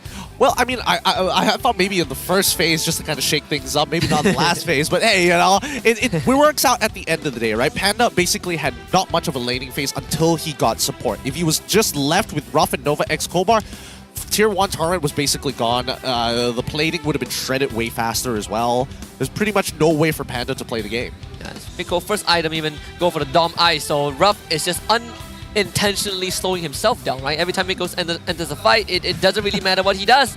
You're hitting him regardless. Yeah. What to do. You can't win them all. You really can't win them all. But with that being said, let's have a look at the updated standings after Week 5. Yeah, looking good so far for Selangor Red Giants against the first team to lock in upper brackets. But following that, Team Vamos, Red Esports, MV, JP9ers, and Todak all join SRG in the playoffs. The top 6 is cemented. The final week of the regular season is just for seeding purposes. 7 and 8 will be Team Ray and Homeboys, followed by Team Haq in 9th spot, and then RGMY in last place. Now, after this series, we see the clear divide between the top 6 and the bottom 4, right? Top 6 is they're fighting for bragging rights, seeding in playoffs. Bottom 4 is fighting to stay in MPL MY and not to get relegated. Yep, especially that bottom 2. That is the red zone. That's why they're a completely different color for all you colorblind fans out there. Just in case, hey man, trying to be inclusive here, trying to be inclusive. I think that the scariest part about being in that bottom 4 is how close these points are. It's at the very bottom 6, above them 7, above them 8, above them 9. It's 1 point difference, and then we look over at the number of match win losses, and we can already tell that some teams still have games to play. Team Ray, Homeboys, and Team Haq have 1 more best of 3. RGMY have 2 more best of 3. So theoretically, they have the best chance. But again, even if they make it to 12 points and tie with everyone else, they lose out in head-to-head. So, you know, for hopefuls out there, this is the unfortunate news. And I think this also demonstrates a big shakeup, right? The evolution of our competitive scene. Because at the start of the season, I would not have expected to see Homeboys, Team Haq, and RCMY in bottom 4. Well, that's the thing. Organization, right? Just the name itself. Yeah, organization-wise, I agree with you. They shouldn't be there. But when I saw the early lineups, I wasn't 100% sure. And especially with these big moves, for example, the biggest move of all, Team Vamos being incepted from the Homeboys, like just spat out of nowhere and leaving Homeboys in a really awkward position. I thought Udil was part of the main lineup, but now he's not. So it's like, where, huh? So Homeboys is the only exception to that rule. I think that Team Ray is a bit of a coin flip. Todak, it's because of the squad. It's because of the 3 squads, and that's why it's hard to judge these guys. Well, at least we now know that they're sticking with Squad C a lot often. Yeah, that's fair. I think, you know, considering their current success, there's no reason not to. JP9ers are the biggest surprise for me. Because again, as I saw them in the very beginning of the season, I thought they were like kind of okay. They got progressively better, and then they started to form their style. Which means that finally, Ancha is back in playoffs. Finally, Max made it to playoffs. Yes! Yes, finally we see the Lord Max. Lord Max, man. But he has saved so many teams. And also, his Panda missing playoffs 2 seasons in a row. Hey, nothing. Hey, who knows? Who knows? They might be able to break out of this. For all intents and purposes, they might be able to get out of it. Or at least, if they ended at 9th place, at least they'll have to take on an Fighting MAL chance, team, right? Yeah. As long as you're not 10th, you're good. Yeah. If you're 10th and they go down to MAL, we'll see you the season after that. Wait, no, they go back to Challenger Conference. You don't even have a chance anymore. Exactly. Oh boy. Yeah. Okay. And they have to even pull out of the Challenger Conference too, so they have to come in completely fresh, orgless. Rough spot to be in. But let's take a look at the schedule for week number 6. It's going to be our last week of the regular season. For Friday, it's Monster Vicious against SRG, the most awaited one in the final week, followed by RGMY taking on Team Vamos. On Saturday, Todak takes on Red Esports, followed by Homeboys against RGMY, and then Monster Vicious against JP Niners. And on Sunday, we will have Team Vamos taking on Team Ray, closing it with Team Haq against SRG, and afterwards, if there are any tiebreakers, we will play that out to determine who will be the victors. Luckily this season, I'm expecting no tiebreakers, but at the same time, I've been so wrong before. I mean, I only do Friday next week, so I don't really care about tiebreakers. You're so lucky. I'm free from my shackles. Oh man, I'm only worried for if there is a three-way tiebreaker. Oh, yeah. Right? Those are by far the worst, but luckily infrastructure and systems have been put in place to almost guarantee a very low percentile of that actually happening. And considering where we are with the standings right now, pretty much this tiebreaker is most likely to happen for either who's in second, third place, maybe even fourth and fifth place, purely for seeding. Yeah, most teams don't even make it through the head-to-head, right? Let alone the aggregate points. So I think we're in a pretty comfortable spot. Any highlight series for you? The highlight series for me, I am interested in seeing MV versus JP after today's match. I don't know whether or not MV has a chance against SRG, but hopefully we win the coin flip and get a good game in that match. But I feel like JP is more equally matched. Oh, if you've taken that series, I will go for Todak against Red Esports. I think that will be pretty interesting as well, right? How is this superstar lineup of Red Esports gonna go up against the superstar lineup of Todak? Unless they start whipping out Squad A and then you're rolling the dice, baby! Well, I did hear that maybe SRG will play Gojira since they're safe in upper bracket. Who knows? Oh, maybe Gojira can finally, walk the talk after winning MSC on the bench. Quotation marks? Quotation marks on the bench. No, but I do agree with you. It's a pretty interesting season. It definitely is. Well, that concludes week number 5. We got one more week before the regular season concludes and we head to Johor. We'll see you for week number 6. For now, goodbye.